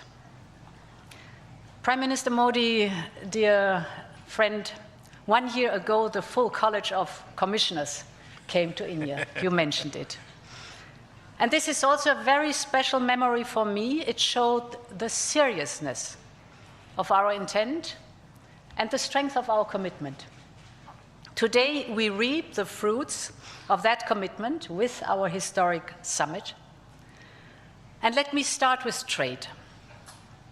Prime Minister, distinguished friend, we did it. We delivered the mother of all deals. We are creating a market of 2 billion people, and this is the tale of two giants, the world's second and fourth largest economies, two giants who choose partnership in a true win-win fashion. A strong message that cooperation is the best answer to global challenges. This trade will integrate further our supply chain and strengthen our joint manufacturing power. It will cut up to 4 billion euros in annual tariffs for exporters of all sizes. And it will create good jobs for millions of workers here in India and in Europe. At the same time, this agreement will build on the natural complementarity of our economies. It brings together Indian skills, services, and scale with Europe's technology, capital, and innovation. It will create levels of growth that neither side can achieve alone. And by combining these strengths, we reduce strategic dependencies at a time when trade is increasingly weaponized. We will discuss this and more at our first EU-India Business Forum later today. I want to offer a special word of thanks to the people who worked so hard to make this day a reality. Starting with the European Union's Trade Commissioner Maroš Šefčovič and his counterpart, India's Commerce Minister Piyush Goyal. You have done an outstanding work. This is historic, and it would not have been possible without you. I also want to pay tribute to their colleagues, Sabine Weyand and Secretary Rajesh Agrawal. Many others made vital contributions. I congratulate you all. The hard work was worth it. Prime Minister, distinguished friend, we're not only making our economy stronger, we're also delivering security for our people in an increasingly insecure world. And today, the world's two largest economies and democracies launch their first ever security and defense partnership. This is a landmark departure and a trust-based platform for cooperation on the strategic issues that matter most. In doing so, we will help to build each other's resilience. Europe and India have a long history of cooperation in the defense industry. Now we will enhance this teamwork even further. We will deepen our cooperation on maritime security, for example, joint naval exercises to tackle piracy. And we will step up our work on countering cyber and hybrid threats, which are getting more sophisticated by the day. And our partnership includes a dedicated dialogue on space security, from situational awareness to secure connectivity, and stronger cooperation on counterterrorism. Finally, we are launching negotiations on a security of information agreement. Europe and India have chosen to be reliable partners to one another, and this is how we demonstrate the trust we share. Prime Minister Modi, distinguished friend, I want to turn to innovation, because here too we share core values. The freedom of research and science is paramount for us. Europe and India will always choose science. We will always choose progress, the way forward. We will always choose technology at the service of our people. It's part of who we are. And our cooperation on human-centric, trustworthy artificial intelligence is one of the best examples. So today I'm glad to announce that we are working on India's association with Horizon Europe. Backed by funding firepower of 100 billion euros, Horizon is the world's largest public research program. And I can't wait for our best talents to get to work to advance health, clean energy, frontier technologies, just to name some. We will set up EU-India innovation hubs. This will help researchers and startups to collaborate on next-generation technology.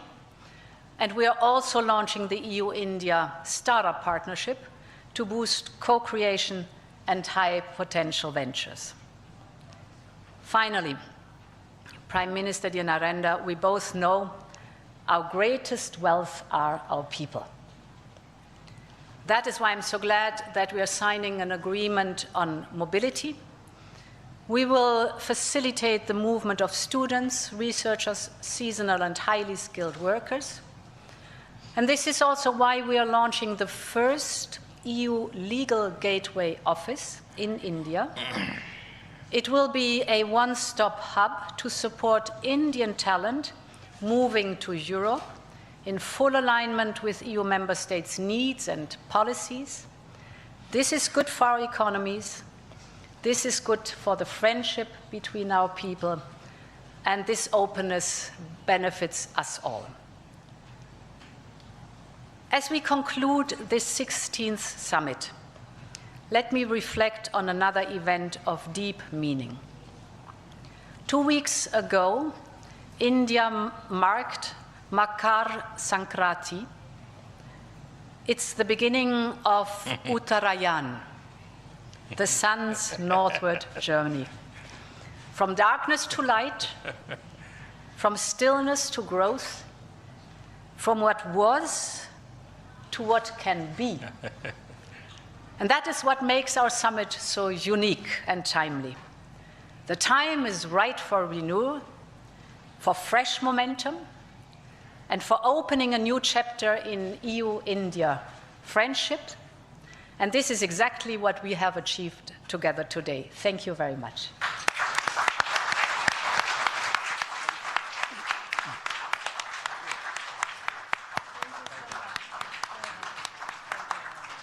Thank you, Madam.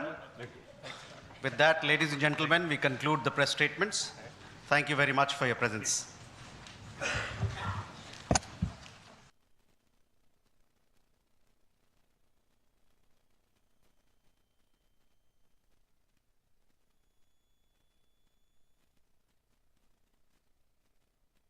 Without objection. Thank you, Madam President.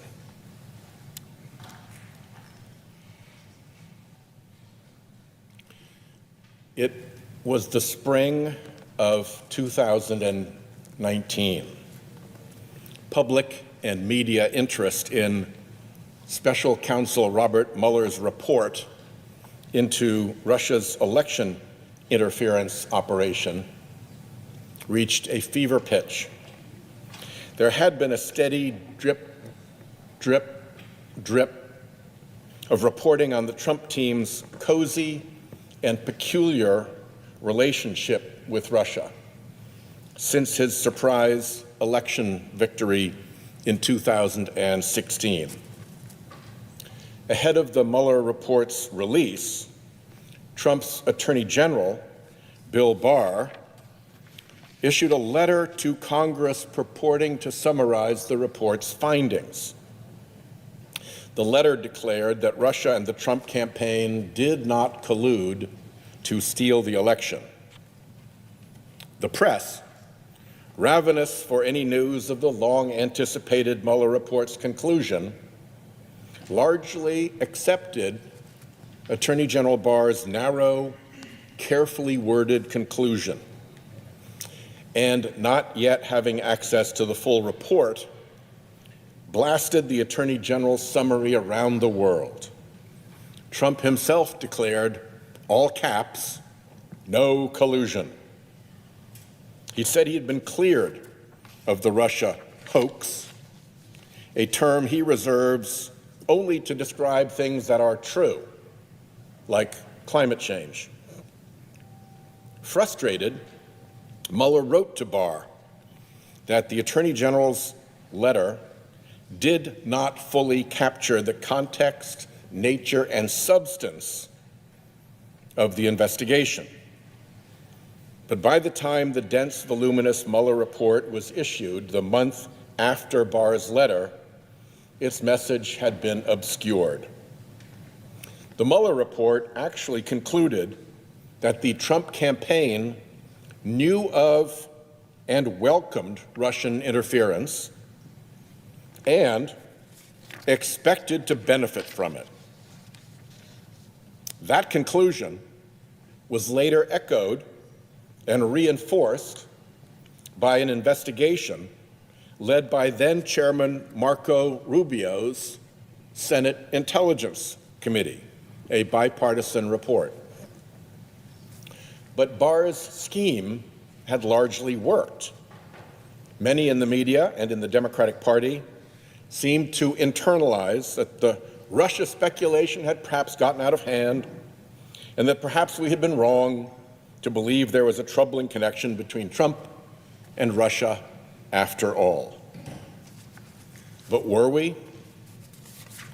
Let's take a look at a sampling of what Trump has done for Russia just lately, and usually at the expense of American interests.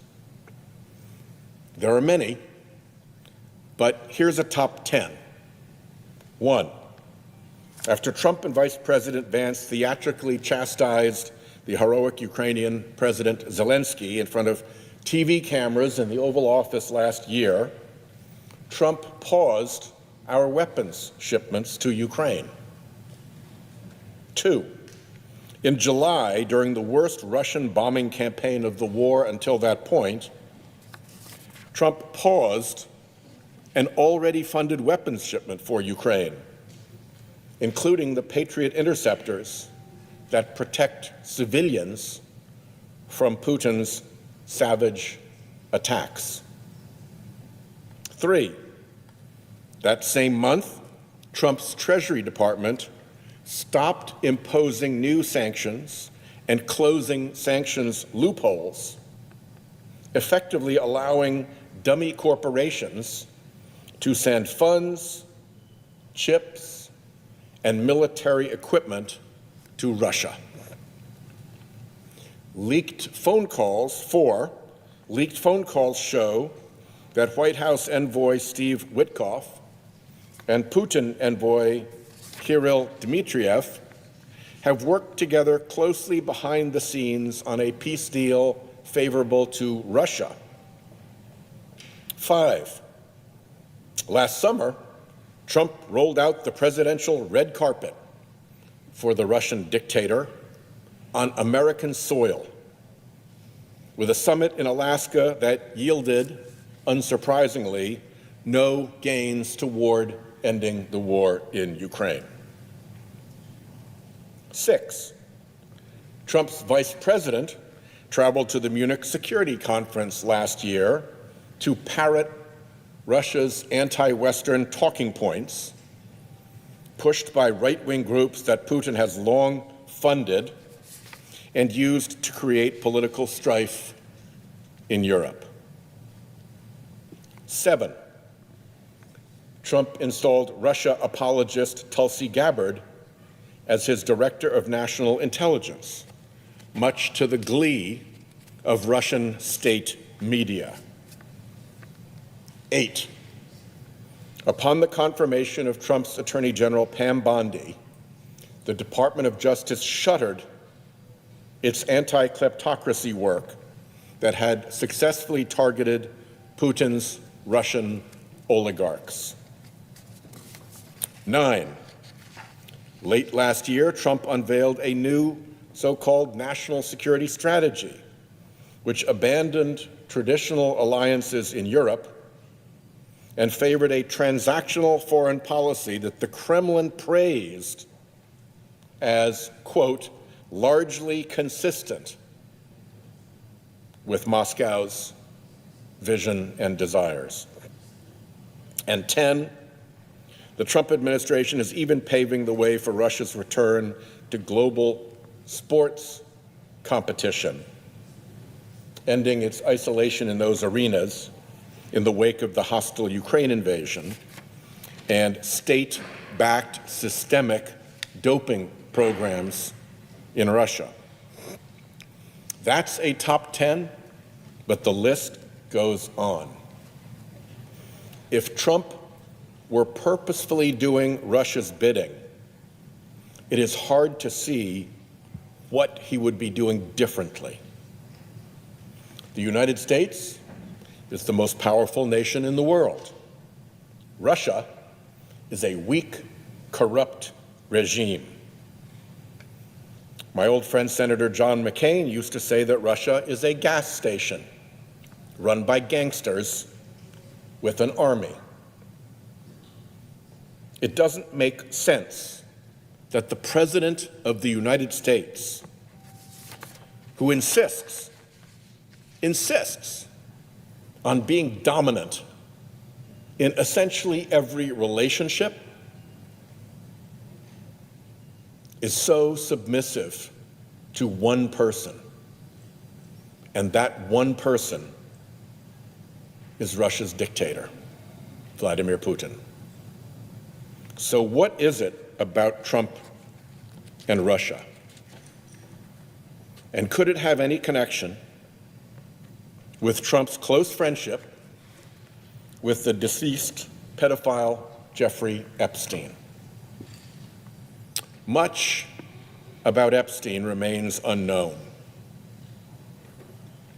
But the survivors who have come forward and the millions of emails released through the bipartisan Epstein Files Transparency Act have shed some light on the operation of the late financier's global pedophile ring. And over,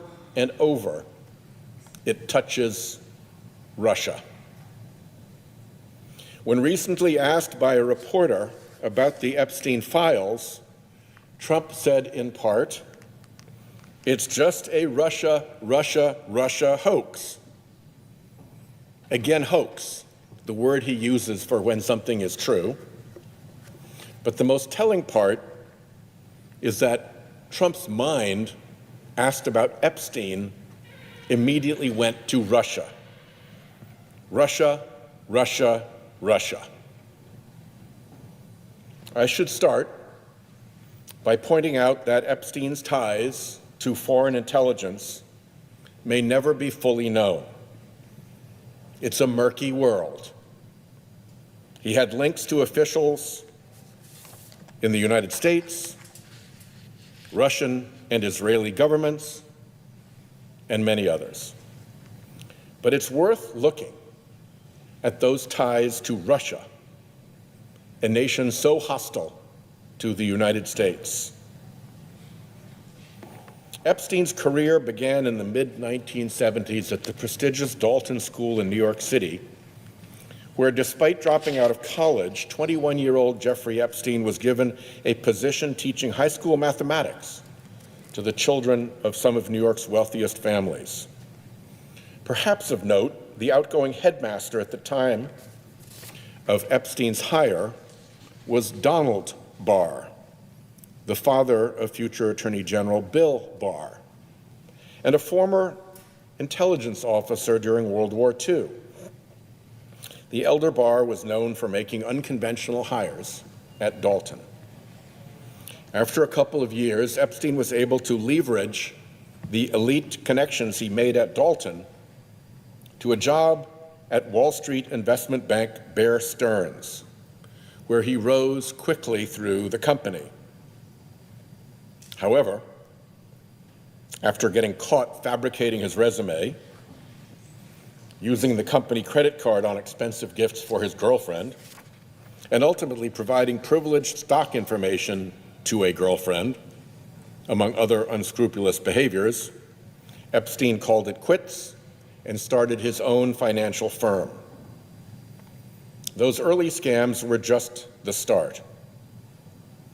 Shortly thereafter, Epstein fell in with a wealthy man named Douglas Leese, a British defense contractor with connections in the arms industry and the British government. During this period, Epstein would tell people he was a bounty hunter who tracked down hidden money. According to Stephen Hoffenberg, a former business mentor of Epstein's, who went to prison for a massive Ponzi scheme that he later said Epstein had designed, Leese introduced Epstein to Robert Maxwell. Ghislaine Maxwell, who became Epstein's girlfriend and sex trafficking accomplice after her father's death, was Robert Maxwell's favorite daughter, and he involved her deeply in his work. An opportunist in pursuit of wealth, the Czechoslovak-born Robert Maxwell had complex, shifting ties to British, Soviet, and Israeli intelligence. Initially bankrolled by MI6, he accepted secret payments from the KGB through his Soviet-friendly publishing company, and was the rare individual who traversed both sides of the Iron Curtain. In 1992, the British newspaper, the Sunday Express, wrote that a secret document signed by the head of the KGB months before Maxwell's death at sea showed that Maxwell was a political and intelligence asset for the Soviet Union. The newspaper claimed that the document indicated Soviet leadership had instructed the KGB to protect Maxwell's reputation and business activities. Maxwell's UK Foreign Office file, released more than a decade after his death, described him as, I'm quoting here, a thoroughly bad character and almost certainly financed by Russia. Journalist Vicky Ward wrote the following in Rolling Stone magazine in 2021.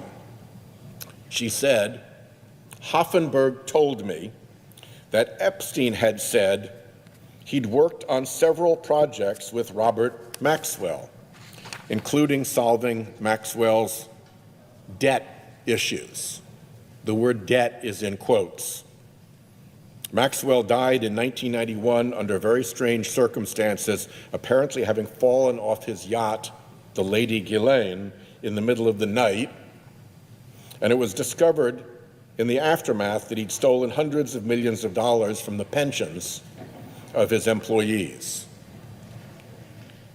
The story continued. Epstein had also told Hoffenberg that via Maxwell and Lease, he was involved in something that Hoffenberg described as national security issues, which he says involved blackmail, influence trading, trading information at a level that is very serious and dangerous.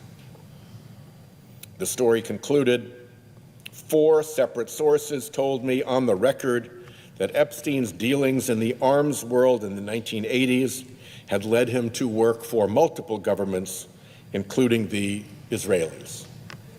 End quote. Epstein's strategies for making money and working intelligence contacts seem to have some similarities to Robert Maxwell. For the record, Epstein, a profligate liar, once told Ward that he never met Robert Maxwell or Lease. At some point in the 1980s, Epstein struck up a friendship with a fellow brash New York businessman by the name of Donald Trump. Author Michael Wolff has said of Trump and Epstein, they shared everything. They shared their airplanes. They shared women between them. They shared constantly business and financial advice. End quote. There are many photos of the two men together on the New York and Palm Beach party circuits throughout the 1990s. Trump now famously said in 2002, I've known Jeff for 15 years. Terrific guy. He's a lot of fun to be with. It is even said that he likes beautiful women as much as I do, and many of them are on the younger side. Alan Dershowitz told the New York Times in 2019 that in those days, if you didn't know Trump and you didn't know Epstein, you were a nobody. Dershowitz is the well-known lawyer who served both on Epstein's defense team when he was charged with having sex with minors back in 2006, and on Trump's impeachment defense team in 2020. The president of Trump's Atlantic City Trump Plaza Hotel in the late 1980s said he saw Trump and Epstein together so frequently that he believed Epstein was Trump's best friend. That same man described an incident where Trump brought Epstein and a 19-year-old girl to the casino gaming floor. Epstein once took a model to Trump Tower, where she says Trump groped her while laughing with Epstein. She remarked that it seemed like a twisted game between the two men. One survivor says Epstein summoned her to his offices late one night. Trump soon arrived, and according to the New York Times, she recalled feeling scared as Mr. Trump stared at her bare legs. Then Mr. Epstein entered the room, and she recalled him saying to Mr. Trump, No, she's not here for you. After the men left the room, she said she overheard Trump commenting that he thought she was 16 years old.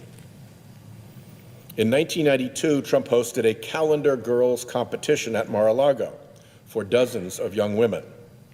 The event organizer was appalled to learn that Trump and Epstein would be the only men present. A private showing. During Maxwell's trial, one of Epstein's victims said he took her to meet Trump at Mar-a-Lago when she was 14. Maxwell recruited 16-year-old Virginia Giuffre from the spa at Mar-a-Lago. Giuffre was abused by Epstein and trafficked to other men in Epstein's orbit. Trump said in 2025, "I think Giuffre worked at the spa. He stole her." He being Epstein. In 1997, the UK tabloid The Daily Mirror, formerly owned by Robert Maxwell, claimed that Trump was dating a 20-year-old British model and that Ghislaine Maxwell had introduced them at a party. The tabloid notes Trump met the model at a party in Manhattan. Several American millionaires already had their eyes on the model, but she was there with Robert Maxwell's daughter Ghislaine, who has introduced several of her attractive friends to the property developer, Trump. According to the Mirror, after their meeting, Trump flew Madam Maxwell and the model south to the Sunshine State, where they enjoyed a happy weekend together. When they returned to New York, the model was installed in one of Donald's many apartments there. In an interview with BBC Newsnight, the model stated, "Ghislaine Maxwell did introduce me to him," that is Trump, "and she introduced me to him with a clear message of my being with him in the same way that she had trafficked me and brought me to Jeffrey Epstein," end quote. She also said, "I can only speak for myself, and this is in no way to negate any other experience that anyone else might have had with him, but at no time did President Trump behave with any impropriety with me." The same woman accused Epstein of sexually abusing her when she was a teenager in a 2019 interview with NBC. From NBC, I'm quoting, "The abuse spanned several years and locales. In addition to the estate on his private island, she said Epstein preyed on her at his homes in New York and Paris." According to Craig Unger's book, American Compromat, and I'm quoting here, "Trump was often the center of Maxwell's attention, and women who entered Trump's orbit sometimes ended up being associated with both Trump and Epstein, spending part of their time living in a Trump Tower condo and part in Florida at Mar-a-Lago or one of Epstein's homes. Among them was a Russian model and beauty pageant contestant whose journey from the world of beauty pageants and modeling to Trump's Mar-a-Lago and Epstein's island retreat is highly suggestive in terms of how Epstein and his associates began manipulating young women. The story continues. In the early 90s, before coming to the United States, the woman had placed well in a number of beauty pageants, coming in second in Miss Russia, 1993, and winning the 1994 Miss Baltic Sea title that year. In 1995, she left Moscow, spent 6 weeks learning English in St. Petersburg, that's St. Petersburg, Florida, not Russia, and was profiled in the Tampa Tribune as reigning Miss Russia. And before long, she met Donald Trump.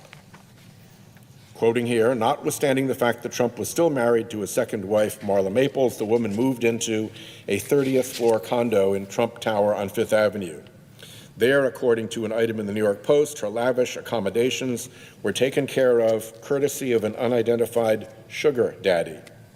She spent time with both Trump and Epstein. Flight logs released by a federal judge in New York in 2019 showed that in February 1999, the woman, then 27, flew on board Epstein's Gulfstream, the so-called Lolita Express, with Maxwell and Prince Andrew from Epstein's Little St. James, aka Pedophile Island, back to Florida. End quote. Trump has tried to distance himself from his former friend, the monstrous pedophile who is believed to have abused at least 1,000 women and girls. It's worth taking a look at how the friendship between Trump and Epstein allegedly soured. There are varying accounts as to whether Trump ever banned Epstein from Mar-a-Lago over his recruitment of spa workers from the resort. But we know the falling out was at least in part related to a bidding war between Trump and Epstein over a Palm Beach mansion in 2004. Trump won and purchased the property for $41.3 million. Just 4 years later, and after modest renovations, Trump sold the mansion to billionaire Russian oligarch Dmitry Rybolovlev for $95 million. At the time, it was reported to be the most expensive residential property sale in United States history. Pretty stellar investment for Mr. Trump. The oligarch, for his part, after paying the $95 million, never even moved in.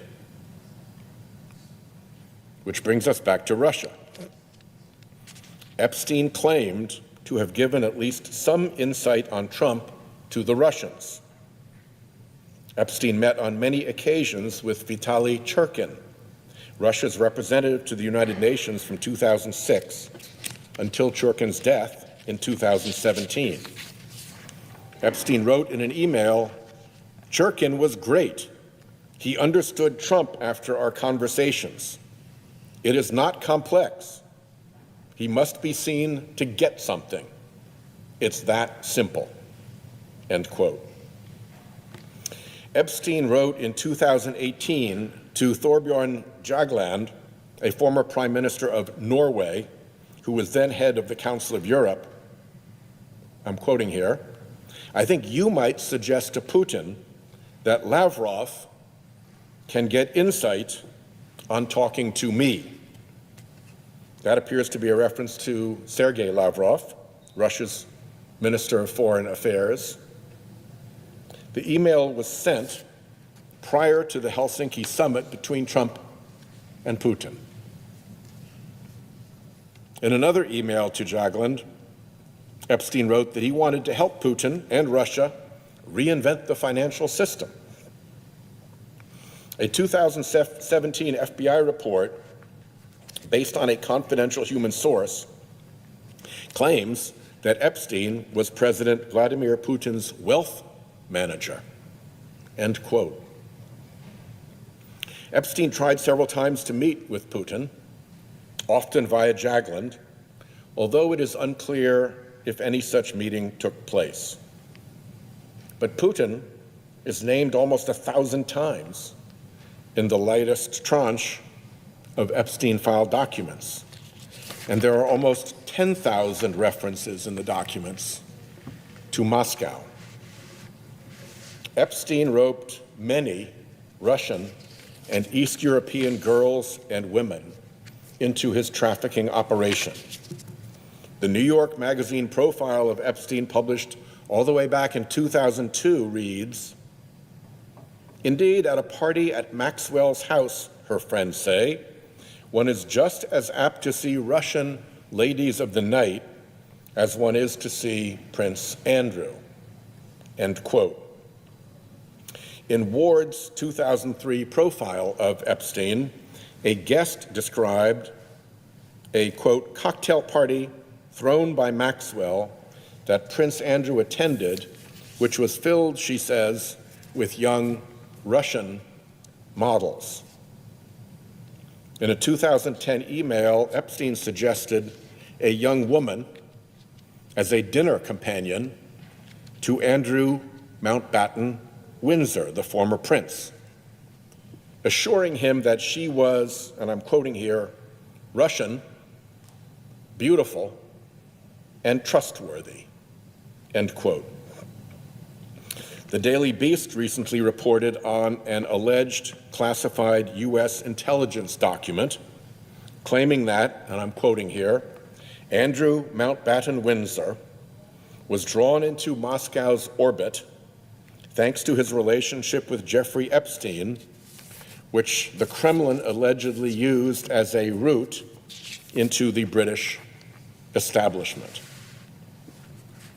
In another 2010 email to a person whose name has been redacted, Epstein wrote, and I'm quoting here, "Tomorrow I'm organizing a dinner for some new Russian girls. See you at 10. He received an email from a redacted sender in 2012 that read, "I have 2 Russian girls for you to meet, one 21, another 24. A message left for Epstein by one of his employees in 2005 claims that French model scout Jean-Luc Brunel had found a, quote, teacher who could give Epstein, quote, free lessons. Quote, he has a teacher for you to teach how to speak Russian. She is 2 times 8 years old, not blonde, end quote. 2 times 8 years old.